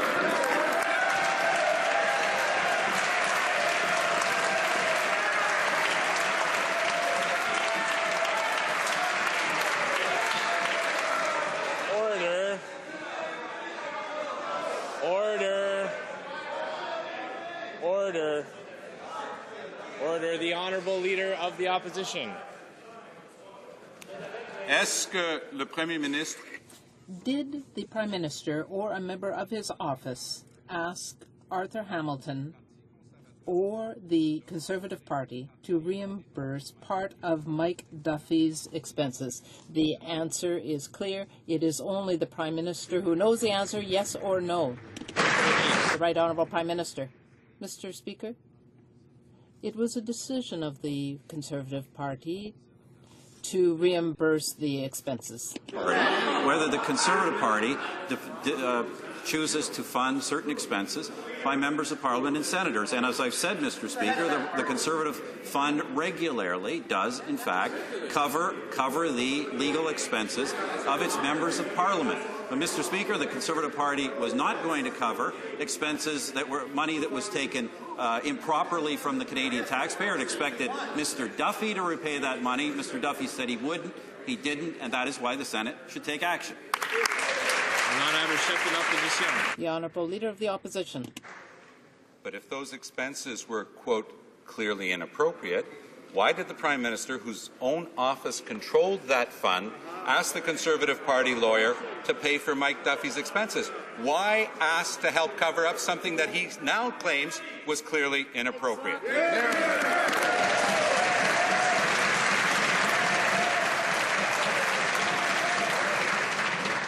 The Right Honourable Prime Minister. Speaker, as you know well, I said it was inappropriate all along. When Mr. Duffy Mr. Duffy first came to me, when we first addressed this, and only addressed this one time with him in February, I told him his expenses were inappropriate. You can't claim an expense you didn't incur, and you got to pay those expenses back. I was assured, Mr. Speaker, that Mr. Duffy would, and then eventually assured that he, in fact, had repaid those expenses. He himself said he had. That was clearly not true. It was also not true on Mr. Wright's part. Mr. Wright has taken responsibility and paid the price. Mr. Duffy should do exactly the same thing. The Honourable Leader of the Opposition. In fact, it was just last week that the Prime Minister said that it was, quote, clearly inappropriate to try and collect travel expenses when one is living at a residence he or she has had for many, many years. Today, the Prime Minister insisted and said that anyone who does that should not be on the public payroll. That's what he just repeated, something he'd said yesterday. Carolyn Stewart Olson charged $64,000 in expenses for a home she's lived in for decades. Wow. Why is she still on the public payroll?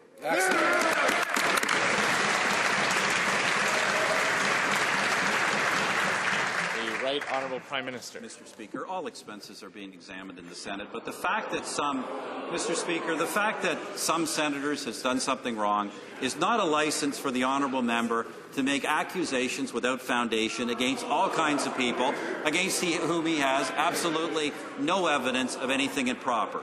The role that the decision that is before the Senate now is to deal with the senators who have acted so flagrantly, inappropriately, with large amounts of money, who show no or little regret. And, Mr. Speaker, it is up to the Senate of Canada to remove those people from the public payroll. The Honourable Leader of the Opposition. Le nouveau leader du... The new leader of the government in the Senate that he appointed, Claude Carignan, admitted clearly that he tried to come up with a deal with Mike Duffy. Does the Prime Minister support what his new leader in the Senate has done, the actions he has taken? The Right Honourable Prime Minister. The position is very clear. The time for apologies is behind us. It is now time for the Senate to take action and to make sure that appropriate punishment is given. The Senate has to do what we did here. Nigel Wright is no longer on the public payroll. Premier Ministre, the Honourable Leader of the Opposition. If the Prime Minister does not support what Claude Carignan has done, his scheming, why is he still the Leader of the government in the Senate? Once again, Mr. Speaker, the Senate, of course, as we all know, is an independent body.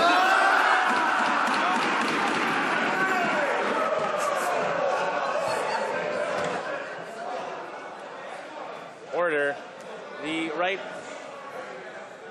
The Right Honourable Prime Minister has the floor. Well, Mr. Speaker, if the Senate were not an independent body, those three senators would no longer be sitting in it. But the fact is, Mr. Speaker, it is. And the government's position is absolutely crystal clear. Mr. Speaker, the time for making apologies over there has long passed. The senators have collected hundreds of thousands of dollars of money they should not have collected. They did it deliberately or with little care. They've done so with no or little regret. And, Mr. Speaker, it is time for the Senate to act and remove them from the public payroll. The Honourable Leader of the Opposition. Were Pamela Wallin or Mike Duffy offered the same deal? The Right Honourable Prime Minister. Once again, Mr. Speaker, the time for apologies or any kind of settlement of this, in our judgment, has long passed. It is time for the Senate to remove these three senators from the public payroll. The Honourable Leader of the Opposition. On February 20th, Mike Duffy sent the Prime Minister's office an email accusing Nigel Wright of extortion and bribery, no less. Exactly what did the Prime Minister's office do once they received that email of February 20th? Very good. The Right Honourable Prime Minister. Mr. Speaker, the government's view, my view in this matter was very clear.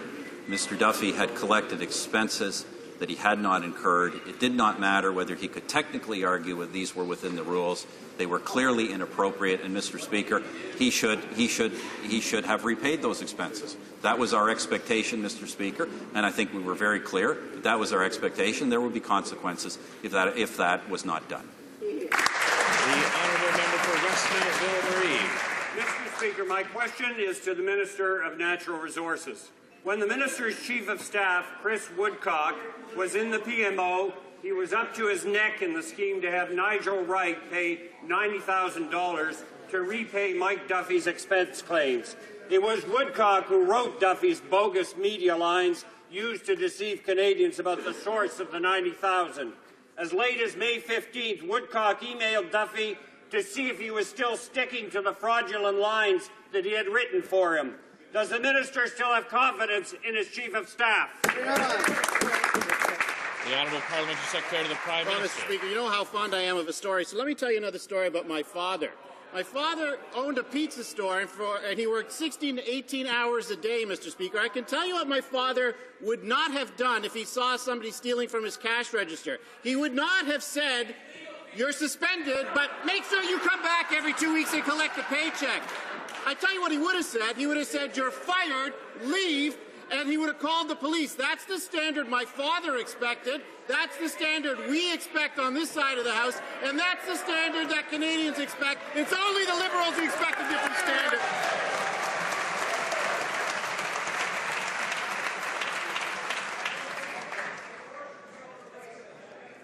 Order. The Honourable Member for Westmount Ville-Marie.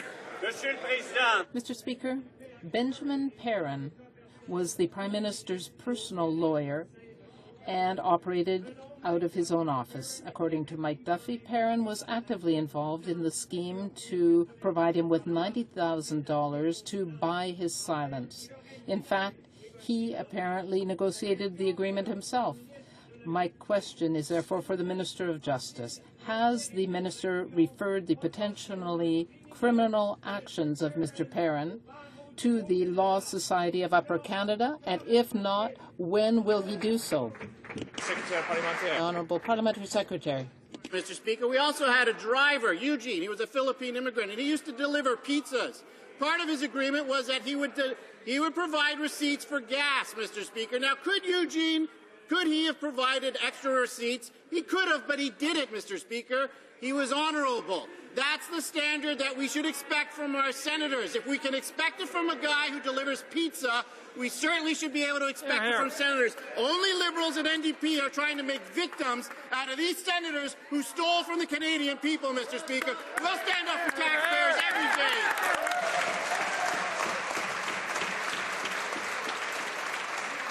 The Honourable Member for Westmount. Mr. Speaker, Order.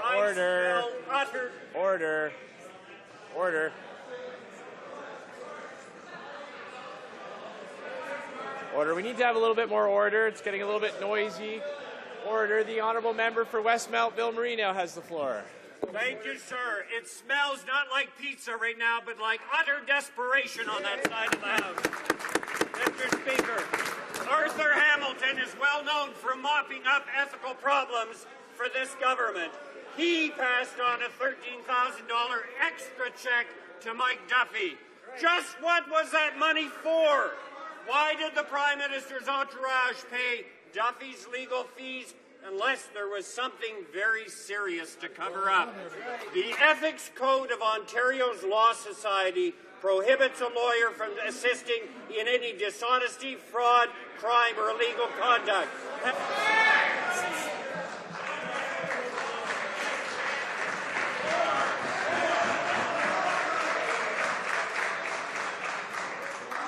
I don't know if the member got to his question or not. Okay. The Honourable Leader of the Opposition. That's you. Yep. In an email released yesterday, Nigel Wright wrote that there were, quote, several senators with similar arrangements to Mike Duffy. How many is several? Is it more than a few?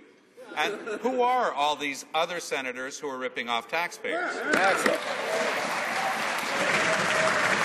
Right Honourable Prime Minister. Speaker, I think if the leader looks at that, he will find that the issue in question concerns the fact that many senators and many members of Parliament have more than one residence.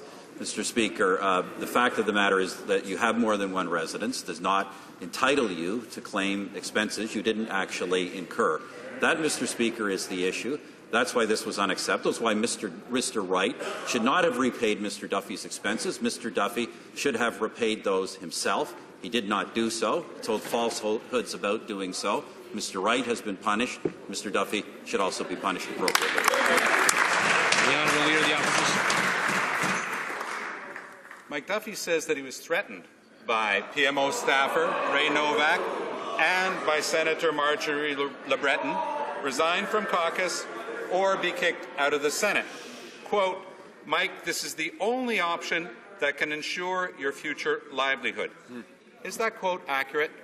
Right Honourable Prime Minister. Mr. Speaker, it's interesting to see the leader of the NDP now taking the position that Mr. Duffy and these senators are somehow victims.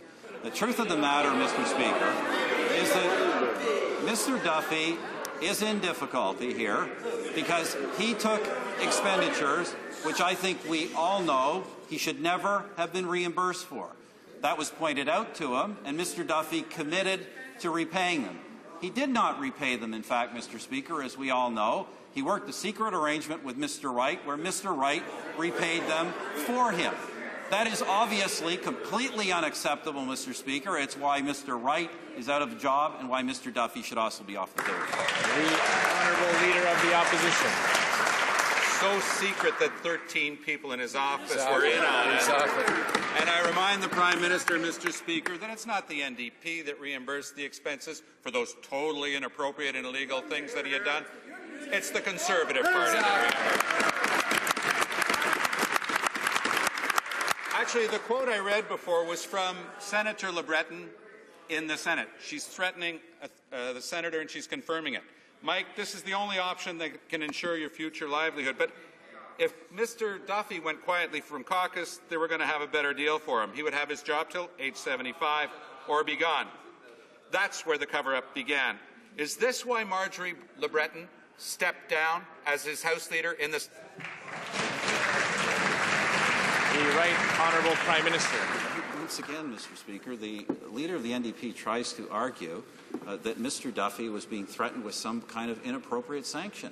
Mr. Duffy was being threatened with sanctions, Mr. Speaker, because he collected expenses he shouldn't have repaid, or he shouldn't have collected. And he should have repaid those. And he didn't.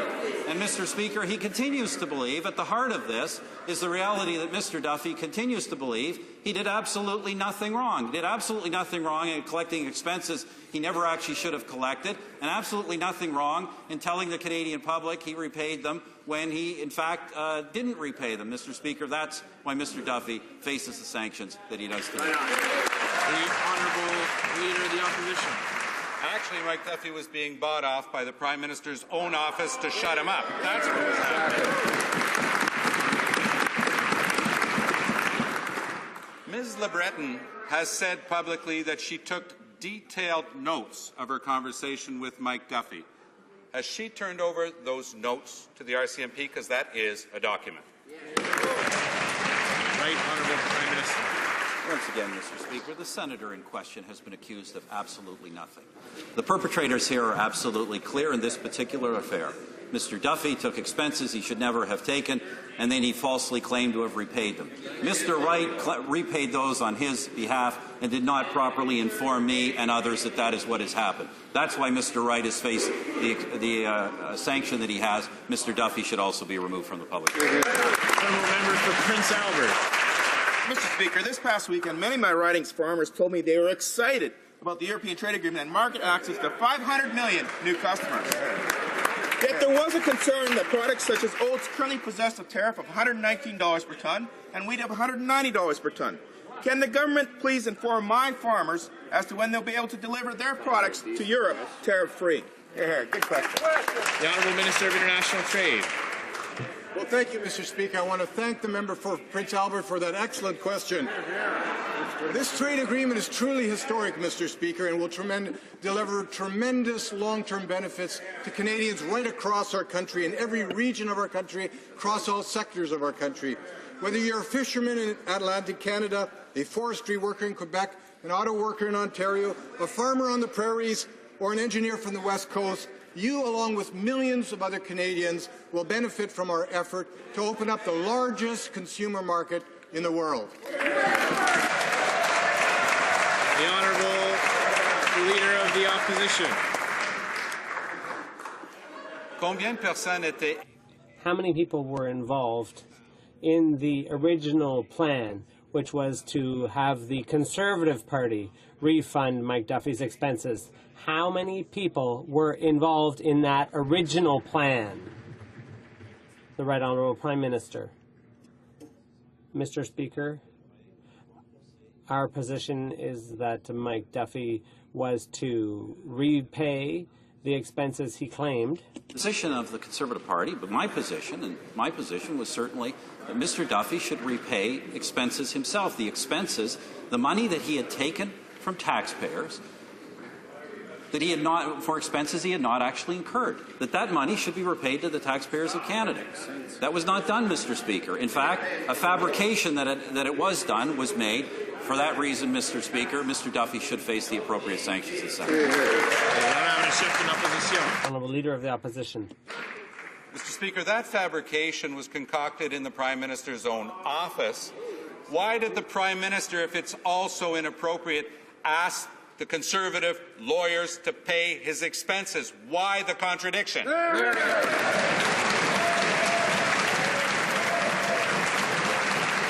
The Right Honourable Prime Minister. Once again, Mr. Speaker, political parties do provide legal assistance to their members from time to time.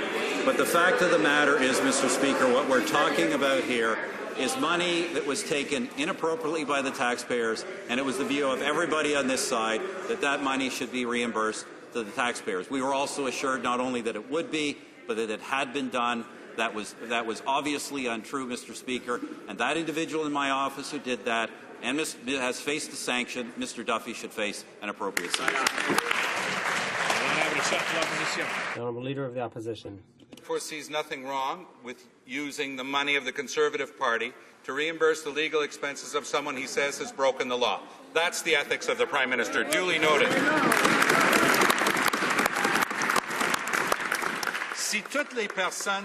If everyone involved in the Senate spending scandal actually and knowingly hid the truth from the Prime Minister, as he still claims today, according to his version, he's the victim of these 13 people around him who hatched this plot. Why were those people never fired?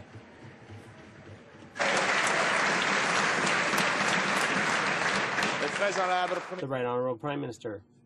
On our side, there is one person responsible for this deception, and that person is Mr. Wright. It is Mr. Wright by his own admission.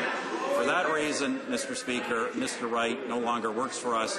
Mr. Duffy shouldn't either. And, Mr. Speaker, as I've said repeatedly, the concern of the Prime Minister of Canada in this case is that taxpayer money not be misused. Taxpayer money was misused. It should be repaid. Mr. Duffy has still not repaid it and should face sanctions. The Honourable Leader of the Opposition. The Prime Minister's story has changed nearly every day. The Prime Minister has yet to produce a single document. It's true that Mike Duffy has almost zero credibility, but you know what? His story is still more believable than that of the Prime Minister, and that's quite a feat.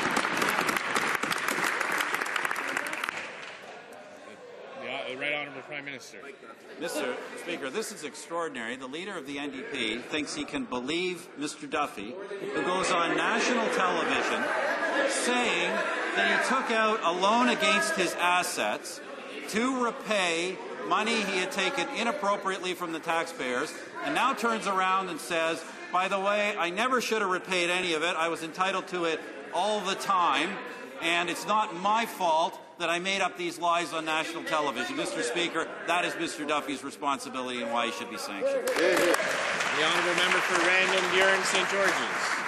Mr. Speaker, the North maximum salary for a chief of staff in the Prime Minister's office is $180,000 annually. I say normal because the Treasury Minister can grant an exemption if that person is being recruited from the private sector where the salaries may be higher. So let's end the cover-up and get some straight answers here. Was Nigel Wright paid more than the maximum $180,000? And what did he get in the way of taxpayer-funded benefits when he left in disgrace? How much? Hear, hear. The Honourable Parliamentary Secretary to the Prime Minister. Mr. Speaker, I answered this yesterday. Mr. Wright, of course, will get what he's legally entitled to and nothing more. But, Mr. Speaker, of course, how could we ever expect accountability from the Liberal Party? Because, of course, they defended a senator whose principal residence was Puerto Vallarta for 30 years, Mr. Speaker, and they did nothing about it. And again, now we're seeing at the same time they're obstructing the Senate. They need to stand up for Canadians, stand up for taxpayers, help us get rid of these 3 senators who took money from the Canadian taxpayer that they didn't deserve, Mr. Speaker. That's what we need to do. They need to get out of the way and start talking about Canadians. The Honourable Member for Avalon. Mr. Speaker, in addition to the PMO, 3 Conservative senators are under RCMP investigation related to their expense claims. To cover up the PMO involvement, the government leader in the Senate has moved to suspend them. However, here in the House, the member for Peterborough has been charged with very serious offences under the Election Act. And yet, this government has no attempt to suspend him. He, after all, is still on the public payroll. Why the double standard? The Honourable Parliamentary Secretary to the Prime Minister. Well, Mr. Speaker, what are we talking about here? We're actually talking about the fact that the Liberals and the NDP, they don't want to actually talk about, all of the things that we are doing with respect to moving the economy forward, Mr. Speaker. They don't want to talk about creating jobs. They don't want to talk about opportunity. They don't want to talk about free trade because they know on every single issue that matters, we are on the right track, Mr. Speaker. They don't want to talk about the fact that we've created over 1 million jobs, Mr. Speaker. They'll talk about everything. We're not talking about $1 billion boondoggle for gas plants. We're not talking about unpaid legal leadership debts. We're talking about the fact that this Prime Minister stands up for tax. The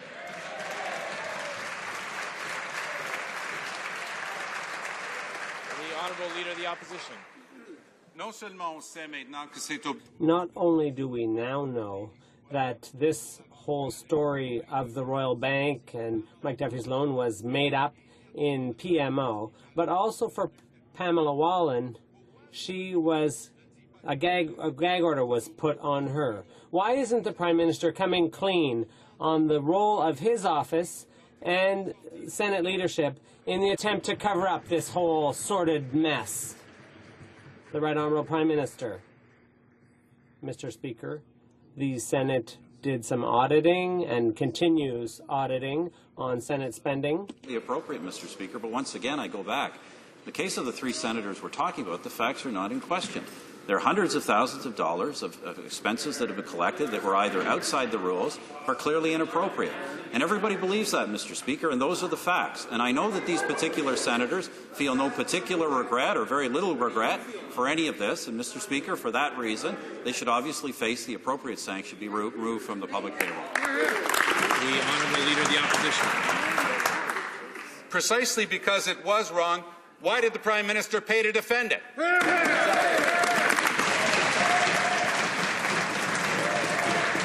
Honourable Prime Minister. Once again, Mr. Speaker, the government does not defend the actions of Mr. Duffy. Mr. Duffy collected $90,000 in expenses that we consider to be inappropriate. We've been very clear from the beginning with him that he should have repaid these. I was assured that he had. He assured the entire Canadian public that he had in fact done so. He had not. That's why he should face the appropriate sanctions. The Honourable Member for Yellowhead. Mr. Speaker, in signing the historic trade agreement with the European Union, it makes Canada the only major developed country to have preferential access to the world's 2 largest economy. That's the economy of the European Union and the United States. It's really unfortunate that the NDP and their anti-trade allies mislead Canadians about the importance of the trade agreement. They actually are claiming that the agreement will harm their ability to create jobs. Of course, they said the same thing about the North American Free Trade Agreement. Can the Minister of International Trade please help clean up these allegations? The Honourable Minister of International Trade. Well, Mr. Speaker, I thank the member for Yellowhead for that timely question. And I would be glad to oblige him. The evidence is overwhelming. Opening up new markets for trade around the world creates Canadian jobs. Sadly, the NDP remains beholden, both financially and organizationally, to the big union bosses and anti-trade activist groups. Their track record is clear. They've opposed almost every trade agreement Canada has ever signed. When it comes to creating jobs and economic opportunities here at home, there's only one party in this House that Canadians can count on, and that's this Conservative government. The honourable member for Wascana. Mr. Speaker, with respect to the Keystone XL pipeline, the Prime Minister's forays into U.S. politics have been more divisive than helpful, catering to the Tea Party, slamming Democrats, ultimately making it harder for President Obama to approve the Keystone XL. What's required is a credible message. What's required is a credible message about environmental integrity, like our leader delivered in Washington last week. When will this government do the same before it's too late? Order. The Honourable Minister of Natural Resources. XL pipeline would enhance national security and create tens of thousands of jobs, billions of dollars in economic activity on both sides of the border. And we agree with the analysis complied by the U.S. State Department, which found that Keystone is not likely to result in incremental GHG emissions. The choice for America is clear: a reliable, environmentally responsible friend and neighbor, or an unstable source with the same or higher GHG emissions. We are supportive. Why is the NDP not? The Honourable Leader of the Opposition. Repeatedly this afternoon, the Prime Minister has explained that he had never, that Senator Duffy had never expressed any regret. Is the Prime Minister himself willing to express his regret to Canadians for not having told the truth?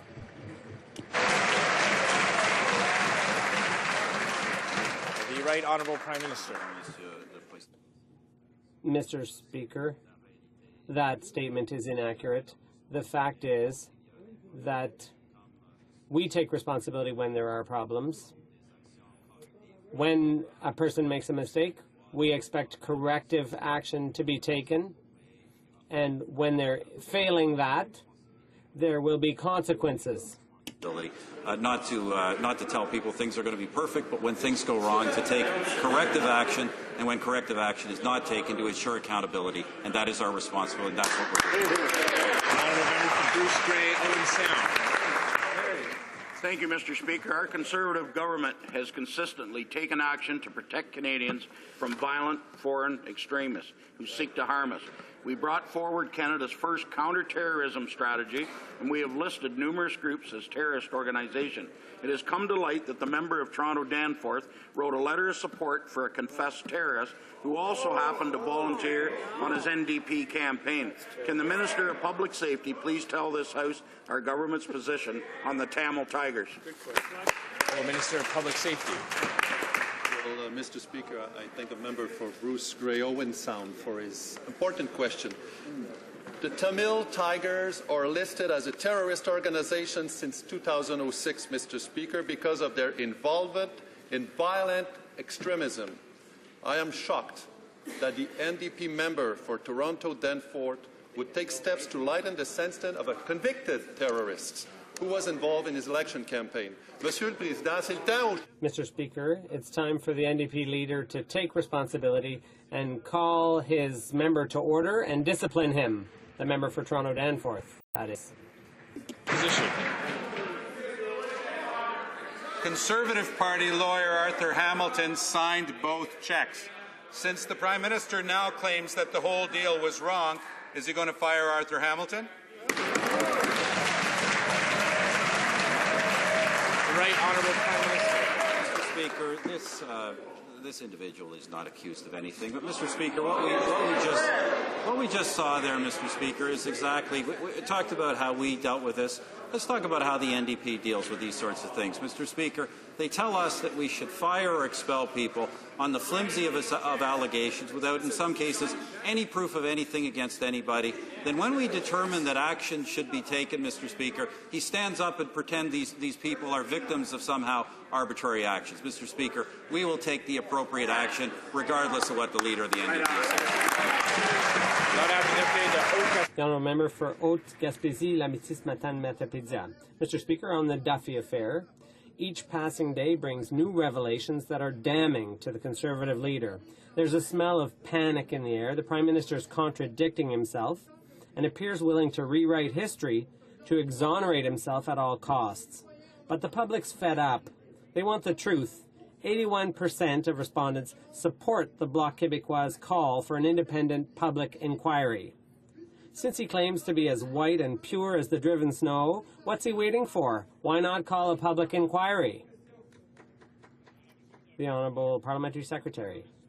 The honourable member is right. The people are fed up. They're fed up with an unelected, unaccountable Senate, Mr. Speaker. They're fed up with the fact that the NDP and the Liberals are teaming up to defend 3 senators and former disgraced Liberal Senator Mac Harb because they took money that they weren't entitled to, Mr. Speaker. They're fed up with that, and they want to see action taken. That's why in the Senate we have a motion that's put forward that Canadians support, and a vast majority of this caucus support, that would remove them from the public payroll, Mr. Speaker, and bring accountability back. That concludes press period for today. I would like to draw to the attention of honourable members the presence in the gallery of the Honourable David Alward, Premier of New Brunswick.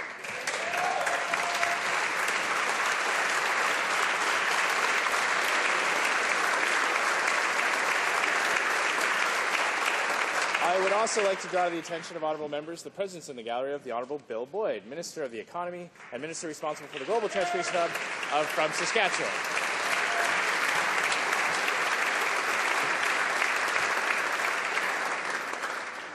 I would also like to draw to the attention of honourable members the presence in the gallery of the recipients of the 2013 Governor-General's Awards in commemoration of the Persons case: Sherry Smiley, Naheni Fontaine, Susan Shiner, Constance Backhouse, and Julie Lalonde.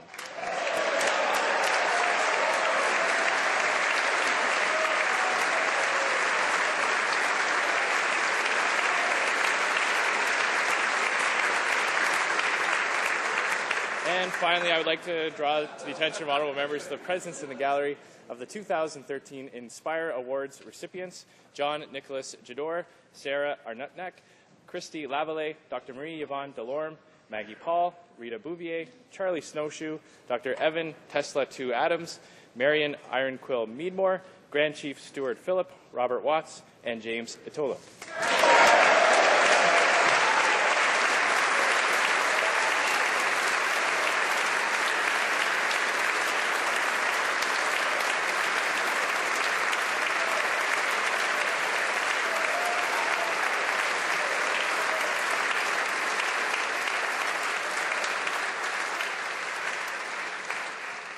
I understand the Honourable Prime Minister has something to table. Monsieur le Président. Mr. Speaker, the trade agreement between Canada and Europe is the most important signed by our country. It will lead to jobs and opportunities for families, workers, companies throughout the country. It is a historic moment. It is my honour, therefore, Mr. Speaker, to table in both official languages a summary of the negotiated results, the final results, as part of the Canada-Europe trade agreement. Canada-European Union trade agreement is the biggest deal ever concluded by Canada. It will create jobs and opportunities for families, business and workers all over the country. It's a historic win, and I have the pleasure, Mr. Speaker, today to table in both national languages the Canada-Europe trade agreement summary of final negotiated agreement.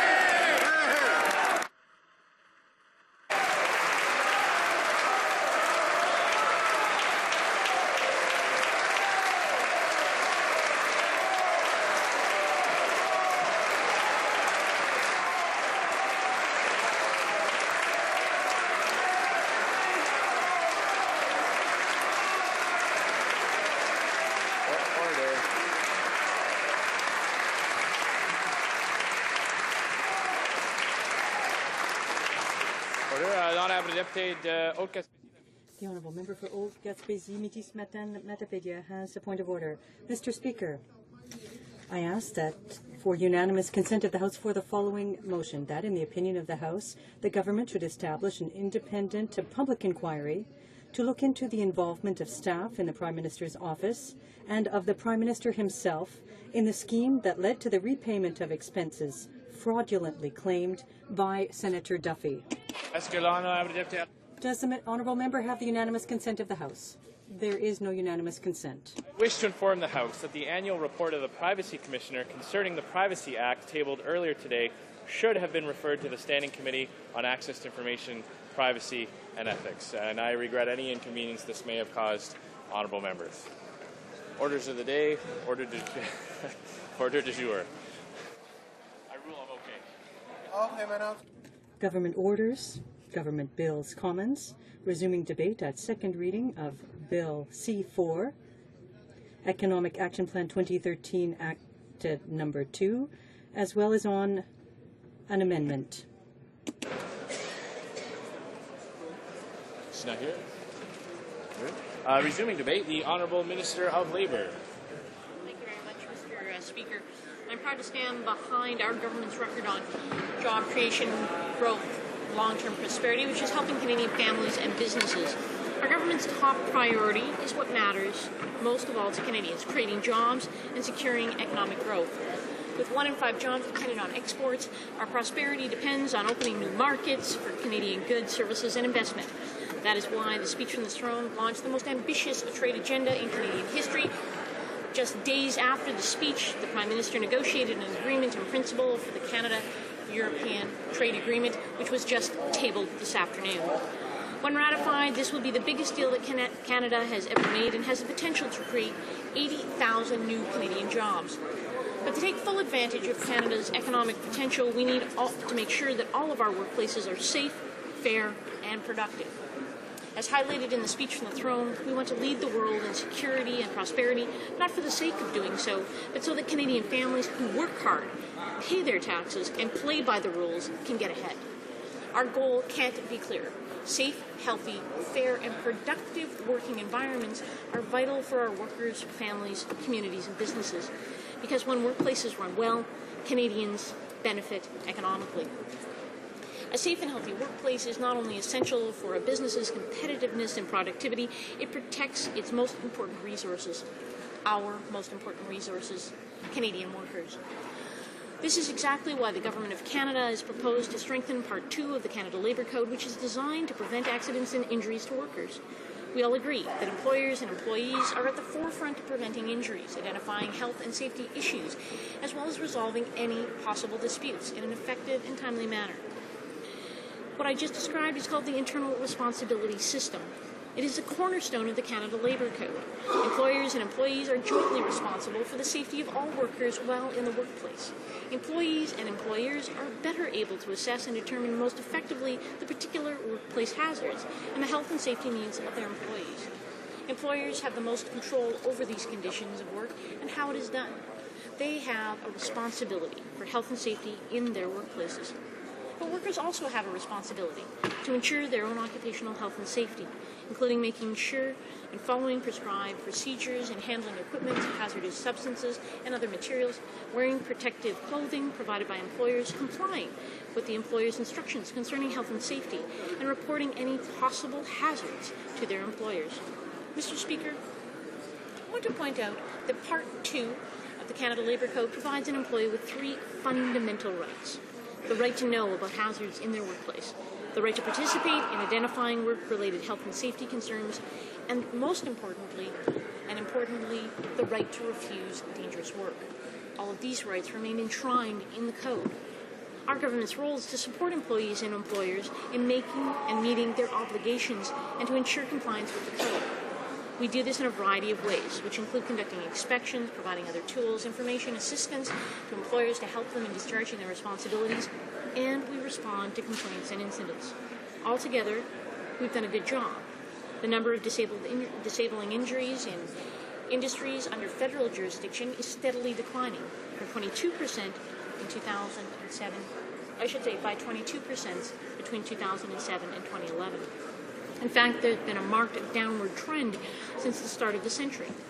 And in 2011, there were 1.73 disabling injuries per 100 workers compared to 2.51 in 2000.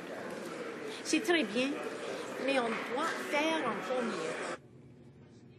As good as this is, however, we need to do better. Because on-the-job accidents come at great cost. First and foremost for the individual workers involved, but businesses and the national economy pay a steep price too. Illnesses cost the economy approximately $19 billion a year, and an average of 1,000 Canadian workers may lose their lives each year. Everyone has a role to play to prevent these injuries and illnesses and fatalities. We need to continue to work together, employers, employees, government, and stakeholders, to understand workplace hazards, identify potential dangers, and find solutions to issues that threaten health and safety of employees. The health and safety of workers is a priority for this government, and we're committed to ensuring that to that end, at the end of the day, every worker returns home safe and sound. And in my case, as a surgeon who works in this area, to make sure they have all their fingers and toes. This amendment to the Canada Labour Code that we're proposing would better focus attention on the critical issues affecting health and safety of workers in the workplace, better respond to imminent or serious situations of danger in a more timely manner, and reinforce the internal responsibility system. Monsieur le Président, Mr. Speaker, the amendments would place the onus on resolving workplace safety issues where it belongs. Mr. Speaker, we believe it is the employee and the employer who know their work and workplace best. They are obviously in the best position to address health and safety issues at the job site. One important amendment concerns the definition of danger. Currently, over 80% of refusals to work in the last 10 years, from 2003 to 2013, have been determined to be situations of no danger even after appeals. With the proposed amendments, employees and employers will be better able to deal with health and safety issues through the internal responsibility system. I want to make it very clear. The right of employees to refuse dangerous work is paramount and remains. The definition still provides protection from all hazards, imminent, serious, and long-term. Employees will continue to have the right to refuse all dangerous work. Employers will still be responsible for ensuring their workplaces are safe and are required to take action if they're not. Recourse mechanisms remain the same for workers and employers, I should say. These proposed changes will not lead to fewer health and safety officers, but will ensure that their time is used more effectively and efficiently to improve the enforcement of occupational health and safety. The amendments will also have a very positive impact on our operations. They will ensure that the time... Sorry, I hesitate to interrupt the Honourable Minister. We have had word that the interpreters are having difficulty hearing the Minister, partly because of some of the background noise. So I'd encourage other honourable members, if they do need to carry on conversations, to do so in a quieter way, or perhaps to use the lobbies. And if the Minister could keep that in mind as she speaks, it might help out the translators as well. The Honourable Minister of Labour has just under 3 minutes left. Thank you very much, sir. They will ensure the time of health and safety officers is used more effectively to enforce the occupational health and safety regulations and focus more on preventing workplace accidents through increased awareness, education, and proactive interventions. We want to reassure Canadians that when employers and employees cannot come to an agreement on a workplace hazard or how to resolve it, health and safety officers at Labour Canada are still available 24/7 to respond to urgent situations that require immediate intervention. Mr. Speaker, under this approach, I, as the Minister of Labour, would have authority to delegate powers, duties, and functions previously conferred on these officers. Aside from increasing support to them, this will also have the added benefit of greater consistency in decision-making across the country. Rest assured that the new amendments will not affect the investigative capacity of the Labour program and will not lead to fewer health and safety officers, as has been falsely reported in some media and by the opposition. Health and safety officers are key to enforcing the Canada Labour Code. Through the delegation process, decisions with national impact will be made by HSOs with the necessary expertise. This would result in an increased support to health and safety officers. This approach will provide them with the additional guidance when making decisions and issuing directions that may have national implications. This is about improving safety for workers. There will be no financial changes as a result of these amendments. What they will allow is the Labour program to better focus resources on critical issues affecting the health and safety of Canadians in the workplace. This means we will be able to respond to imminent or serious dangers more quickly and resolve them. And I'm convinced these changes will result in a more streamlined process for the 9,000 federally regulated workplaces. Most importantly, they will improve workplace health and safety. Monsieur le Président, ces changements. Ultimately, Mr. Speaker, these amendments are about putting the responsibility over decision-making in the workplace into the hands of the people closest to both the problems and the solutions: employers and their employees. The workplace culture shifts to heightened health and safety awareness, which is evident from the improving injury rates on the job. We need to modernize our legislation and the way we conduct business to reflect these realities. Finally, rest assured that the fundamental rights and protections of employees remain. These changes will streamline procedures and practices to ensure timely and quality decisions and safer workplaces. Most importantly, these amendments will benefit workers, businesses, and all Canadians, which leads to a more prosperous Canada. So I would encourage all parties to support these necessary amendments with the passage of the Budget Implementation Act. Thank you very much. Questions and comments. Questions and comments. The honourable member for Hamilton Mountain.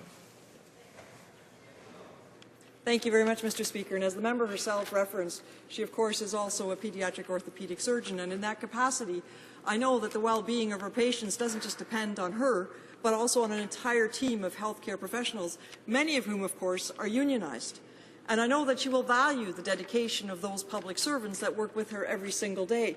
So my question to her is, why would she only value those contributions amongst provincial public servants and not as well of federal public servants? Because as she will know, this bill in effect denies potentially all public servants, but definitely some public servants, the right to free collective bargaining. Her colleague, the President of the Treasury Board, was on the radio saying that the government reserves for itself at some point down the road, without defining that in this House for us now, the right to declare some federal public servants as essential, therefore taking away from them the right to free collective bargaining. I cannot believe that as the Minister of Labour she would condone that she would support that, and that she would stand in this House and say, as Minister of Labour, she is perfectly fine with taking away the right to free collective bargaining from hard-working, dedicated federal civil servants. The Honourable Minister of Labour. I do find it mildly amusing, the comments of the member opposite, but what I will say is that at the Labour program, as we always have, we encourage and support both parties whenever they're participating in their collective agreements in the federally regulated space for the private sector. What I've spoken about today, and it is something that I'll continue to emphasize, is what we are doing with respect to amendments to the Canada Labour Code is to making sure that the rights of employees for dangerous work remains paramount and supported, that we make sure that we have a more efficient and focused system so that we can make sure that workplaces are safe and productive. That's what Canadians want. That's what we're focused on. That's what we've heard from employers and employees. So we'll stay focused on that, creating jobs, making sure Canadians can be productive. Thank you. Questions and comments. The honourable member for Winnipeg North. Mr. Speaker, I appreciate the comments from the Minister of Labour, and actually would question the Minister as to why it is that she didn't feel that it would be more important to see the type of changes that she's bringing forward in its own stand-alone legislation. Why did she choose to use the back door of a budget implementation bill in order to bring in legislation that would, in fact, generate a great deal of debate and interest from all regions of Canada, as we are concerned about some of the things that she's doing through the back door, such as the definition of danger. All of us are concerned and believe that an employee has to have the right to refuse work. We believe in the health and safety regulations. And this minister is making significant changes through the back door of a budget implementation bill. Why did the minister not do the right thing and bring in separate legislation that would have enabled us to have a more thorough debate on the issue at hand? The Honourable Minister of Labour. I'm delighted to hear that the member opposite supports what we're doing, making sure that workplaces are safe and productive. I'm sure that that means he'll be supporting the Budget Implementation Act, and I'm delighted to hear that. This is great news for Canadian employers and employees. We need as many members of Parliament as possible supporting what's occurring here so we have safe, productive workplaces. Enough time for a brief question or comment. The Honourable Member for Charleswood, St. James, Assiniboia. Thank you, Mr. Speaker. I'd like to ask the Labour Minister, who is an orthopedic surgeon and obviously highly educated, what the budget offers to help improve skills for the labour force, post-secondary, university, or college level. The Honourable Minister of Labour. Great, and I thank the member for his question. You know, one of the key components of this budget is the Canada Jobs Grant, something that provides Canadians, individuals across the entire country, an opportunity to train for a job that's available today, working with employers, let alone in the budget, the focus on apprentices, making sure that apprentices have opportunities, both with respect to federal contracts, but otherwise to be supported. So this is a great budget to make sure that Canadians are supported to get the skills they need in the places where jobs are available. I encourage the opposition, get on board. This is about supporting Canadians. Resuming debate, prise de débat. The Honourable Member for Compton Stansted. Thank you, Mr. Speaker. Mr. Speaker, this is a perilous time. Mr. Speaker, this is the case because we have before us the pinnacle of the parliamentary democracy run amok. Consequently, we have many reasons to be very concerned about our future, not only our democracy, but also as human beings on our great planet, the planet Earth. We are here on planet Earth. Canada is a major country, a large country. We've were long a leader in the environmental field, in democracy, in all sorts of areas that move us forward as human beings, as a society, and that enable everyone, all Canadians, wherever they live in this country, to develop and live in a balanced, democratic, healthy society. And this is why I want to talk about the consequences for our society in my speech and for our civilization as we know it today. I want to talk, for example, about the attack by the Conservatives on public services, on the workers who contribute to our society, its lack of action on the environment, where we were leaders for a long time. I want to talk about the muzzling of the government's own scientists. There are many departments with scientists who have seen their research cut off or cancelled. Either the funding has not been renewed or it has disappeared. And there is also another issue that is particularly close to my heart, and that is the government's lack of action on rail transport with respect especially to safety and underfunding of infrastructure. There is also another thing that is missing from this bill in a big way, and that is the future of our workforce, our young people. What do they see before them? A government that whenever a debate starts,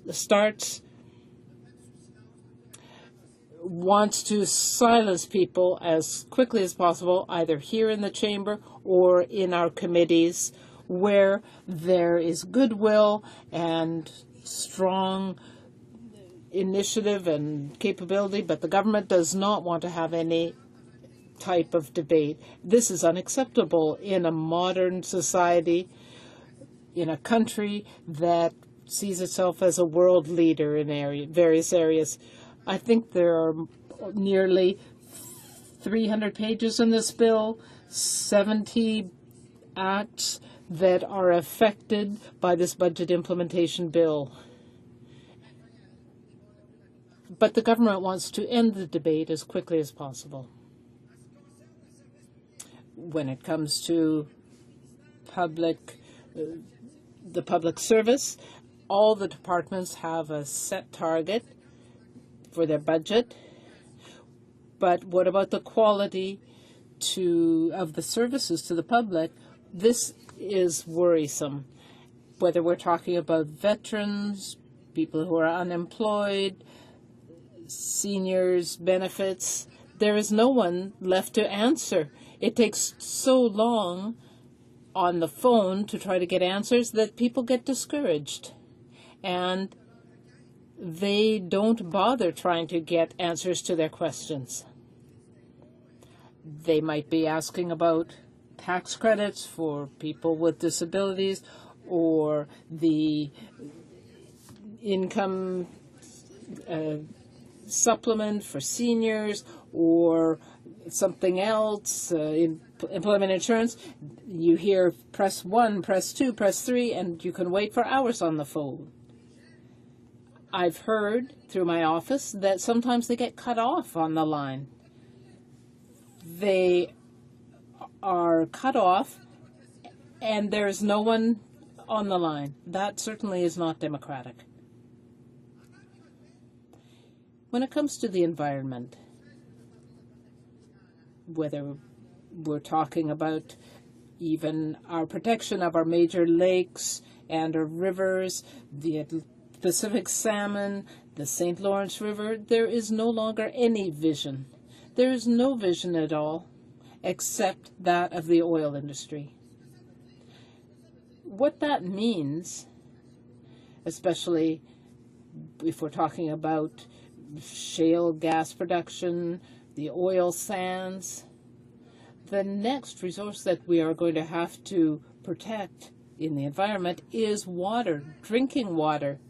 There are areas of drought in the West. Climate change is changing things to such an extent that certain crops will no longer grow in given areas because of climate change. In other cases, there are species that migrate that no longer have what they are expecting when they get there in terms of food.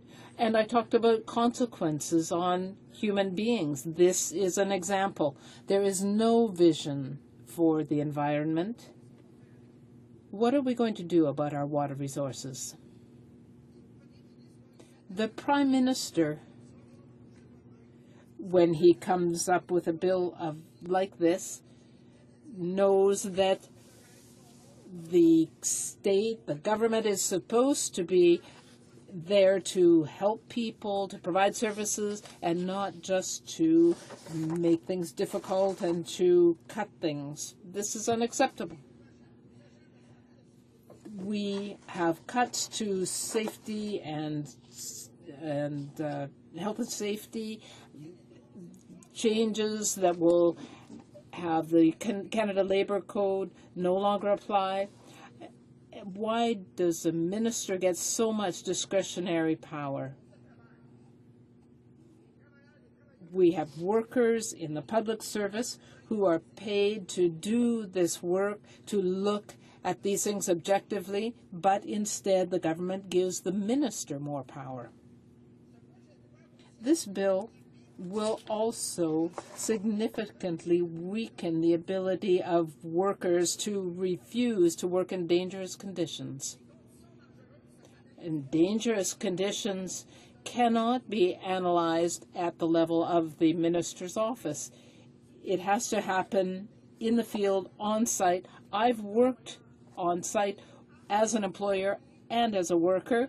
You have to have a committee, an advisory committee that deals with health and safety issues. Sometimes you have to look at these situations every day or even every hour in certain industries. We need to work with workers that are in the situation.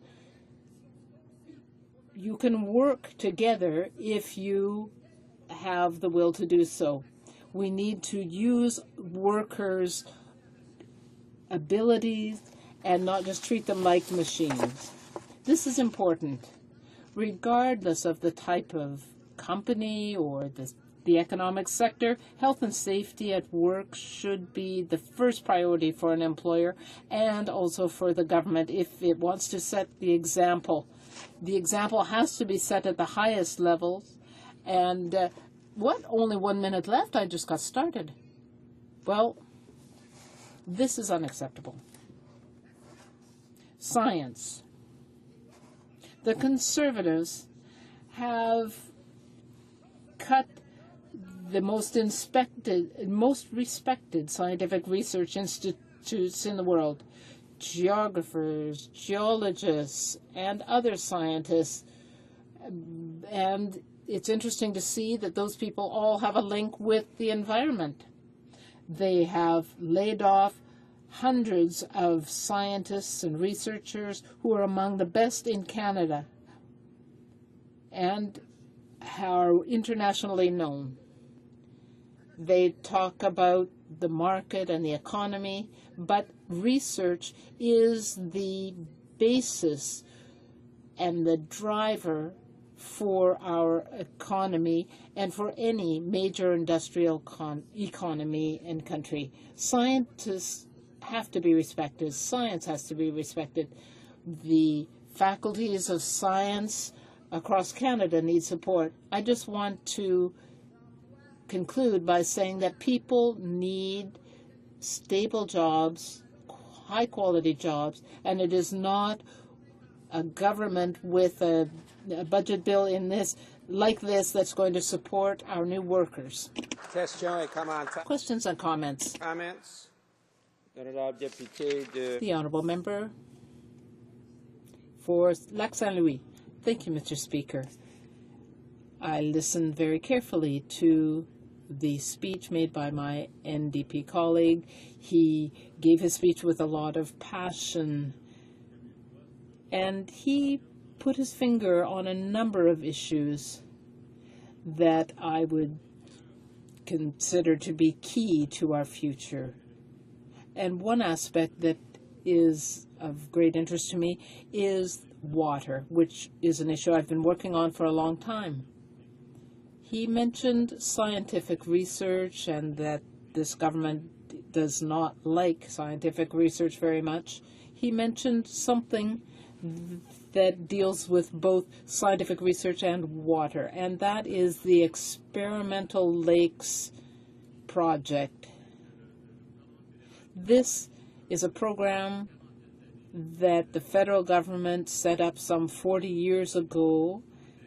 It's an area where research is done on water issues. I would like to know from the member whether C4 would not be an opportunity for the government to reverse its course and to restore the research program in the Experimental Lakes area. The Honourable Member for Compton-Stanstead. I want to thank my colleague for that excellent question. Well, all pure scientific research on biodiversity, on pollution, and how it affects biodiversity in the Experimental Lakes area is vital for our future. It's as vital as having healthy agriculture, and of course agriculture requires water.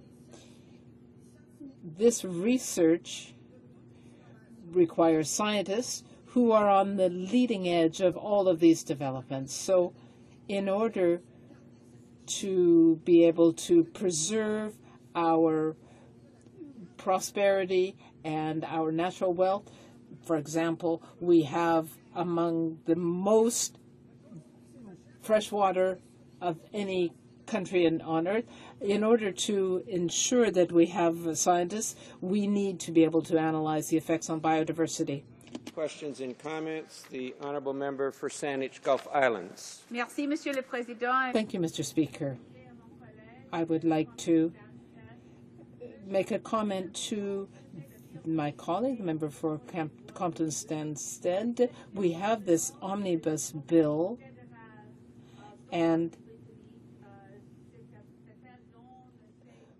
we have the Dominion coal lands that are mentioned in Bill C-4, which are a very important issue for biodiversity. 60,000 hectares constituted this region, and it was to be set aside for a national park. So my question for my colleague is whether he agrees with me that it would be better to have this aspect dealt with in a separate bill,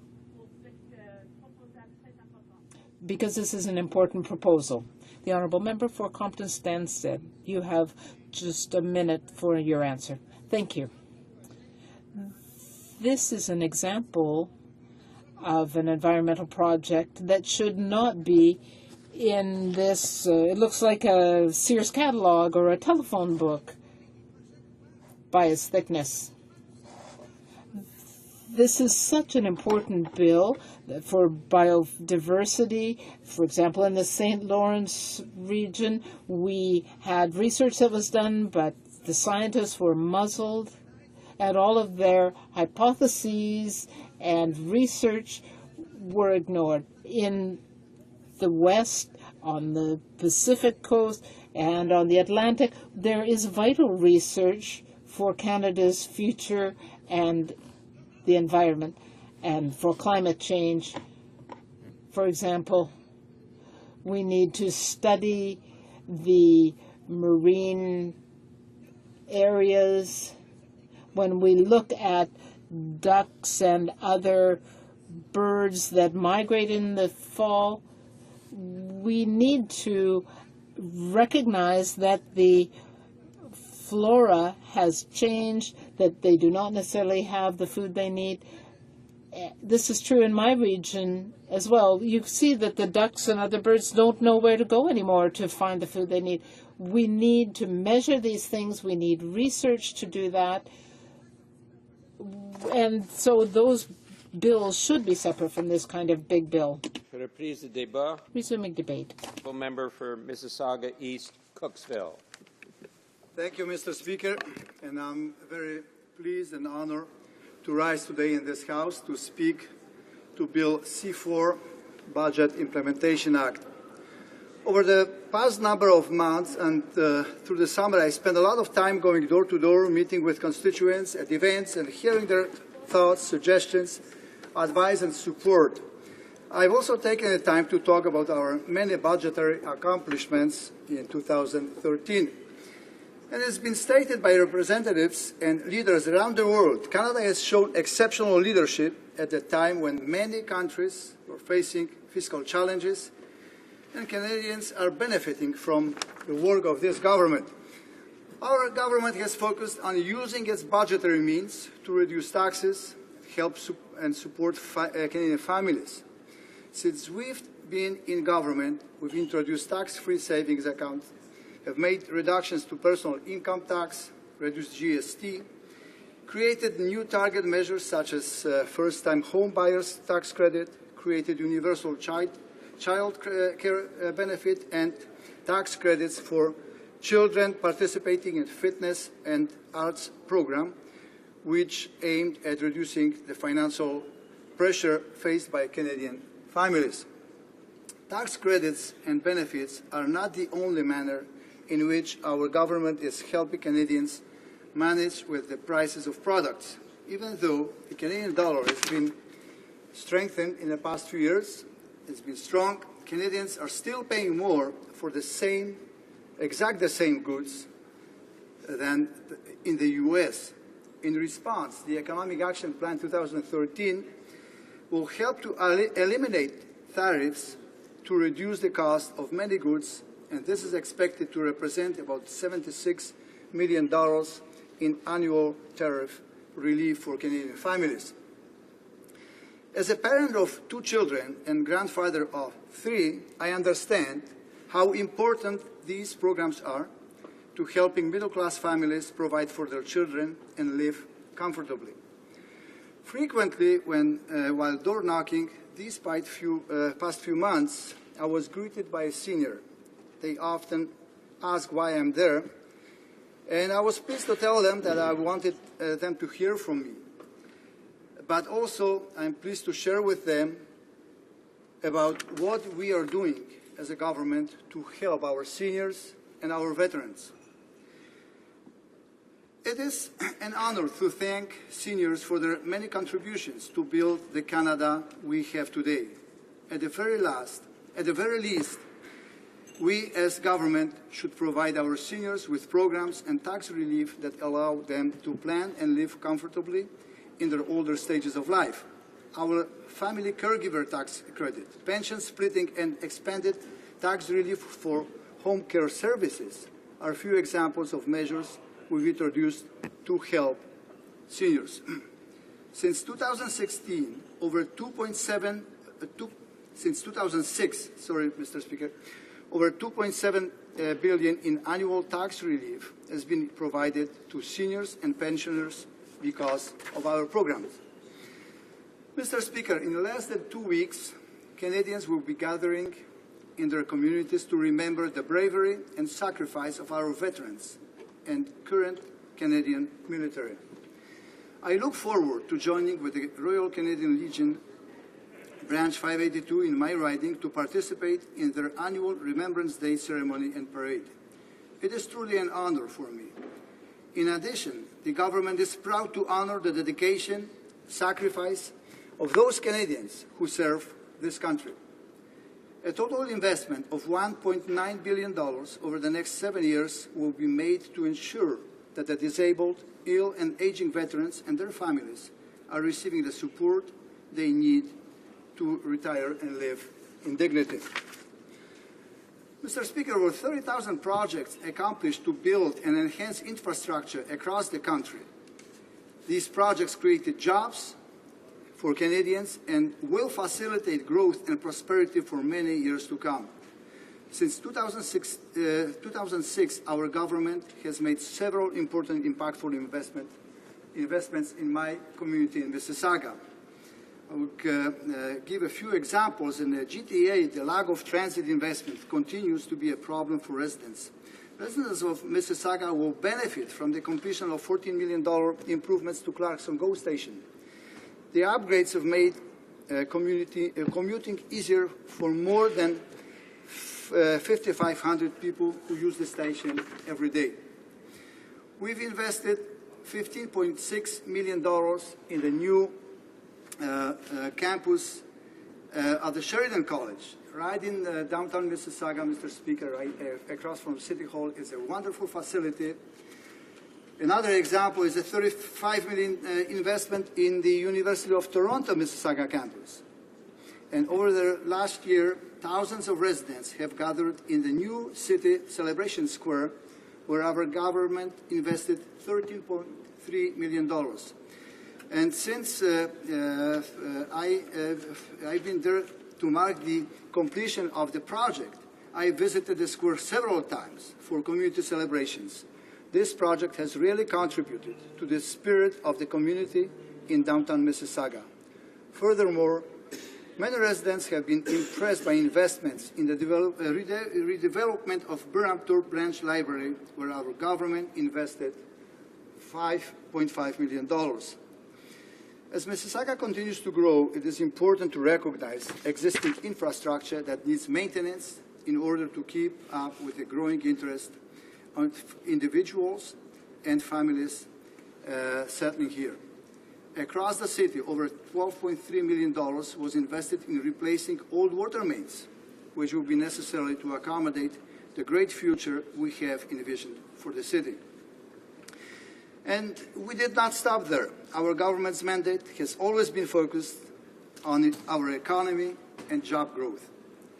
To meet the labor shortages in specific industries and to assist the thousands of Canadians who have had a difficult time finding employment, we've made a priority to invest in skills and training for Canadians by introducing the Canada Job Grant. The grant is a combination of a federal, provincial, and employer funding to help Canadians get the skills they need for in-demand jobs. Once fully implemented, this grant will help nearly 130,000 Canadians access training at institutions like community colleges and trade union training centers each year.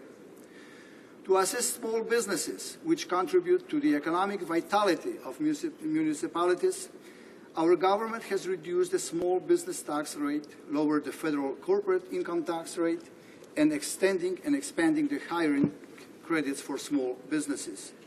An estimated 560,000 employers will benefit from this measure, and it is expected to save small businesses about $225 million this year. These steps will help encourage small businesses growth in Canada. Let us not forget our young people. Our federal government has acted to help them gain work experience by supporting more internships valued at about $70 million, and to encourage new ideas, about $18 million was allocated to the Canadian Youth Business Foundation to support young entrepreneurs between the ages of 18 to 34. Even though life is not easy for a postgraduate, I can reassure them that our government recognizes this and is acting to provide assistance and will continue to do so. By implementing Canada's Economic Action Plan, Canada has experienced one of the best economic performances among G7 countries. 1 minute, okay? Thank you, Mr. Speaker. Both during the global recession and throughout the recovery. As I stated earlier, we are recognized by leaders around the world for having the courage to take the much-needed measures to deal with these economic challenges. In the past 2 years, we've already cut the deficit by more than half. Canada's budget is exemplary. We recognize the needs that are faced by Canadians and have found a way to be fiscally responsible to protect our families, seniors, and youth. Mr. Speaker, I would like to encourage all opposition members to vote in favor of Bill C-4, move it forward, and continue to focus on what matters to Canadians, creating jobs, economic growth, and securing Canada's long-term prosperity. Thank you, Mr. Speaker. Questions and comments? Questions et commentaires? The Honourable Member for Algoma, Manitoulin, Kapuskasing. Thank you, Mr. Speaker, and I find it strange that this particular member chose to stand up here and talk about jobs when, in fact, his government has cut job after job after job in the federal public service. And now they're actually trying to remove the right to a safe and healthy workplace. So how does removing the right to a safe and healthy workplace fit in to a budget bill is the first question. The second question I have, why are they making a mockery of the democratic process? And the third question I have for him is, can he tell me how many people have lost their jobs in the federal public service since their government has been in power? Thank you, Mr. Speaker. The Honourable Member for Mississauga East, Cooksville. Mr. Speaker, I thank my colleague opposite for her question. Well, to answer or maybe to comment on the first question, it's really a fear-mongering. If she's referring to job loss in the federal public sector or any other sector, well, The general idea that if more people are working, it's better, and efficiency doesn't matter, well, I don't think we can have that approach. We have to look at both. We have to look at the quality of work, and we have to look at efficiencies in every single sector. And the numbers don't always translate to efficiency, and economically it makes sense to actually cut jobs or necessarily to achieve efficiencies. Thank you, Mr. Speaker. Questions and comments? Question et commentaires. L'honorable député de... The honourable member for Alfred Pellan. Thank you, Mr. Speaker. I'd like to thank my colleague for his speech. My colleague asked some fundamental questions about C4, and I'd like to have gotten an answer, but as he said, we didn't really get an answer. There were 3 questions from my colleague, and I'd just like to come back to one question that affects all workers all across Canada. I think it's very important, and I'm wondering what it's doing in a Budget Implementation Act. Perhaps my colleague opposite could explain that. But the question is about employees' ability to refuse to do work that's dangerous. Why is the government opposite attempting to weaken a process that enables workers to refuse dangerous work? I'd like an explanation to that. I'd like an answer. Phil. Well, Mr. Speaker, I thank the member opposite for her question, and I don't know where the idea comes from. Safety at workplace is a priority for everybody, and for our government, should be for employers, and there's no question about the safe working environment. Mr. Speaker, I come from industry. I had my own business. I used to manage a business, and safe workplace and the safety of working people is a priority not only for governments, but it's a priority for employers. Nobody wants to put a worker in harm's way. Every employer, if it should look at getting worker safe working conditions. That is a priority, should be a priority, and will always be a priority, Mr. Speaker. Reprise du débat. Resuming debate. L'honorable député de Château. The honourable member for Châteauguay-Saint-Constant. Thank you, Mr. Speaker. This is the 4th gigantic omnibus bill we've debated. And once again, other statutes will be amended that have nothing to do with the budget. It's scandalous. And what's more, there's time allocation, so debate is being limited. This is just the 2nd week since we came back, because there was the prorogation. So we've just been back here for 2 weeks. But the more things change, the more they stay the same. The Conservatives are using the same old tactics. So this is the 4th gigantic omnibus bill where the Conservatives are trying to ram through legislative changes in a way that will go unnoticed by sticking them in a 300-page bill that amends a number of statutes that have absolutely nothing to do with the budget. The NDP is onto the Conservatives. We know about their bad faith tactics, and we'd like to see this come to an end. One of the absurdities of this bill is that despite the fact that the bill is to implement the budget, things, as I said, that have nothing to do with the budget are there. And I'm thinking particularly of the government's underhanded attacks on public service workers. That's why since the beginning of this debate, we've been calling for this Budget Implementation Act, C4, to be divvied up into a number of separate pieces of legislation so that the various measures in it can be studied by the appropriate committees. study the changes that are proposed in C4. What's more, Mr. Speaker, on the very first day of debate, the Conservatives tabled a time allocation motion in order to foreshorten debate on this bill and to keep Canadians from seeing what this bill really contains. This way of proceeding to us is totally undemocratic. We can't even debate this bill without the debate being foreshortened. It's incredible and it's totally scandalous, Mr. Speaker. It's incredible to see the Conservatives talk about democracy, about listening to the citizenry, about cooperation and partnerships and so on with other levels of government. But here in the House, we see them do everything they can to obstruct the workings of the House. They just want us to rubber stamp this bill without debate or discussion. They want Canadians to give them a blank check, a free hand, but that doesn't make sense. We obviously won't be doing that.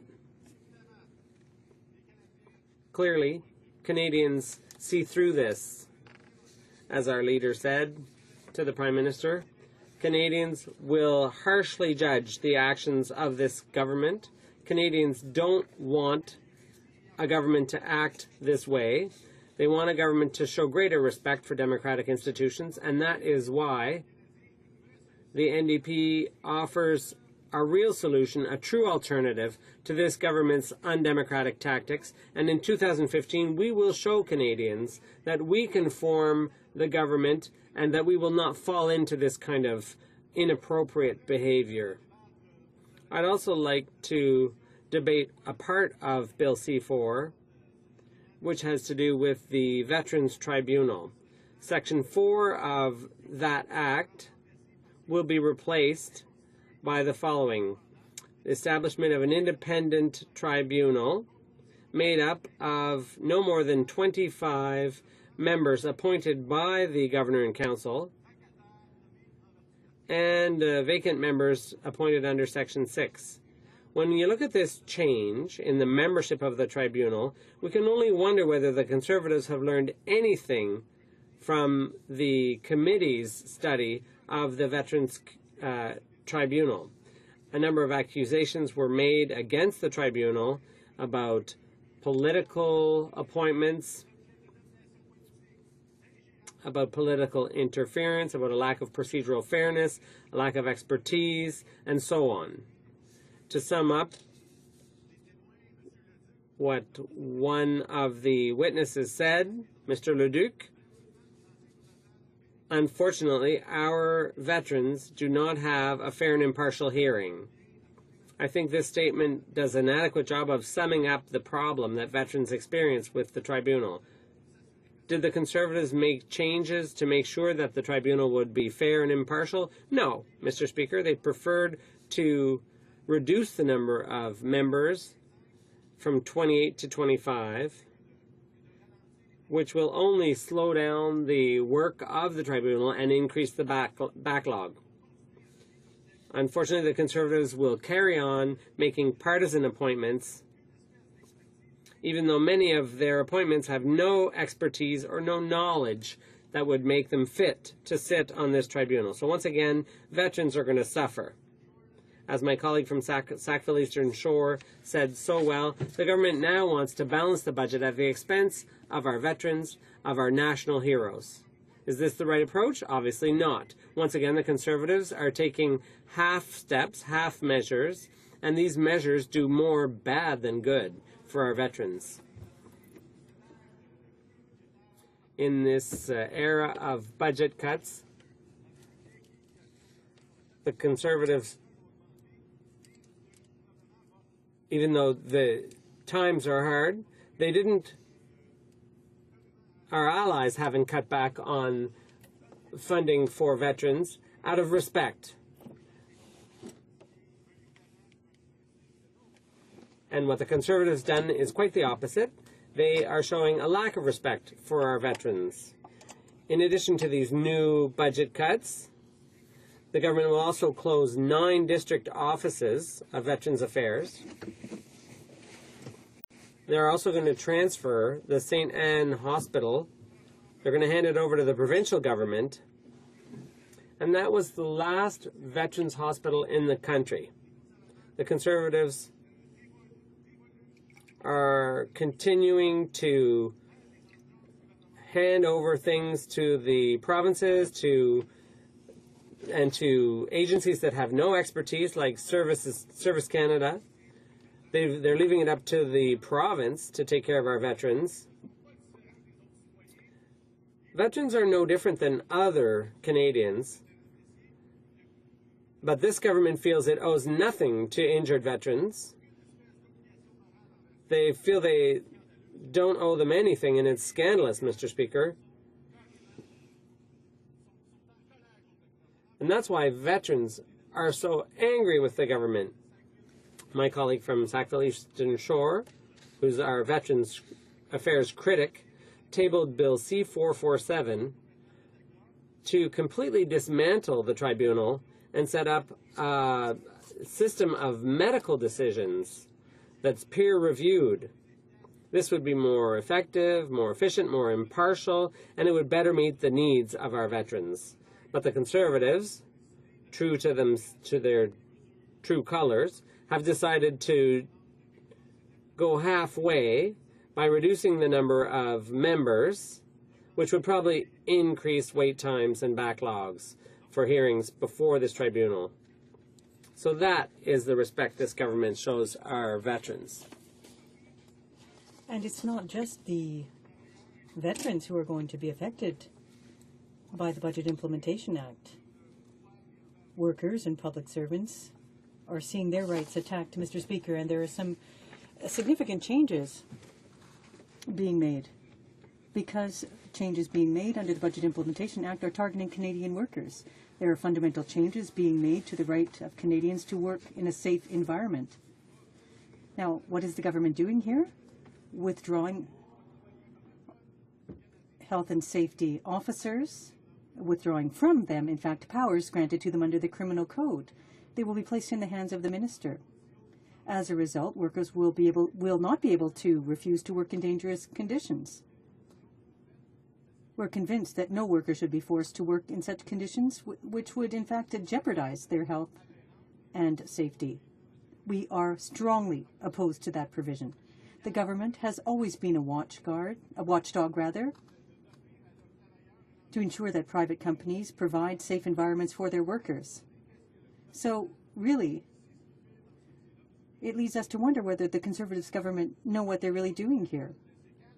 Bill C-4 will also give almost virtually all powers over occupational health and safety to the minister. And that will affect protection for our workers. Bill C-4 makes changes to the Public Service Labor Relations Act,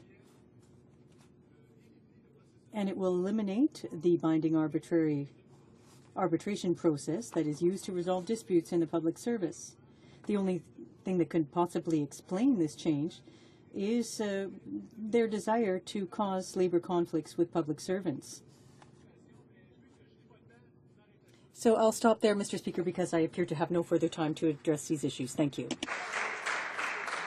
Question commentaire, questions, comments? The honourable member for Surrey North. Thank you, Mr. Speaker. I want to thank my colleague for that excellent speech on Bill C-4. Mr. Speaker, the Conservatives came into this session with drums rolling, and they were going to talk about consumer first agenda. And yet, we see in this bill, Bill C-4, which is an omnibus bill, it deals with 70 different laws of this country. They failed to address any of the consumer agendas that Canadians want. They failed to address the passengers' Bill of Rights, airlines passengers' Bill of Rights. It's not here. They have failed to address the telephone bills that are so high. The cellular bills are so high. They failed to address that in this bill. They've also failed to address the gas prices that average Canadians are paying being gouged by big oil companies. Mr. Speaker, I know my colleagues have done excellent work on the Veteran Affairs Committee, and I've had a number of veterans from my community come to my office and ask for help trying to navigate through Veterans Review and Appeal Board. Can the member highlight some of the issues that he has discovered through his travel and also through his committee in regards to the veterans not being treated fairly? The Honourable Member for Châteauguay-Saint-Constant. Thank you, Mr. Speaker, and I'd like to thank my colleague for his question and for his observations. The throne speech did contain a number of NDP ideas, and it'll be interesting to see how it all unfolds and develops, but nothing in the bill, C4, will help consumers. It is quite astonishing to see that, in fact, they will have rejected some of the measures that we put forth in our party to protect consumers, but they will have rejected them outright, and it'll be funny to see what they claim to think about them now, what they're going to be doing to help consumers. Now, with respect to the question with respect to the tribunal, the Veterans Tribunal, now a study was conducted by the Veterans Affairs Committee, and there are several, in fact, issues. Procedural equity, for example. Many people who sit on the tribunal, they're 24 or 25, have no knowledge of occupational health and safety. They aren't aware of military issues either. And their main quality is that they're friends of the Conservatives. And they were given a good job there, but without the required knowledge. No knowledge of the military or of the medical profession, and they're called upon to make decisions on problems veterans face when there's an appeal, and they don't have the necessary knowledge. That's completely unacceptable. That's why we want to see them replaced. Thank you. Questions and comments. The Honourable Member for Winnipeg North. Yes, thank you, Mr. Speaker. And one of the questions I had asked the Minister of Labour was in regards to how we believe within the Liberal Party that she should have, in essence, brought in her own piece of legislation, given the amount of changes that are being put into place through the budget implementation bill. Mr. Speaker, we're talking about the ways in which we define danger, for example, issues related to health and safety regulations, issues related to our unions. There was a lot of substance that was there that ultimately would have seen a great deal more debate and discussion across this country from many different stakeholders, given the importance of the labour file.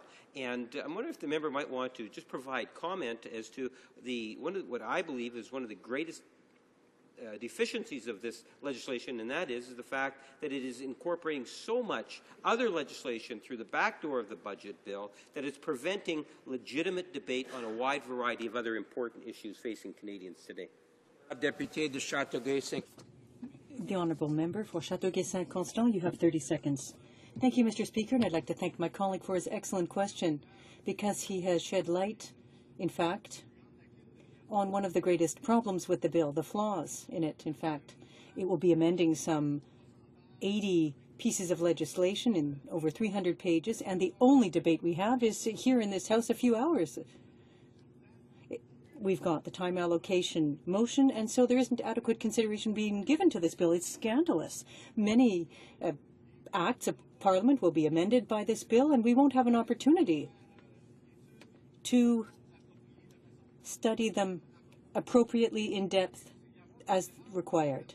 And there will probably be some mistakes that will be made, like the situation of the cooperatives. This bill will contain some things that will be mistakes, and we won't pick up on them because we haven't done adequate consideration to it. And it's scandalous. We are very much opposed to this. And what's even more scandalous is that with the scandal in the Senate, there isn't any attention in the media being paid to Bill C4, and Canadians aren't being informed of these important changes. Resuming debate, reprise de débat, the Honourable Member for Barrie.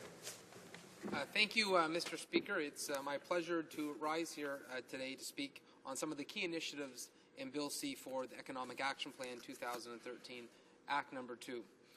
We have much to be proud of as a government, and I'm glad to see that we remain focused on the issues that matter most to Canadians: job creation, keeping taxes low, and returning to a balanced budget. Through Canada's Economic Action Plan, Canada has experienced one of the best economic performances among the G7 countries, both during the global recession and throughout the recovery. We have created over 1 million net new jobs, of which 90% are full-time and over 85% in the private sector, which is really an astounding figure. Statistics Canada announced that 59,200 net new jobs were created in August and nearly another 12,000 in September. The national unemployment rate has fallen to 6.9%, the lowest level since December 2008. And I certainly see the same recovery happening in my hometown of Barrie, Ontario. In Barrie, in September, unemployment fell to 7.2%, which is an improvement of nearly 2% from the September before. And actually, it's remarkably better than the 11.7% unemployment that we saw a few years ago. So the recovery that has occurred nationally, I'm certainly seeing in Barrie. As Councillor Brassard said when I addressed Barrie City Council in September, the federal government's initiatives have been the linchpin to this recovery. Our strategies to create jobs are working. I am particularly proud of our government's support for job growth through the Canada Job Grant. As organizations grow, their success is often contingent upon the knowledgeable staff. However, with a family to feed and a full-time job, it can be tough for staff to go back to school on a full-time basis. This is why our government created a program that would enable employees to train for better jobs without having to worry about the excessive cost to retrain. Canadians who have an offer for a new job or a better job may qualify for up to $15,000 or more to learn new skills to accept a new or better job.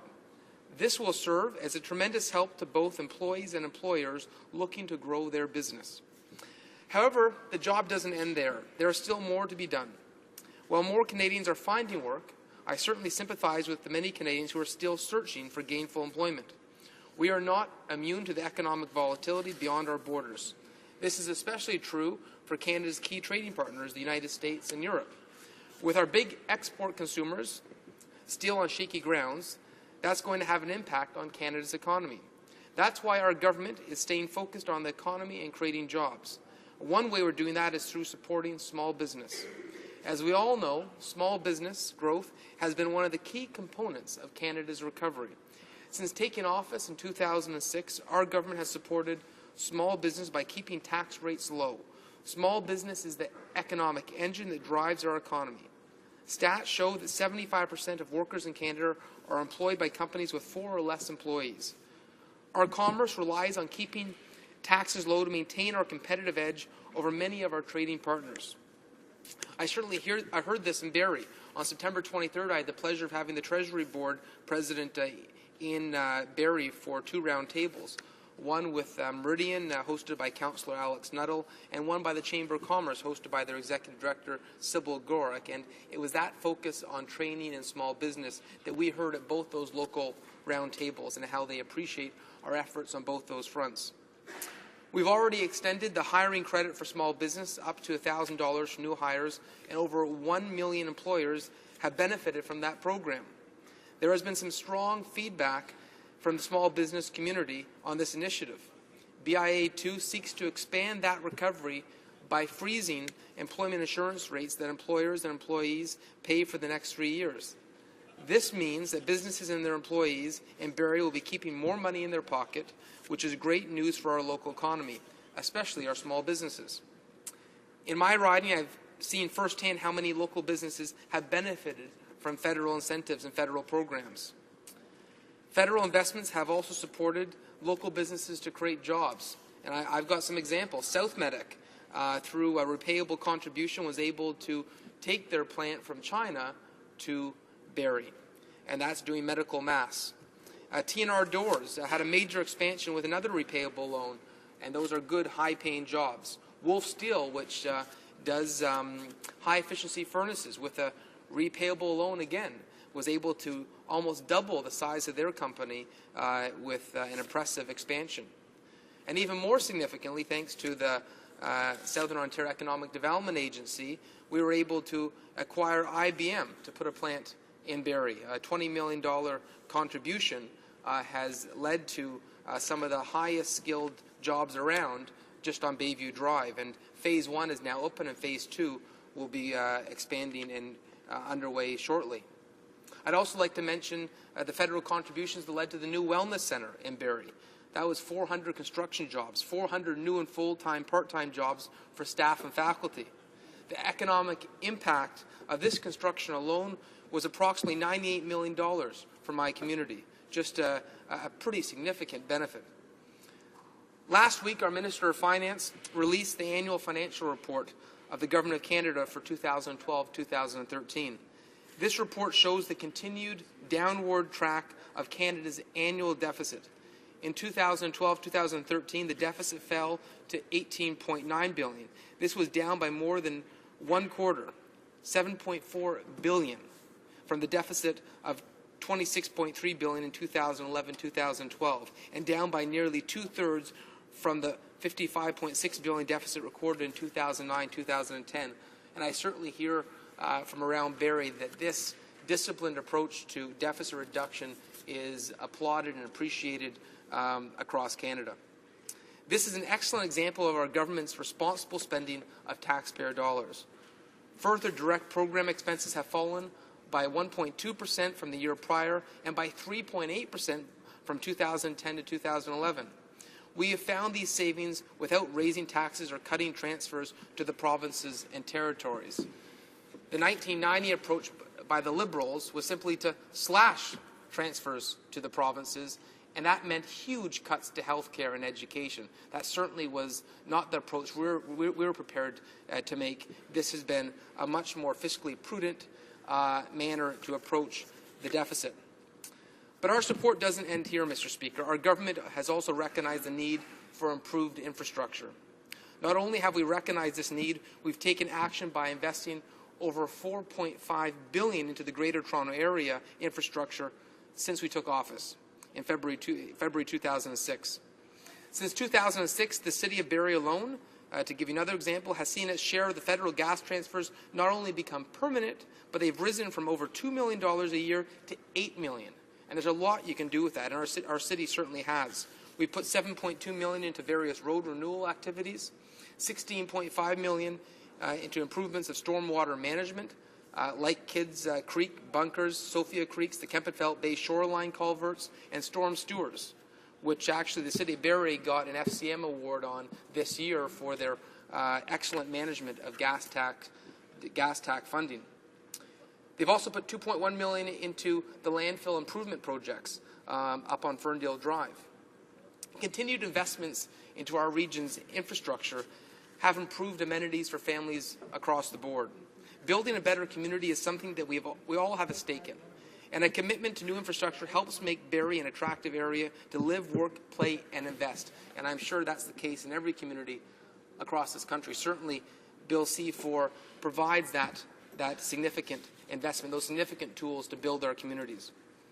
Not only does Bill C-4 address this issue now, but it includes the initiatives that will help Canadians into the future as well. Canada has free trade agreements in force with more than 10 countries, and half of those agreements have been brought into force in just over the last 4 years. These agreements are strategic economic advantages for our country in a wide range of sectors. I think we see that in every community in Canada. Bill C-4 also addresses the Government of Canada's intent to set public service pay and benefit levels that are reasonable, responsible, and in the public interest. Through the much-needed amendments to the Public Service Labour Relations Act, we will ensure that the public service is affordable, modern, and high-performing as taxpayers expect. I see that I have 1 minute remaining, so there's one other item I wanted to mention that I was particularly proud about in this Bill C-4, and that was the investments that is made into Lake Simcoe. This government has put in $59 million into the cleanup of Lake Simcoe. We've never seen a nickel before put into Lake Simcoe before this government. This Bill C-4 also put in funds for the protection against invasive species. And I can tell you Lake Simcoe is a tremendous jewel in our region. It contributes an estimated 200 million to our region, and more than 400,000 people depend on the lake for drinking water. We have seen the phosphorus levels go dramatically down, and I'm so proud that our government has shown such significant leadership on Lake Simcoe. In closing, I'd like to commend the Minister of Finance for his incredible hard work on Bill C-4, the astute leadership he has shown in a manner that he's respecting Canadian taxpayer dollars, investing in a manner that supports the economic growth of our country. Thank you, Mr. Speaker. Questions and comments? Question et commentaire. The honourable member for York South Weston. Thank you, Mr. Speaker. And I listened with interest to the member from Barrie's comments, and there are two things I'd like to mention. One, that this supposed budget bill actually creates dangerous workplaces by forcing employees to continue to work even though a danger exists, unless somehow they can prove that danger is imminent or will cause serious harm. So we're getting into the whole range of things about what's imminent, what's serious. Is asbestos imminent? No. Is it serious? Maybe.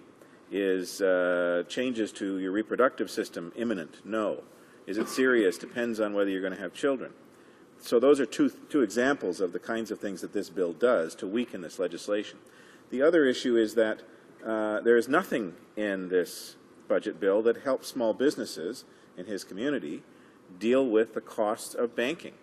The banks have recently raised the fees that businesses must pay to Visa and other credit card companies, and the voluntary system just isn't working, and there's nothing here for it. And would you like to comment on that? The honourable member for Barrie. Thank you, Mr. Speaker. Thank you for the question from the member for York South Weston. In terms of small businesses, I think it's very clear, and I think it's widely recognized across the country that this government has been incredibly supportive, whether it was when we first got to office and reduced the tax rate for small businesses, or more recently with the small business hiring tax credit. Recognizing small businesses, the economic engine of the country, has always been a priority of this government, has always been a focus, and certainly I find it almost comical that the NDP would be standing up asking a question about small businesses. As we know, in every case when there's been a provincial government that's been NDP in this country, small businesses have fled, and I'm sure the member recalls that when NDP were in power in Ontario, where I think we lost close to 10,000 small businesses under their economic management. So the best support for small businesses in Canada is a Conservative budget, and we're certainly seeing that with incredible support for small businesses that we've seen under the leadership of our current Finance Minister. Questions and comments? The honourable member for Lac St. Louis. Mr. Speaker, I'm quite intrigued by the whole issue of weakening worker protection. And I think we're all quite close to our communities. We listen to Canadians, and I've never heard anyone say, what we really need to do in this country is weaken the ability of workers to stay away from dangerous work situations. No one in the entire time that I've been an elected MP has said to me, this is a big problem. Too many workers are refusing to work in dangerous situations that are actually not dangerous at all. So I'm just wondering where the impetus came for the government to act on this issue in this way. The honourable member for Barrie. Well, Mr. Speaker, I'd certainly disagree with the interpretation of the honourable member. What this budget is about is it's certainly about standing up for Canadian workers. It's about creating more jobs and more opportunities. The impetus has been about creating jobs. And I think if you look at every aspect of this budget, it's about ways to stimulate our economy, because more jobs in our community, more jobs in our country mean there's a greater competition for workers. And I've certainly seen that in Barrie, where we've seen our unemployment rate drop from 11.7% to 7.2%, where we're actually starting to see a competition for workers, and that drives higher wages, that drives better working conditions. We saw that with the expansion of TNR Doors, with Napoleon, with the acquisition of IBM. We're talking about creating a vibrant economy, and that's what our finance minister has been doing, and that is a win for workers across Canada. À l'ordre, Conforme. Pursuant to Standing Order 38, I will now inform the House of the question to be raised tonight at the time of adjournment. On rail transportation. Resuming debate. L'honorable député. Honourable Member for Trois-Rivières. Thank you, Mr. Speaker. Mr. Speaker, in order for our politicians get through these difficult days of heavy schedules, we need to find pleasure in the work that we do. And I can't tell you that reading Bill C-4 gave me any pleasure. I decided to do a little bit of other reading and distraction before coming into work, because it seems to me that what we're going through is an old film type of scenario, and maybe not a very good film. It could be called The Rebellion, or if it's an American film, it might be Counterattack. So I spent a few seconds imagining some members of the party across the floor in Emperor or Darth Vader costumes, but I will let you use your own imagination. It is Halloween week, after all, and have a few moments of enjoyment, as I did, before coming back to more serious matters. And I thought I would begin my speech with the famous definition used by the Republican anti-slavery president, the definition of democracy Abraham Lincoln used. That is, democracy is government of the people, by the people, for the people. Very simple, but very concrete. I won't go into details about this definition, but I want to say that the more we move forward with this conservative government, the more I feel that our government is getting dangerously far from this democratic ideal.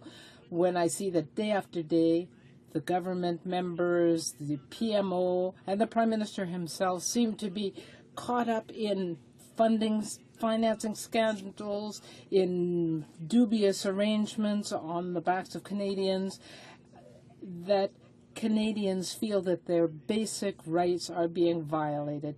And I am very concerned for the very future of our parliamentary system. Bill C-4 is an attempt by the Conservatives for the fourth time. People say that once does not make habit, but when we see 4 times, then this is a tendency on the part of the government, one might say. So the 4th time in 2 years that this government is trying to avoid having any kind of analysis or supervision done by Parliament and the people. Canadians deserve better than this omnibus bill that makes Canadian families more vulnerable by increasing the cost of living and cutting jobs. These bills are so huge that it is very difficult to understand them, and mostly they have a huge number of measures. They have, for example, measures about appointing supreme judges and all sorts of things.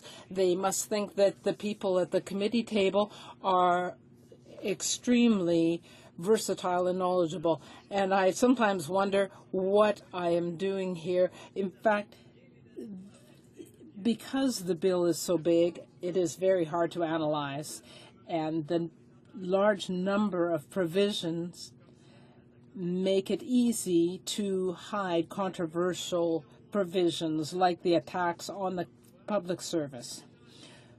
For the past few months, we have seen the government's actions on employment insurance and we see that Conservative ministers are unable to implement a policy to move this country forward. The democratic process, based on dialogue and consultation, has been trampled, and these reforms that we would like to see have ended up in the elimination of many programs and services.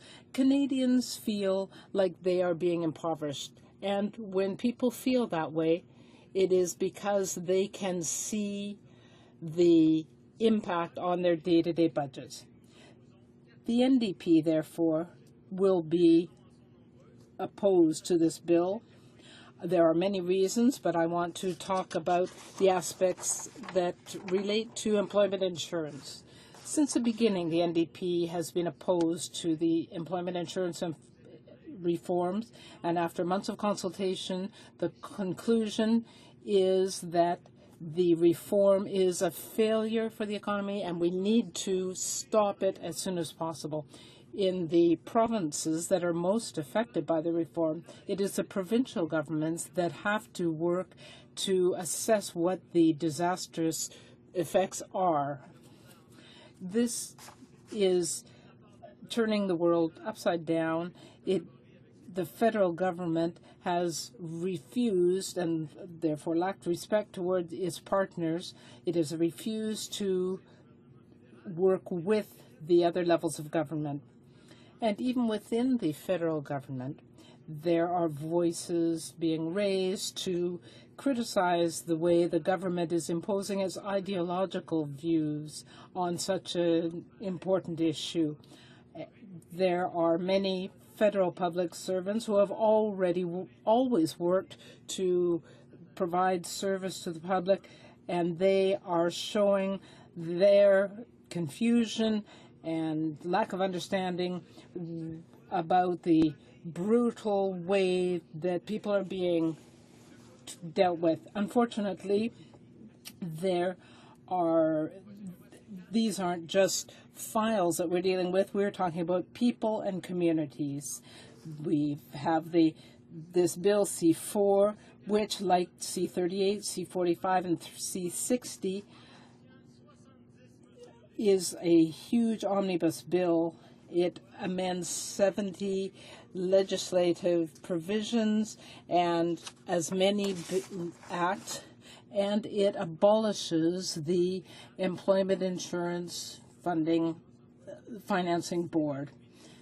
So concretely, it abolishes the EI Financing Board and gives the Minister of Finance the power to set rates. So once again, this is discretionary power being given to the minister. What was the role of the EI Financing Board? It's quite vague, really. In 2008, the Conservatives set up this board, and we thought we were going in the right direction. We thought at least this is a tiny step in the right direction. It seemed to be one step forward and two steps back, but there we go. We thought that this was maybe the tool that was needed to avoid having successive governments steal money from the Employment Insurance Fund to deal with other deficits. And we expected that the board would prevent this kind of skimming off of the fund that happened under in the Chrétien and Martin governments, when the government took billions of dollars from the workers and employers that had contributed. But the Conservatives are a group that we have to be very skeptical about. The board was a good intention, but it never became an office with powers and action. Is there just 1 minute left, Mr. Speaker? Oh. Well, I will speak quickly and move on. This EI Financing Board has thus been abolished, and the government is playing dangerously with its powers. Canadians across the country, whether they are employees or employers, are affected by this move. Who can be sure of having a lifelong job and not need employment insurance? And the answer is easy. No one can be sure of that. Why is the government continually attacking those who are having difficulty finding long-term jobs? I would end by saying that unemployment is a major concern for NDP members of Parliament. We need to reduce uncertainty for those looking for jobs around Canada, across Canada. And in 2015, when we replace this scandal-ridden, tired government, we will implement a mechanism to ensure that the money in the EI insurance fund are used for the purposes for which they are intended. Thank you, Mr. Speaker. All right, come on, time. Questions and comments. Questions and comments. The honourable member for Algoma, Manitoulin, Kapuskasey. Thank you, Mr. Speaker. I really appreciate the remarks made by my colleague. He talked about the EI Financing Board and the fund, and this is a very sensitive issue for both the Conservatives and the Liberals. In 2008, the government set up the board to display more transparency with respect to employment insurance. And we can imagine how much money was spent setting up the board. And this was supposed to ensure transparency. But they didn't give the board the powers that it needed because the government wanted to have the decision-making authority. So this initiative did not really bear fruit. I would like to hear from my colleague why we cannot trust either the Liberals or the Conservatives not to take money out of the EI fund and how we can protect employees. The honourable member for Trois-Rivières. I would like to thank my colleague for her question. $57 billion, if we want to go into the numbers, were stolen from the Employment Insurance Fund by the Liberal and Conservative governments, respectively. $57 billion. If we just stop for a moment and try to imagine $57 billion at 5 or 6% interest, that would give us an idea of the economic lever that we would have to help families. This is a social safety net to help people while they are looking for employment. The majority of people who receive employment insurance benefits never get to the end of their period of benefits because they find another job. Right now,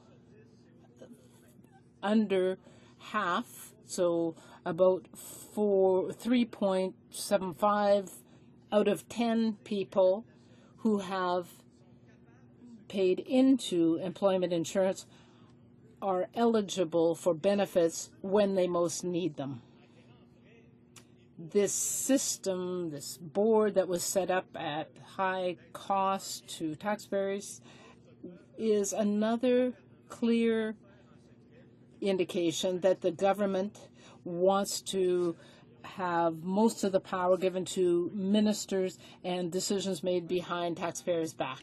Come on, tired. The honourable member for Winnipeg North. Yes, thank you, Mr. Speaker. You know, I think it's, first and foremost, I must say that I do not buy the numbers that the member is putting on the record in regards to the billions of dollars. And I'd love for him to be able to clearly show that on any sort of a document. But what interests me is my understanding of it is that when the Liberals were in government, it was the National Auditor General that made the recommendations. Am I to believe, and are Canadians to believe, that if the National Auditor General recommends something, if the NDP have anything to do with it, that they will not follow the advice of the National Auditor General? That is, in fact, from what I understand, had taken place, Mr. Speaker. So it gives the impression, the members giving the impression, that the House of Commons should not be following recommendations of the Auditor General of Canada. Is that an adopted position of the New Democratic Party today? The Honourable Member for Trois-Rivières. You have 40 seconds. Thank you, Mr. Speaker. I want to thank my colleague for his question. Very simply put, and here, once again, I see that the Liberals are unable to understand the needs of Canadians. If you go anywhere in Canada, you will find an organization representing the interests of the unemployed, and you will get the same figures from any of them. It's probably more difficult to admit the truth when you've already had your fingers in the till. Reprise du débat. The honourable member for Huron-Bruce. All right. Thank you, Mr. Speaker. Pleasure to rise today to speak on the Budget Implementation Act.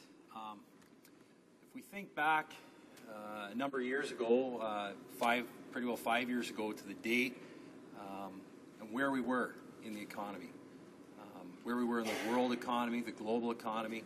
Certainly no one forgets the financial crisis that occurred in the United States, the failures of investment banking houses, the failures of banks throughout the United States. Lehman Brothers is certainly a 158-year-old investment bank that went out of business. We can remember the troubled asset plan, the TARP, that the United States brought in, $700 billion to help keep the banking sector alive in the United States. The credit crunch, we can all remember those terms back 5 years ago. And what's the point of that, Mr. Speaker? The point is that was really the genesis, one of the genesis of the economic downturn that occurred in early 2008 right through till, for more than a year after that. The idea, Mr. Speaker, is that the economic downturn didn't start in Canada. Absolutely no one would ever say that. Certainly we were negatively impacted by the downturn. The contraction of the U.S. economy in 2005 was minus 1.5, negative growth. Europe, Eurozone, went down 2%. It contracted. Japan, it contracted as well, 2.5%. So when we put it in context and we look back 5 years ago, that's really what this government was dealt with. How to get out of it was the question that we needed to answer.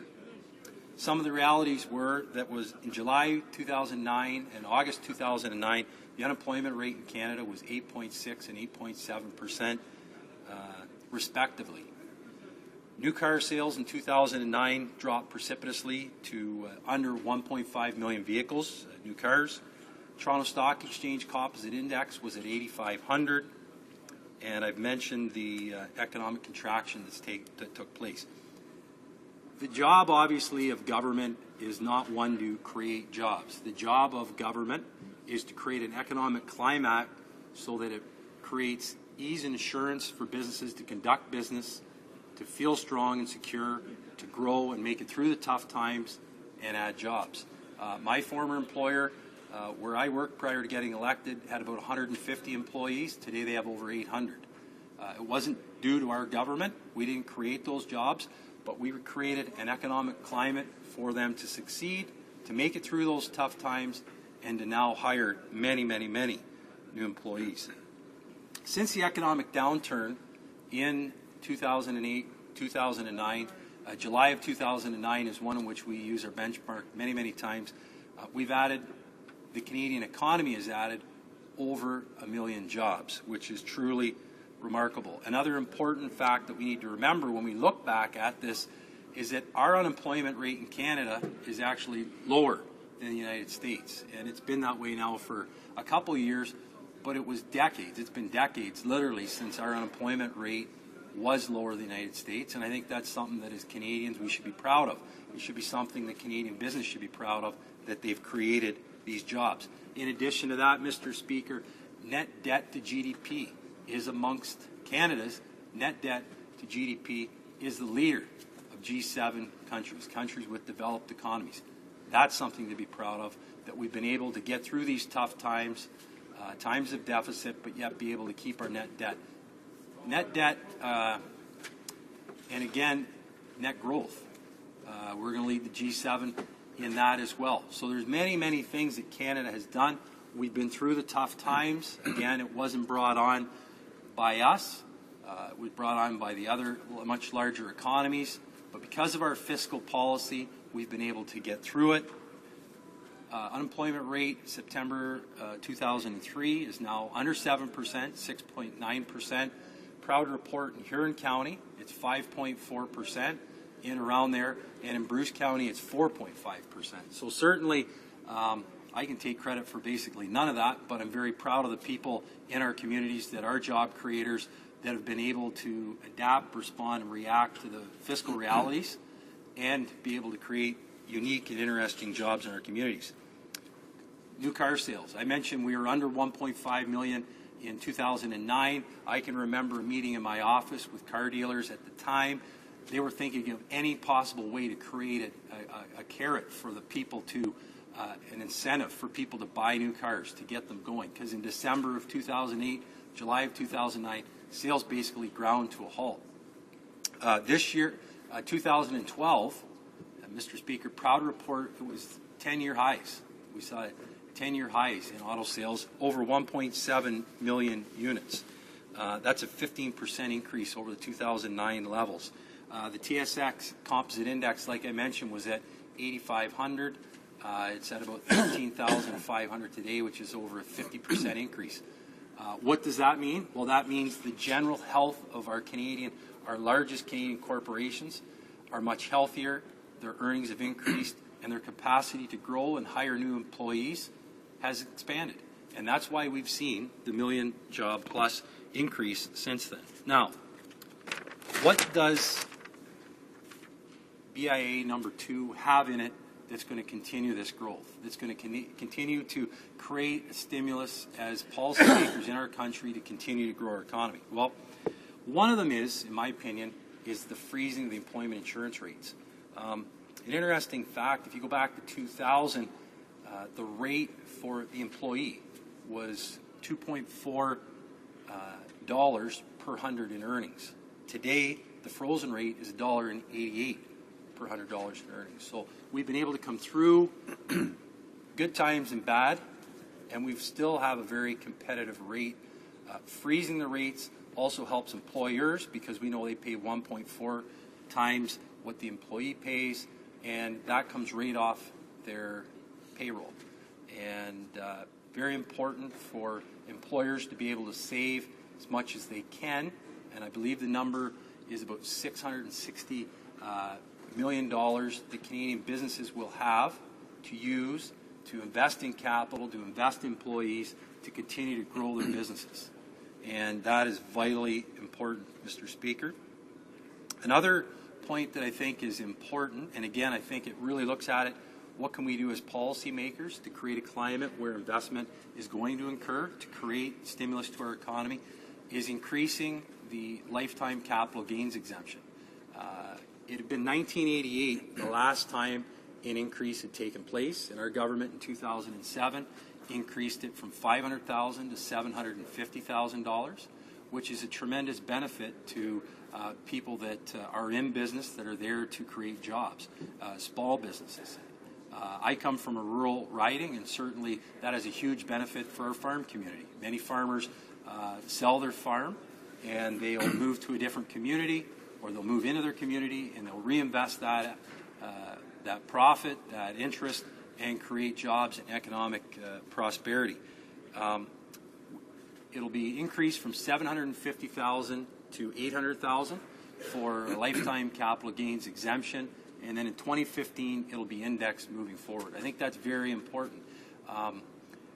It's very important because a lot of times what happens is capital gets locked in. It gets locked up, and the person holding that capital, that asset, doesn't want to sell it because they're going to have to trigger a taxable occurrence. Now, that's part of life. That's just the way it is.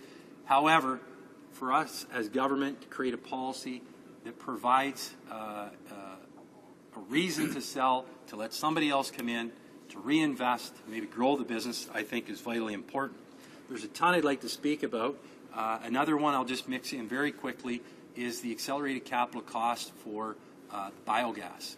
And there's a farm in my community near Walkerton that has actually taken this and created actually a biogas facility that uses methane and uses food waste from food industry and actually creates electricity off of 2 Caterpillar engines. So to be able to now take that and to be able to accelerate the depreciation to, again, create a stimulus, to create a reason to make an investment, to provide an ability to depreciate it quicker, I think is a great opportunity. Mr. Speaker, there's about 4 or 5 other things I'd like to talk about.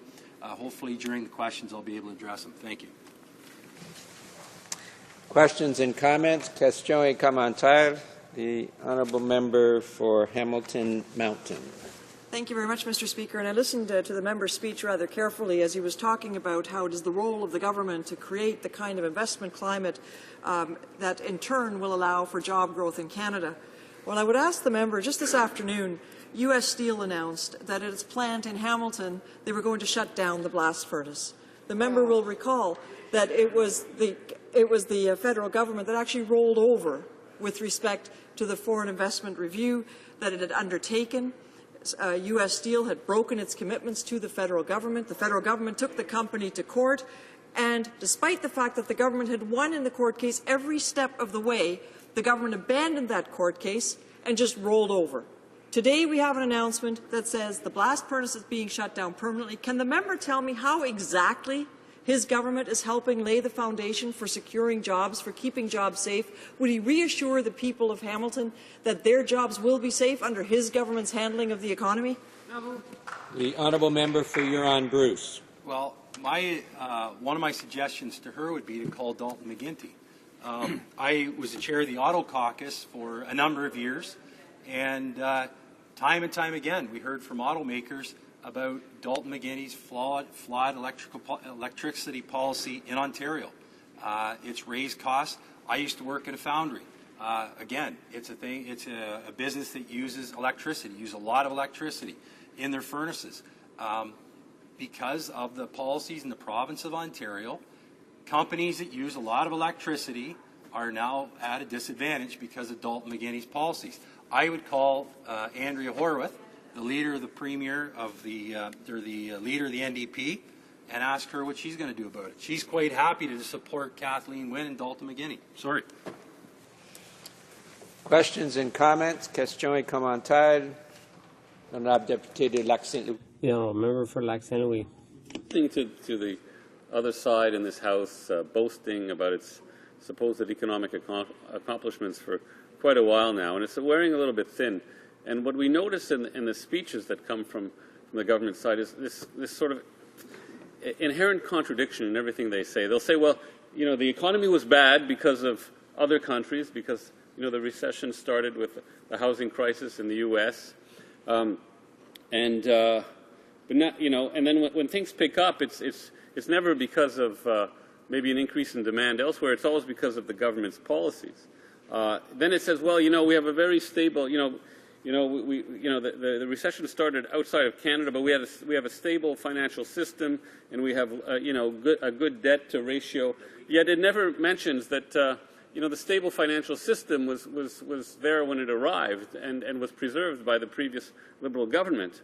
And then it never mentions that if we have a good debt ratio, it might be because of the 7 years of continuous surpluses that the previous government built up. So, but one thing I find quite interesting, Mr. Speaker, is that they take credit for the growth of employment. Well, everyone who has read an economic textbook knows that employment naturally increases with population. And some economists are saying that the increase in employment is being driven by an increase in population. So how can the government constantly take credit for things that are happening naturally? Increased demand for oil, that's happening naturally. Immigration is bringing in more people, creating more jobs, and so on. So how can the government always take credit for everything?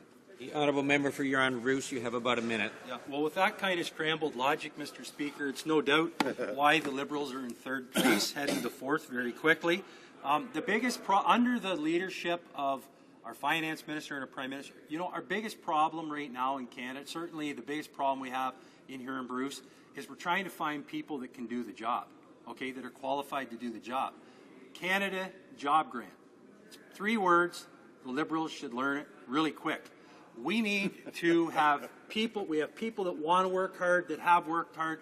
They need a hand up, Mr. Speaker. They need retrained. I know all the professors down at the far end in the third party have no comprehension about that because they learned it in the classroom, okay? But here where we've actually done the jobs that are in the economy, we understand that sometimes people need to be retrained. Sometimes people need a chance to get improvements. In Huron-Bruce, that's what we need. We need the Canada Job Grant. The professor party down there at the far end need to clue in.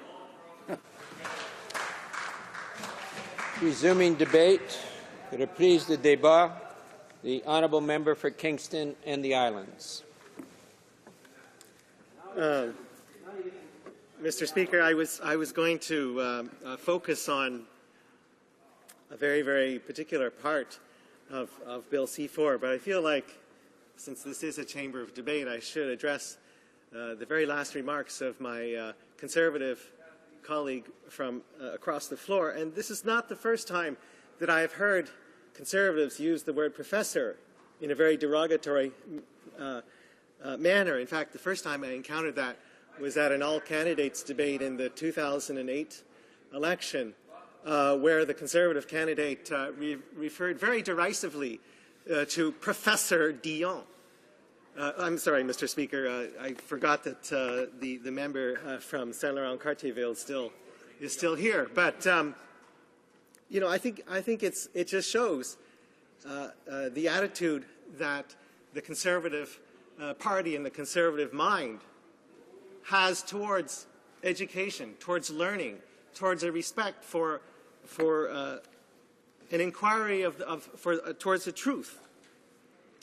And I feel like I really have to point this out because the member opposite clearly intended to insult Liberal Party members by calling us the Professor Party. Well, I'm proud to be the party that thinks about facts and evidence and occasionally is humbled by facts and evidence.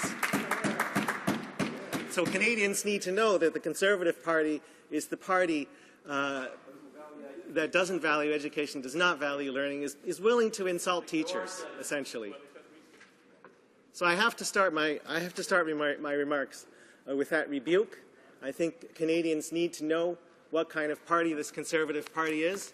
I have 3 post-secondary institutions in my riding of Kingston and the Islands: the Royal Military College of Canada, Queen's University, and St. Lawrence College. And I know that all of the professors and their students would be insulted by the remark of my colleague across the way. Let me now talk about a particular part of Bill C-4, and that is the changes that will be made to the members of the National Research Council. That is, the council members who serve in an advisory capacity to the management of the National Research Council. In Bill C-4, the composition of the council is going to be reduced from 18 members plus a president to 10 members plus a chairperson plus a president. And what I would like to talk about today is simply to ask the question why, because that question has not been answered in the legislation. It appears in the legislation, and there has really been no supporting argument from the government to make this change. And I want to talk about why this should not be considered a trivial change. These are not salaried employees, Mr. Speaker. I think Some members, as I checked the record, have thought that scientists were being cut from NRC, scientist employees. These are experts who are meant to guide the management of NRC and the planning for the future of NRC.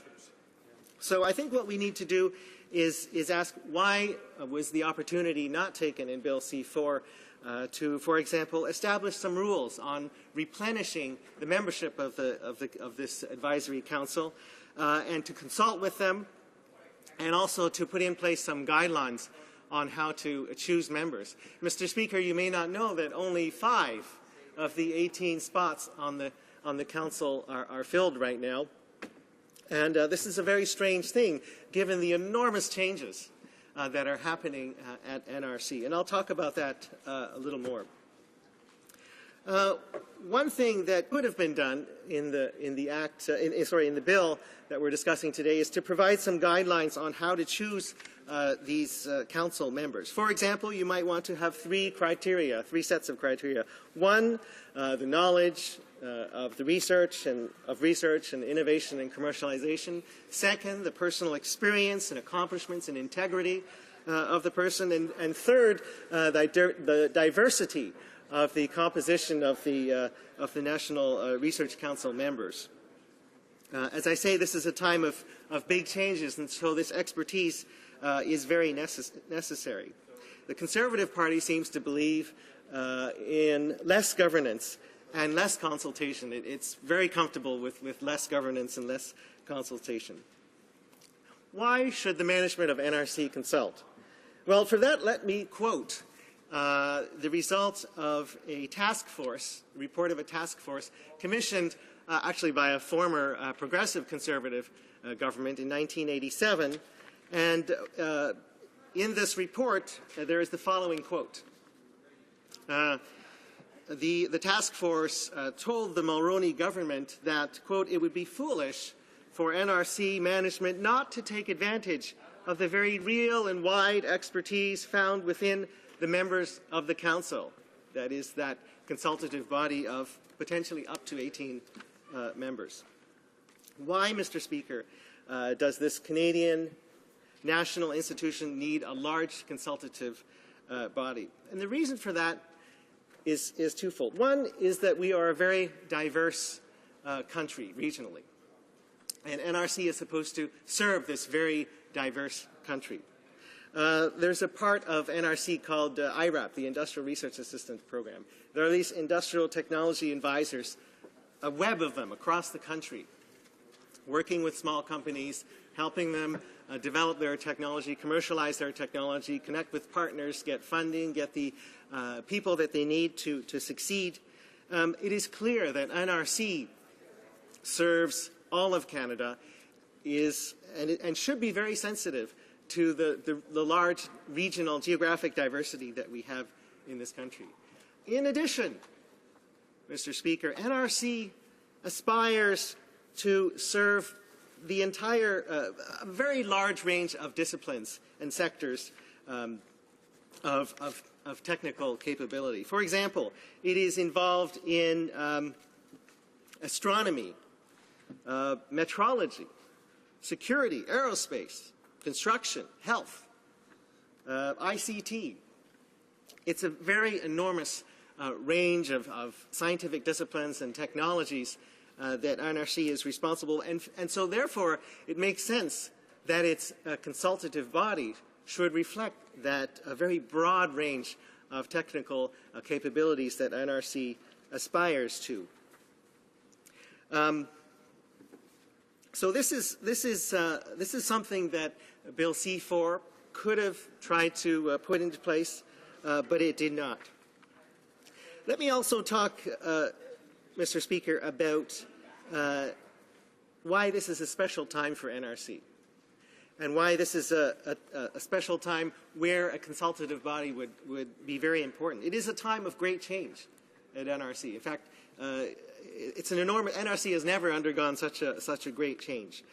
We know that there used to be these institutes at NRC, and this has been completely restructured into R&D portfolios with these individual programs inside that have to get their business plan approved through this 4-step process. We know that this approval process has been very slow, probably too slow for the comfort of the Minister of State for Science and Technology, and certainly too slow for the morale of the scientists and the researchers at NRC. And we know that morale has been severely tested at NRC. We receive messages all the time from people who work at NRC. And we even know that there was an online survey on the internal NRC website which shows how low morale was, how dissatisfied workers at NRC were. So this is a time of extreme stress at NRC, and it is important to have that consultative body. And I might just throw out the question to the government: did a second pair of eyes check out the idea of sending Tim Hortons cards to the employees, some of which went to employees who lost their jobs? So, Mr. Speaker, let me conclude by saying the following: that this is an important time for NRC. This is an opportunity to make sure that NRC is fully consulting with a diverse geographic and disciplinary range that it aspires to. And this is a time when the NRC Council can be strengthened and can be used to provide good advice to the management of NRC as it attempts this very ambitious transformation, a transformation which we know has had some problems, has been a bit slow, has caused morale to suffer at NRC, and I think the government has missed an enormous opportunity here. Thank you. Questions and comments? Question et commentaire. The honourable member for Saanich Gulf Islands. Thank you, Mr. Speaker, and I thank my honourable colleague from Kingston and the Islands for raising the importance of what we find at Division 10 of Bill C-4. It's when we're dealing with omnibus budget bills, there's scant attention paid to the multiple ways in which this legislation impacts on dozens of pieces of legislation. And I look back and just ask my colleague about these changes to the National Research Council. They're obviously not intended to save money. They reduce the scope of the work of the National Research Council in terms of the expertise upon which it can draw. But he failed to mention one of the other changes brought about by this administration, which was the elimination of the position of the science advisor to the Prime Minister. So we're seeing it's recently outlined in a book by Chris Turner, The War on Science. What does my honourable colleague make of this effort to undermine access to good advice from those who are qualified to offer it on areas of scientific competence? The honourable member for Kingston and the Islands. Well, I think it is very important for a government to have access to and respect and listen and act on the very best advice in order to formulate policy, and that includes science advisors. That includes, in terms of the management of NRC, advice that can come from the members of the council. You know, the thing that can happen if you're willing to accept this advice is that sometimes you realize you're wrong, and you have to change what you're doing. And that's what I mean by sometimes we're humbled by a respect for the truth. And I think we should govern that way. I think it's a good thing for the country that we govern in that way, and it can be embarrassing sometimes for the government, perhaps not as embarrassing as what the government is experiencing now. But, you know, it's a good thing to be humbled by the truth sometimes. And I think if you let yourself be humbled by the truth, you'll avoid the kind of situation that the current government is in with the problems that the Prime Minister's office is having and with some of the senators it appointed. Thank you. Questions and comments? Question et commentaire. L'honorable député d'Alfred Pellin. The honourable member for Alfred Pellin. Thank you very much, Mr. Speaker. And as you know, in the NDP, we are opposed to all omnibus bills. We have opposed omnibus bills put forth by the Liberals in the 90s as well. But my question is simple. It deals with the eye. A lot has been said about it, but I'd like to know what my colleague thinks, my Liberal colleague thinks about the proposed changes to employment insurance.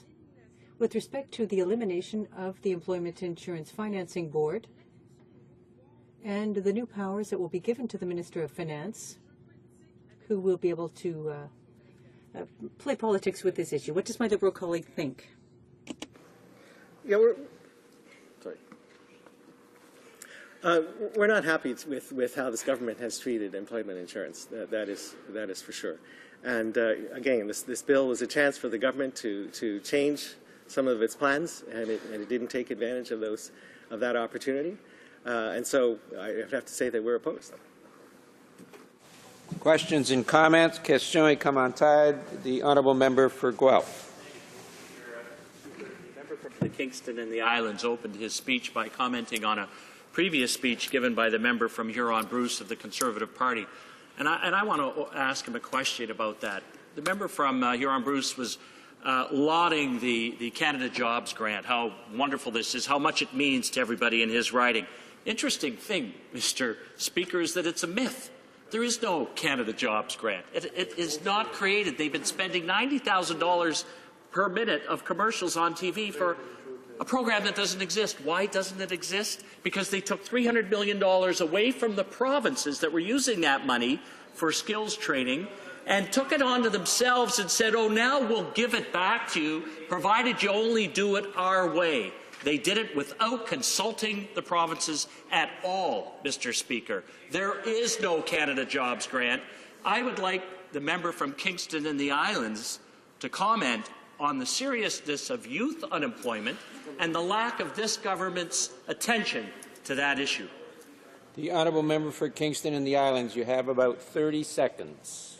Well, as I've said before in the chamber, Mr. Speaker, the youth employment strategy is not working. The number of jobs that the federal government has created for young people has decreased from 2006, something like half of what it was in 2006. And I think it is very important for the government to look at that and to take some measures, because this will have a big impact on the economy. And youth unemployment is the age group where employment has not recovered since the 2008 recession. So I think there should be quite a focus on that, and there isn't.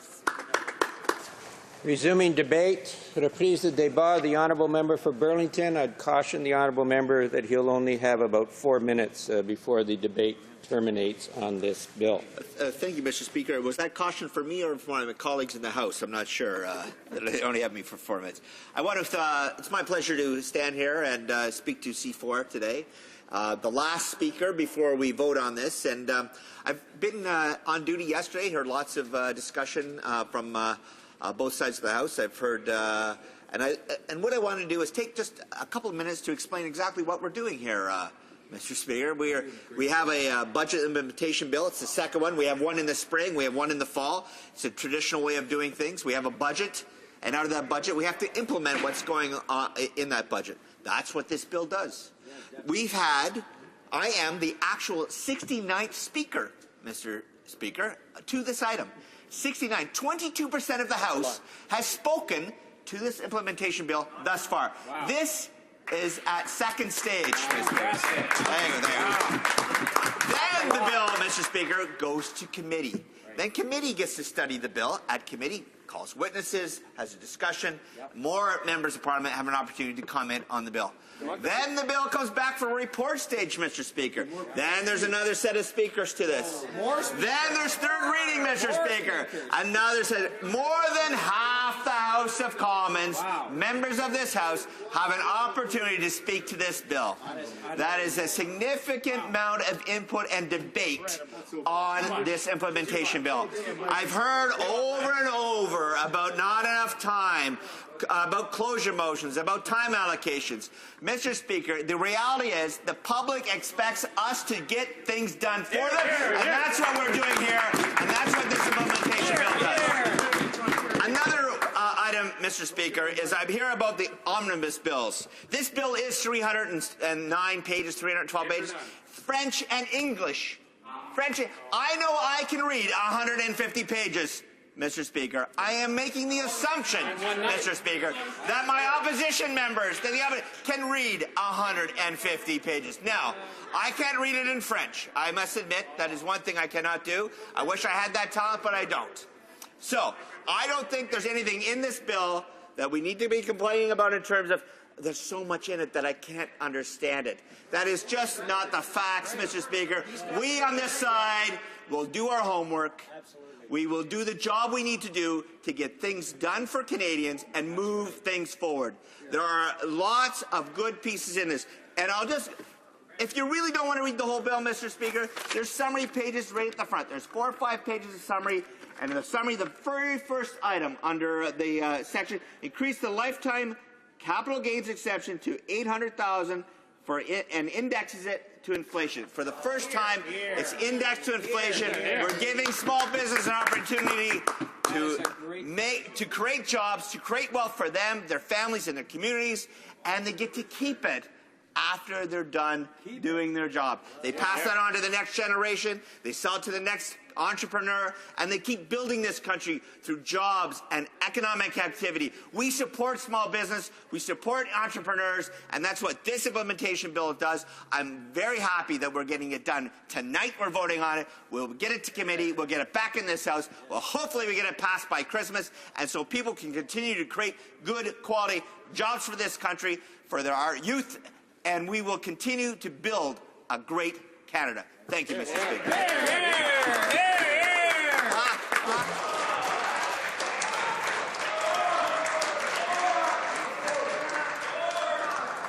Well, no more.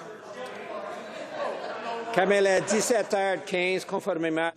It being 5:15, pursuant to order made Thursday, October 24th, 2013, it is my duty to interrupt the proceedings and to put forthwith every question necessary to dispose of the second reading stage of the bill now before the House. The question is as follows. Mr. Flaherty, seconded by Mr. Gozo, move that Bill C4, a second act to implement certain provisions of the budget tabled in Parliament on March 21st, 2013, and other measures be now read a second time and referred to the Standing Committee on Finance. Reasoned amendment, Madame Nash, appuyée par Monsieur Chisholm, propose l'amendement suivant. Ms. Nash, seconded by Mr. Chisholm, move the following amendment to that. The motion be amended by deleting all the words after the word that and substituting the following. This House declined to give second reading to Bill C4, a second act to implement certain provisions of the budget tabled in Parliament on March 21st, 2013, and other measures because it, A, decreases transparency and erodes democratic process by amending 70 different pieces of legislation, many of which are not related to budgetary measures. Health and safety protections for Canadian workers. Dispense? No. B, dismantles health and safety protections for Canadian workers, affecting their right to refuse unsafe work. C, increases the likelihood of strikes by eliminating binding arbitration as an option for public sector workers. And D, eliminates the independent Canada Employment Insurance Financing Board, allowing the government to continue playing politics with employment insurance rate setting. The question is on the amendment. Is it the pleasure of the House to adopt the amendment? Que tous ceux qui appuient l'amendement. All those in favour of the amendment will please say yea. Que tous ceux qui s'y opposent. All those opposed to the amendment will please say nay. À mon avis, les non l'emportent. In my view, the nays have it. Convoquez. Call in the members.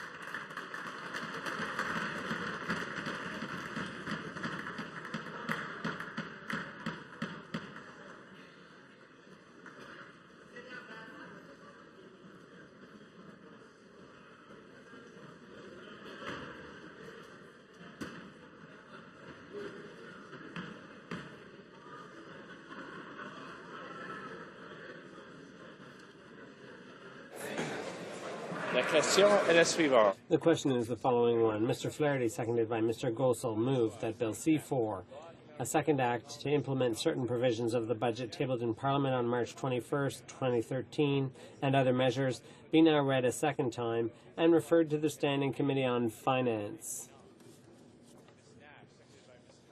Move the following amendment. The motion be amended by deleting all the words after the word that and substituting the following. May I dispense?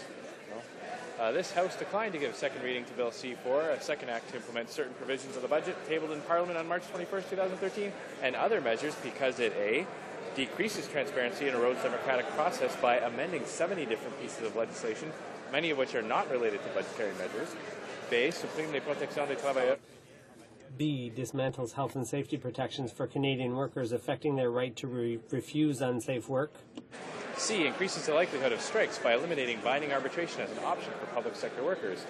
And D, eliminates the Independent Canada Employment Insurance Financing Board, allowing the government to continue playing politics with employment insurance rate setting. The question is on the amendment. All those in favor of the amendment will please rise. Mr. Cullen. Mr. Cullen. Ms. Sims Newton North Delta. Ms. Sims Newton North Delta. Mr. Alan Welland. Mr. Alan Welland. Monsieur Godin. Mr. Godin. Ms. Chow. Ms. Chow. Mr. Dewar. Mr. Dewar. Mr. Harris St. John's East. Mr. Harris St. John's East. Madame Boivin. Madame Boivin. Ms. Leslie. Ms. Leslie. Ms. Davies Vancouver East. Ms. Davies Vancouver East. Mr. Christopherson. Mr. Christopherson. Ms. Nash. Ms. Nash. Mr. Julian. Mr. Julian. Ms. Crowder. Ms. Crowder. Mr. Davies Vancouver Kingsway. Mr. Davies Vancouver Kingsway. Ms. Matheson. Ms. Matheson. Ms. Duncan Edmonton Strathcona. Ms. Duncan Edmonton Strathcona. Mr. Martin. Mr. Martin. Mr. Scott. Mr. Scott. Mr. Bevington. Mr. Bevington. Madame Moore Abitibi-Témiscamingue. Madame Moore Abitibi-Témiscamingue. Madame Day. Madame Day. Mr. Donnelly. Mr. Donnelly. Mr. Massey. Mr. Massey. Madame Leblanc-Lassalle-Mort. Madame Leblanc-Lassalle-Mort. Mr. Kelway. Mr. Kelway. Madame Brosseau. Madame Brosseau. Monsieur Toon. Monsieur Toon. Madame Turmel. Madame Turmel. Ms. Charlton. Ms. Charlton. Mr. Chisholm. Mr. Chisholm. Monsieur Boulris. Monsieur Boulris. Mr. Angus. Mr. Angus. Madame Laverdière. Madame Laverdière. Madame Hughes. Madame Hughes. Mr. Harris Scarborough Southwest. Mr. Harris Scarborough Southwest. Mr. Thibault. Mr. Thibault. Madame Papillon. Madame Papillon. Madame Lou. Madame Lou. Mr. Cash. Mr. Cash. Mr. Stewart. Mr. Stewart. Mr. Garrison. Mr. Garrison. Monsieur Ravignan. Monsieur Ravignan. Madame Blanchette-Lamotte. Madame Blanchette-Lamotte. Monsieur Aubin. Monsieur Aubin. Monsieur Dubé. Monsieur Dubé. Madame Grosguet. Madame Grosguet. Madame Boutin-Sweet. Madame Boutin-Sweet. Monsieur Saganache. Monsieur Saganache. Madame Peclet. Madame Peclet. Monsieur Gravel. Monsieur Gravel. Mr. Rafferty. Mr. Rafferty. Monsieur Maille. Monsieur Maille. Monsieur Caron. Monsieur Caron. Monsieur Larose. Monsieur Larose. Monsieur Gigard. Monsieur Giguère. Monsieur Rousseau. Monsieur Rousseau. Monsieur Genet-Jourdain. Monsieur Genet-Jourdain. Monsieur Lapointe. Monsieur Lapointe. Monsieur Côté. Monsieur Côté. Monsieur Dussault. Monsieur Dussault. Monsieur Choquette. Monsieur Choquette. Mr. Sandu. Mr. Sandu. Madame Sella. Madame Sella. Madame Michaud. Madame Michaud. Madame Freeman. Madame Freeman. Mr. Tibison. Mr. Tibison. Madame Doré-Lefebvre. Madame Doré-Lefebvre. Madame Quash. Madame Quash. Madame Bourg. Madame Bourg. Monsieur Nichols. Monsieur Nichols. Mr. Sullivan. Mr. Sullivan. Monsieur Blanchette. Monsieur Blanchette. Monsieur Bramy. Monsieur Bramy. Mr. Comartin. Mr. Comartin. Madame Morin Saint-Hyacinthe-Fagotte. Madame Morin Saint-Hyacinthe-Fagotte. Monsieur Jacob. Monsieur Jacob. Monsieur Nunez-Melo. Monsieur Nunez-Melo. Monsieur Tremblay. Monsieur Tremblay. Monsieur Pilon. Monsieur Pilon. Monsieur Genet. Monsieur Genet. Mr. Stauffer. Mr. Stauffer. Monsieur Chicoine. Monsieur Chicoine. Mr. Cleary. Mr. Cleary. Monsieur Morin Chicoutimi-Le-Fjord. Monsieur Morin Chicoutimi-Le-Fjord. Madame Morin Notre-Dame-de-Grâce-la-Chine. Madame Morin Notre-Dame-de-Grâce-la-Chine. Madame Hassainia. Madame Hassainia. Monsieur Diane Labelle. Monsieur Diane Labelle. Madame Reynaud. Madame Reynaud. Mr. Benskin. Mr. Benskin. Mr. Adamenenko. Mr. Adamenenko. Monsieur Morin Laurentier-Labelle. Monsieur Morin Laurentier-Labelle. Monsieur Trudeau. Monsieur Trudeau. Mr. Goodale. Mr. Goodale. Mr. Easter. Mr. Easter. Mr. Regan. Mr. Regan. Mr. Bélanger. Mr. Bélanger. Mr. Burns. Mr. Burns. Mr. Valeriot. Mr. Valeriot. Ms. Foote. Ms. Foote. Mr. Lamoureux. Mr. Lamoureux. Monsieur Dion. Monsieur Dion. Ms. Scrow. Ms. Scrow. Ms. Bennett. Ms. Bennett. Mr. Bryson. Mr. Bryson. Mr. McKay Scarborough-Guildwood. Mr. McKay Scarborough-Guildwood. Mr. Cusner. Mr. Cusner. Mr. Eiking. Mr. Eiking. Mr. Karagianis. Mr. Karagianis. Mr. Pachetti. Mr. Pachetti. Ms. Murray. Ms. Murray. Mr. McGinty. Mr. McGinty. Mr. Scarpalagia. Mr. Scarpalagia. Madame Saint-Denis. Madame Saint-Denis. Mr. Sims Bonavista Gander Grand Falls Windsor. Mr. Sims Bonavista Gander Grand Falls Windsor. Mr. Andrews. Mr. Andrews. Ms. Duncan Etobicoke North. Ms. Duncan Etobicoke North. Mr. Garneau. Mr. Garneau. Mr. Chou. Mr. Chou. Mr. Casey. Mr. Casey. Monsieur Plamondon. Monsieur Plamondon. Monsieur Fortin. Monsieur Fortin. Mr. Heyer. Mr. Heyer. Ms. May. Ms. May. All those opposed to the amendment will please rise. Mr. Harper. Mr. Harper. Mr. Fletcher. Mr. Fletcher. Ms. Leach. Ms. Leach. Mrs. Glover. Mrs. Glover. Mr. Fantino. Mr. Fantino. Mr. Valcourt. Mr. Valcourt. Mr. Blaney. Mr. Blaney. Ms. Finley Haldeman Norfolk. Ms. Finley Haldeman Norfolk. Mr. Nicholson. Mr. Nicholson. Mr. McKay Central Nova. Mr. McKay Central Nova. Mr. Van Loan. Mr. Van Loan. Monsieur Lebel. Mr. Lebel. Mr. Flaherty. Mr. Flaherty. Mr. Clement. Mr. Clement. Mr. Baird. Mr. Baird. Mr. Paradis. Mr. Paradis. Mr. Kenny, Calgary Southeast. Mr. Kenny, Calgary Southeast. Mr. Morport, Moody, Westwood, Port Coquitlam. Mr. Morport, Moody, Westwood, Port Coquitlam. Mrs. Aglukak. Mrs. Aglukak. Mr. Fast. Mr. Fast. Ms. Ambrose. Ms. Ambrose. Mr. Oliver. Mr. Oliver. Ms. Finley, Delta Richmond East. Ms. Finley, Delta Richmond East. Mr. Alexander. Mr. Alexander. Mr. Benoit. Mr. Benoit. Mr. Breitkreutz. Mr. Breitkreutz. Mr. Chong. Mr. Chong. Mr. Menzies. Mr. Menzies. Mrs. Troupe. Mrs. Troupe. Mr. Dykstra. Mr. Dykstra. Mr. O'Bry. Mr. O'Bry. Monsieur Gould. Monsieur Gould. Mr. Moore, Fundy Royal. Mr. Moore, Fundy Royal. Monsieur Poliev. Mr. Poliev. Monsieur Bernier. Monsieur Bernier. Mr. Gossal. Mr. Gossal. Mr. Goodyear. Mr. Goodyear. Mr. Duncan, Vancouver Island North. Mr. Duncan, Vancouver Island North. Mrs. Yelich. Mrs. Yelich. Mrs. Wong. Mrs. Wong. Ms. Bergen. Ms. Bergen. Ms. Rempel. Ms. Rempel. Mr. Upal. Mr. Upal.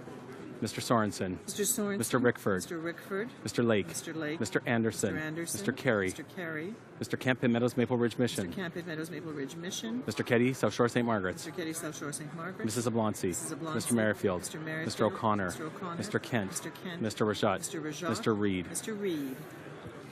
Mr. Velicott. Mr. Velicott. Mr. Goldring. Mr. Goldring. Mr. Anders. Mr. Anders. Mr. Albus. Mr. Albus. Mr. Strahl. Mr. Strahl. Mr. Trottier. Mr. Trottier. Mr. Braid. Mr. Braid. Mr. Deckert. Mr. Deckert. Mr. Gauguin. Mr. Gauguin. Mr. Bazan. Mr. Bazan. Ms. Brown Newmarket Aurora. Ms. Brown Newmarket Aurora. Mr. Calandra. Mr. Calandra. Mr. Lukiski. Mr. Lukiski. Ms. James. Ms. James. Mrs. Block. Mrs. Block. Mrs. McLeod. Mrs. McLeod. Mr. Leung. Mr. Leung. Mr. Saxton. Mr. Saxton.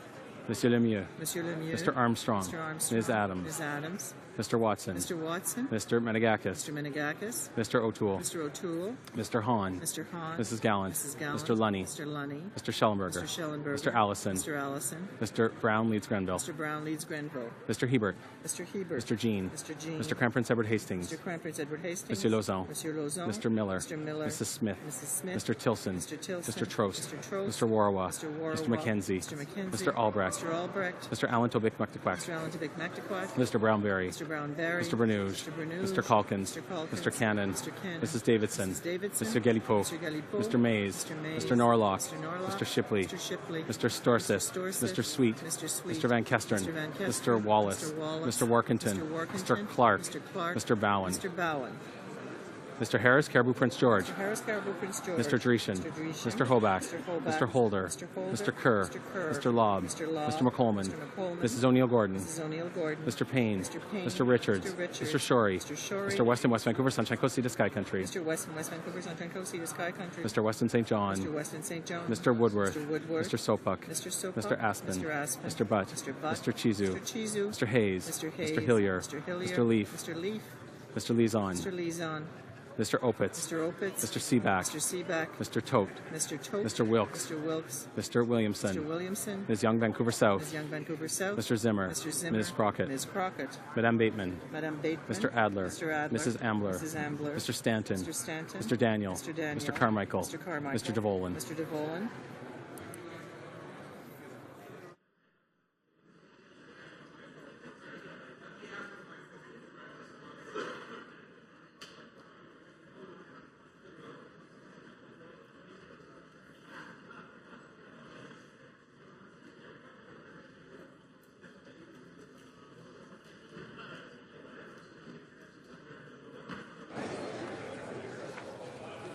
Yeas pour 124, 124. Nays contre 151, 151. I declare the amendment defeated. The next question is on the main motion. The question is as follows. Mr. Flaherty, seconded by Mr. Gossel, moved that Bill C-4, a second act to implement certain provisions of the budget tabled in Parliament on March 21st, 2013, and other measures, be now read a second time and referred to the Standing Committee on Finance. Is it the pleasure of the House to adopt the motion? All those in favor will please say yay. All those opposed will please say nay.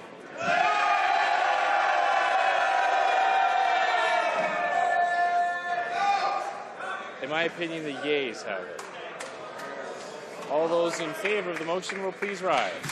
Mr. Harper.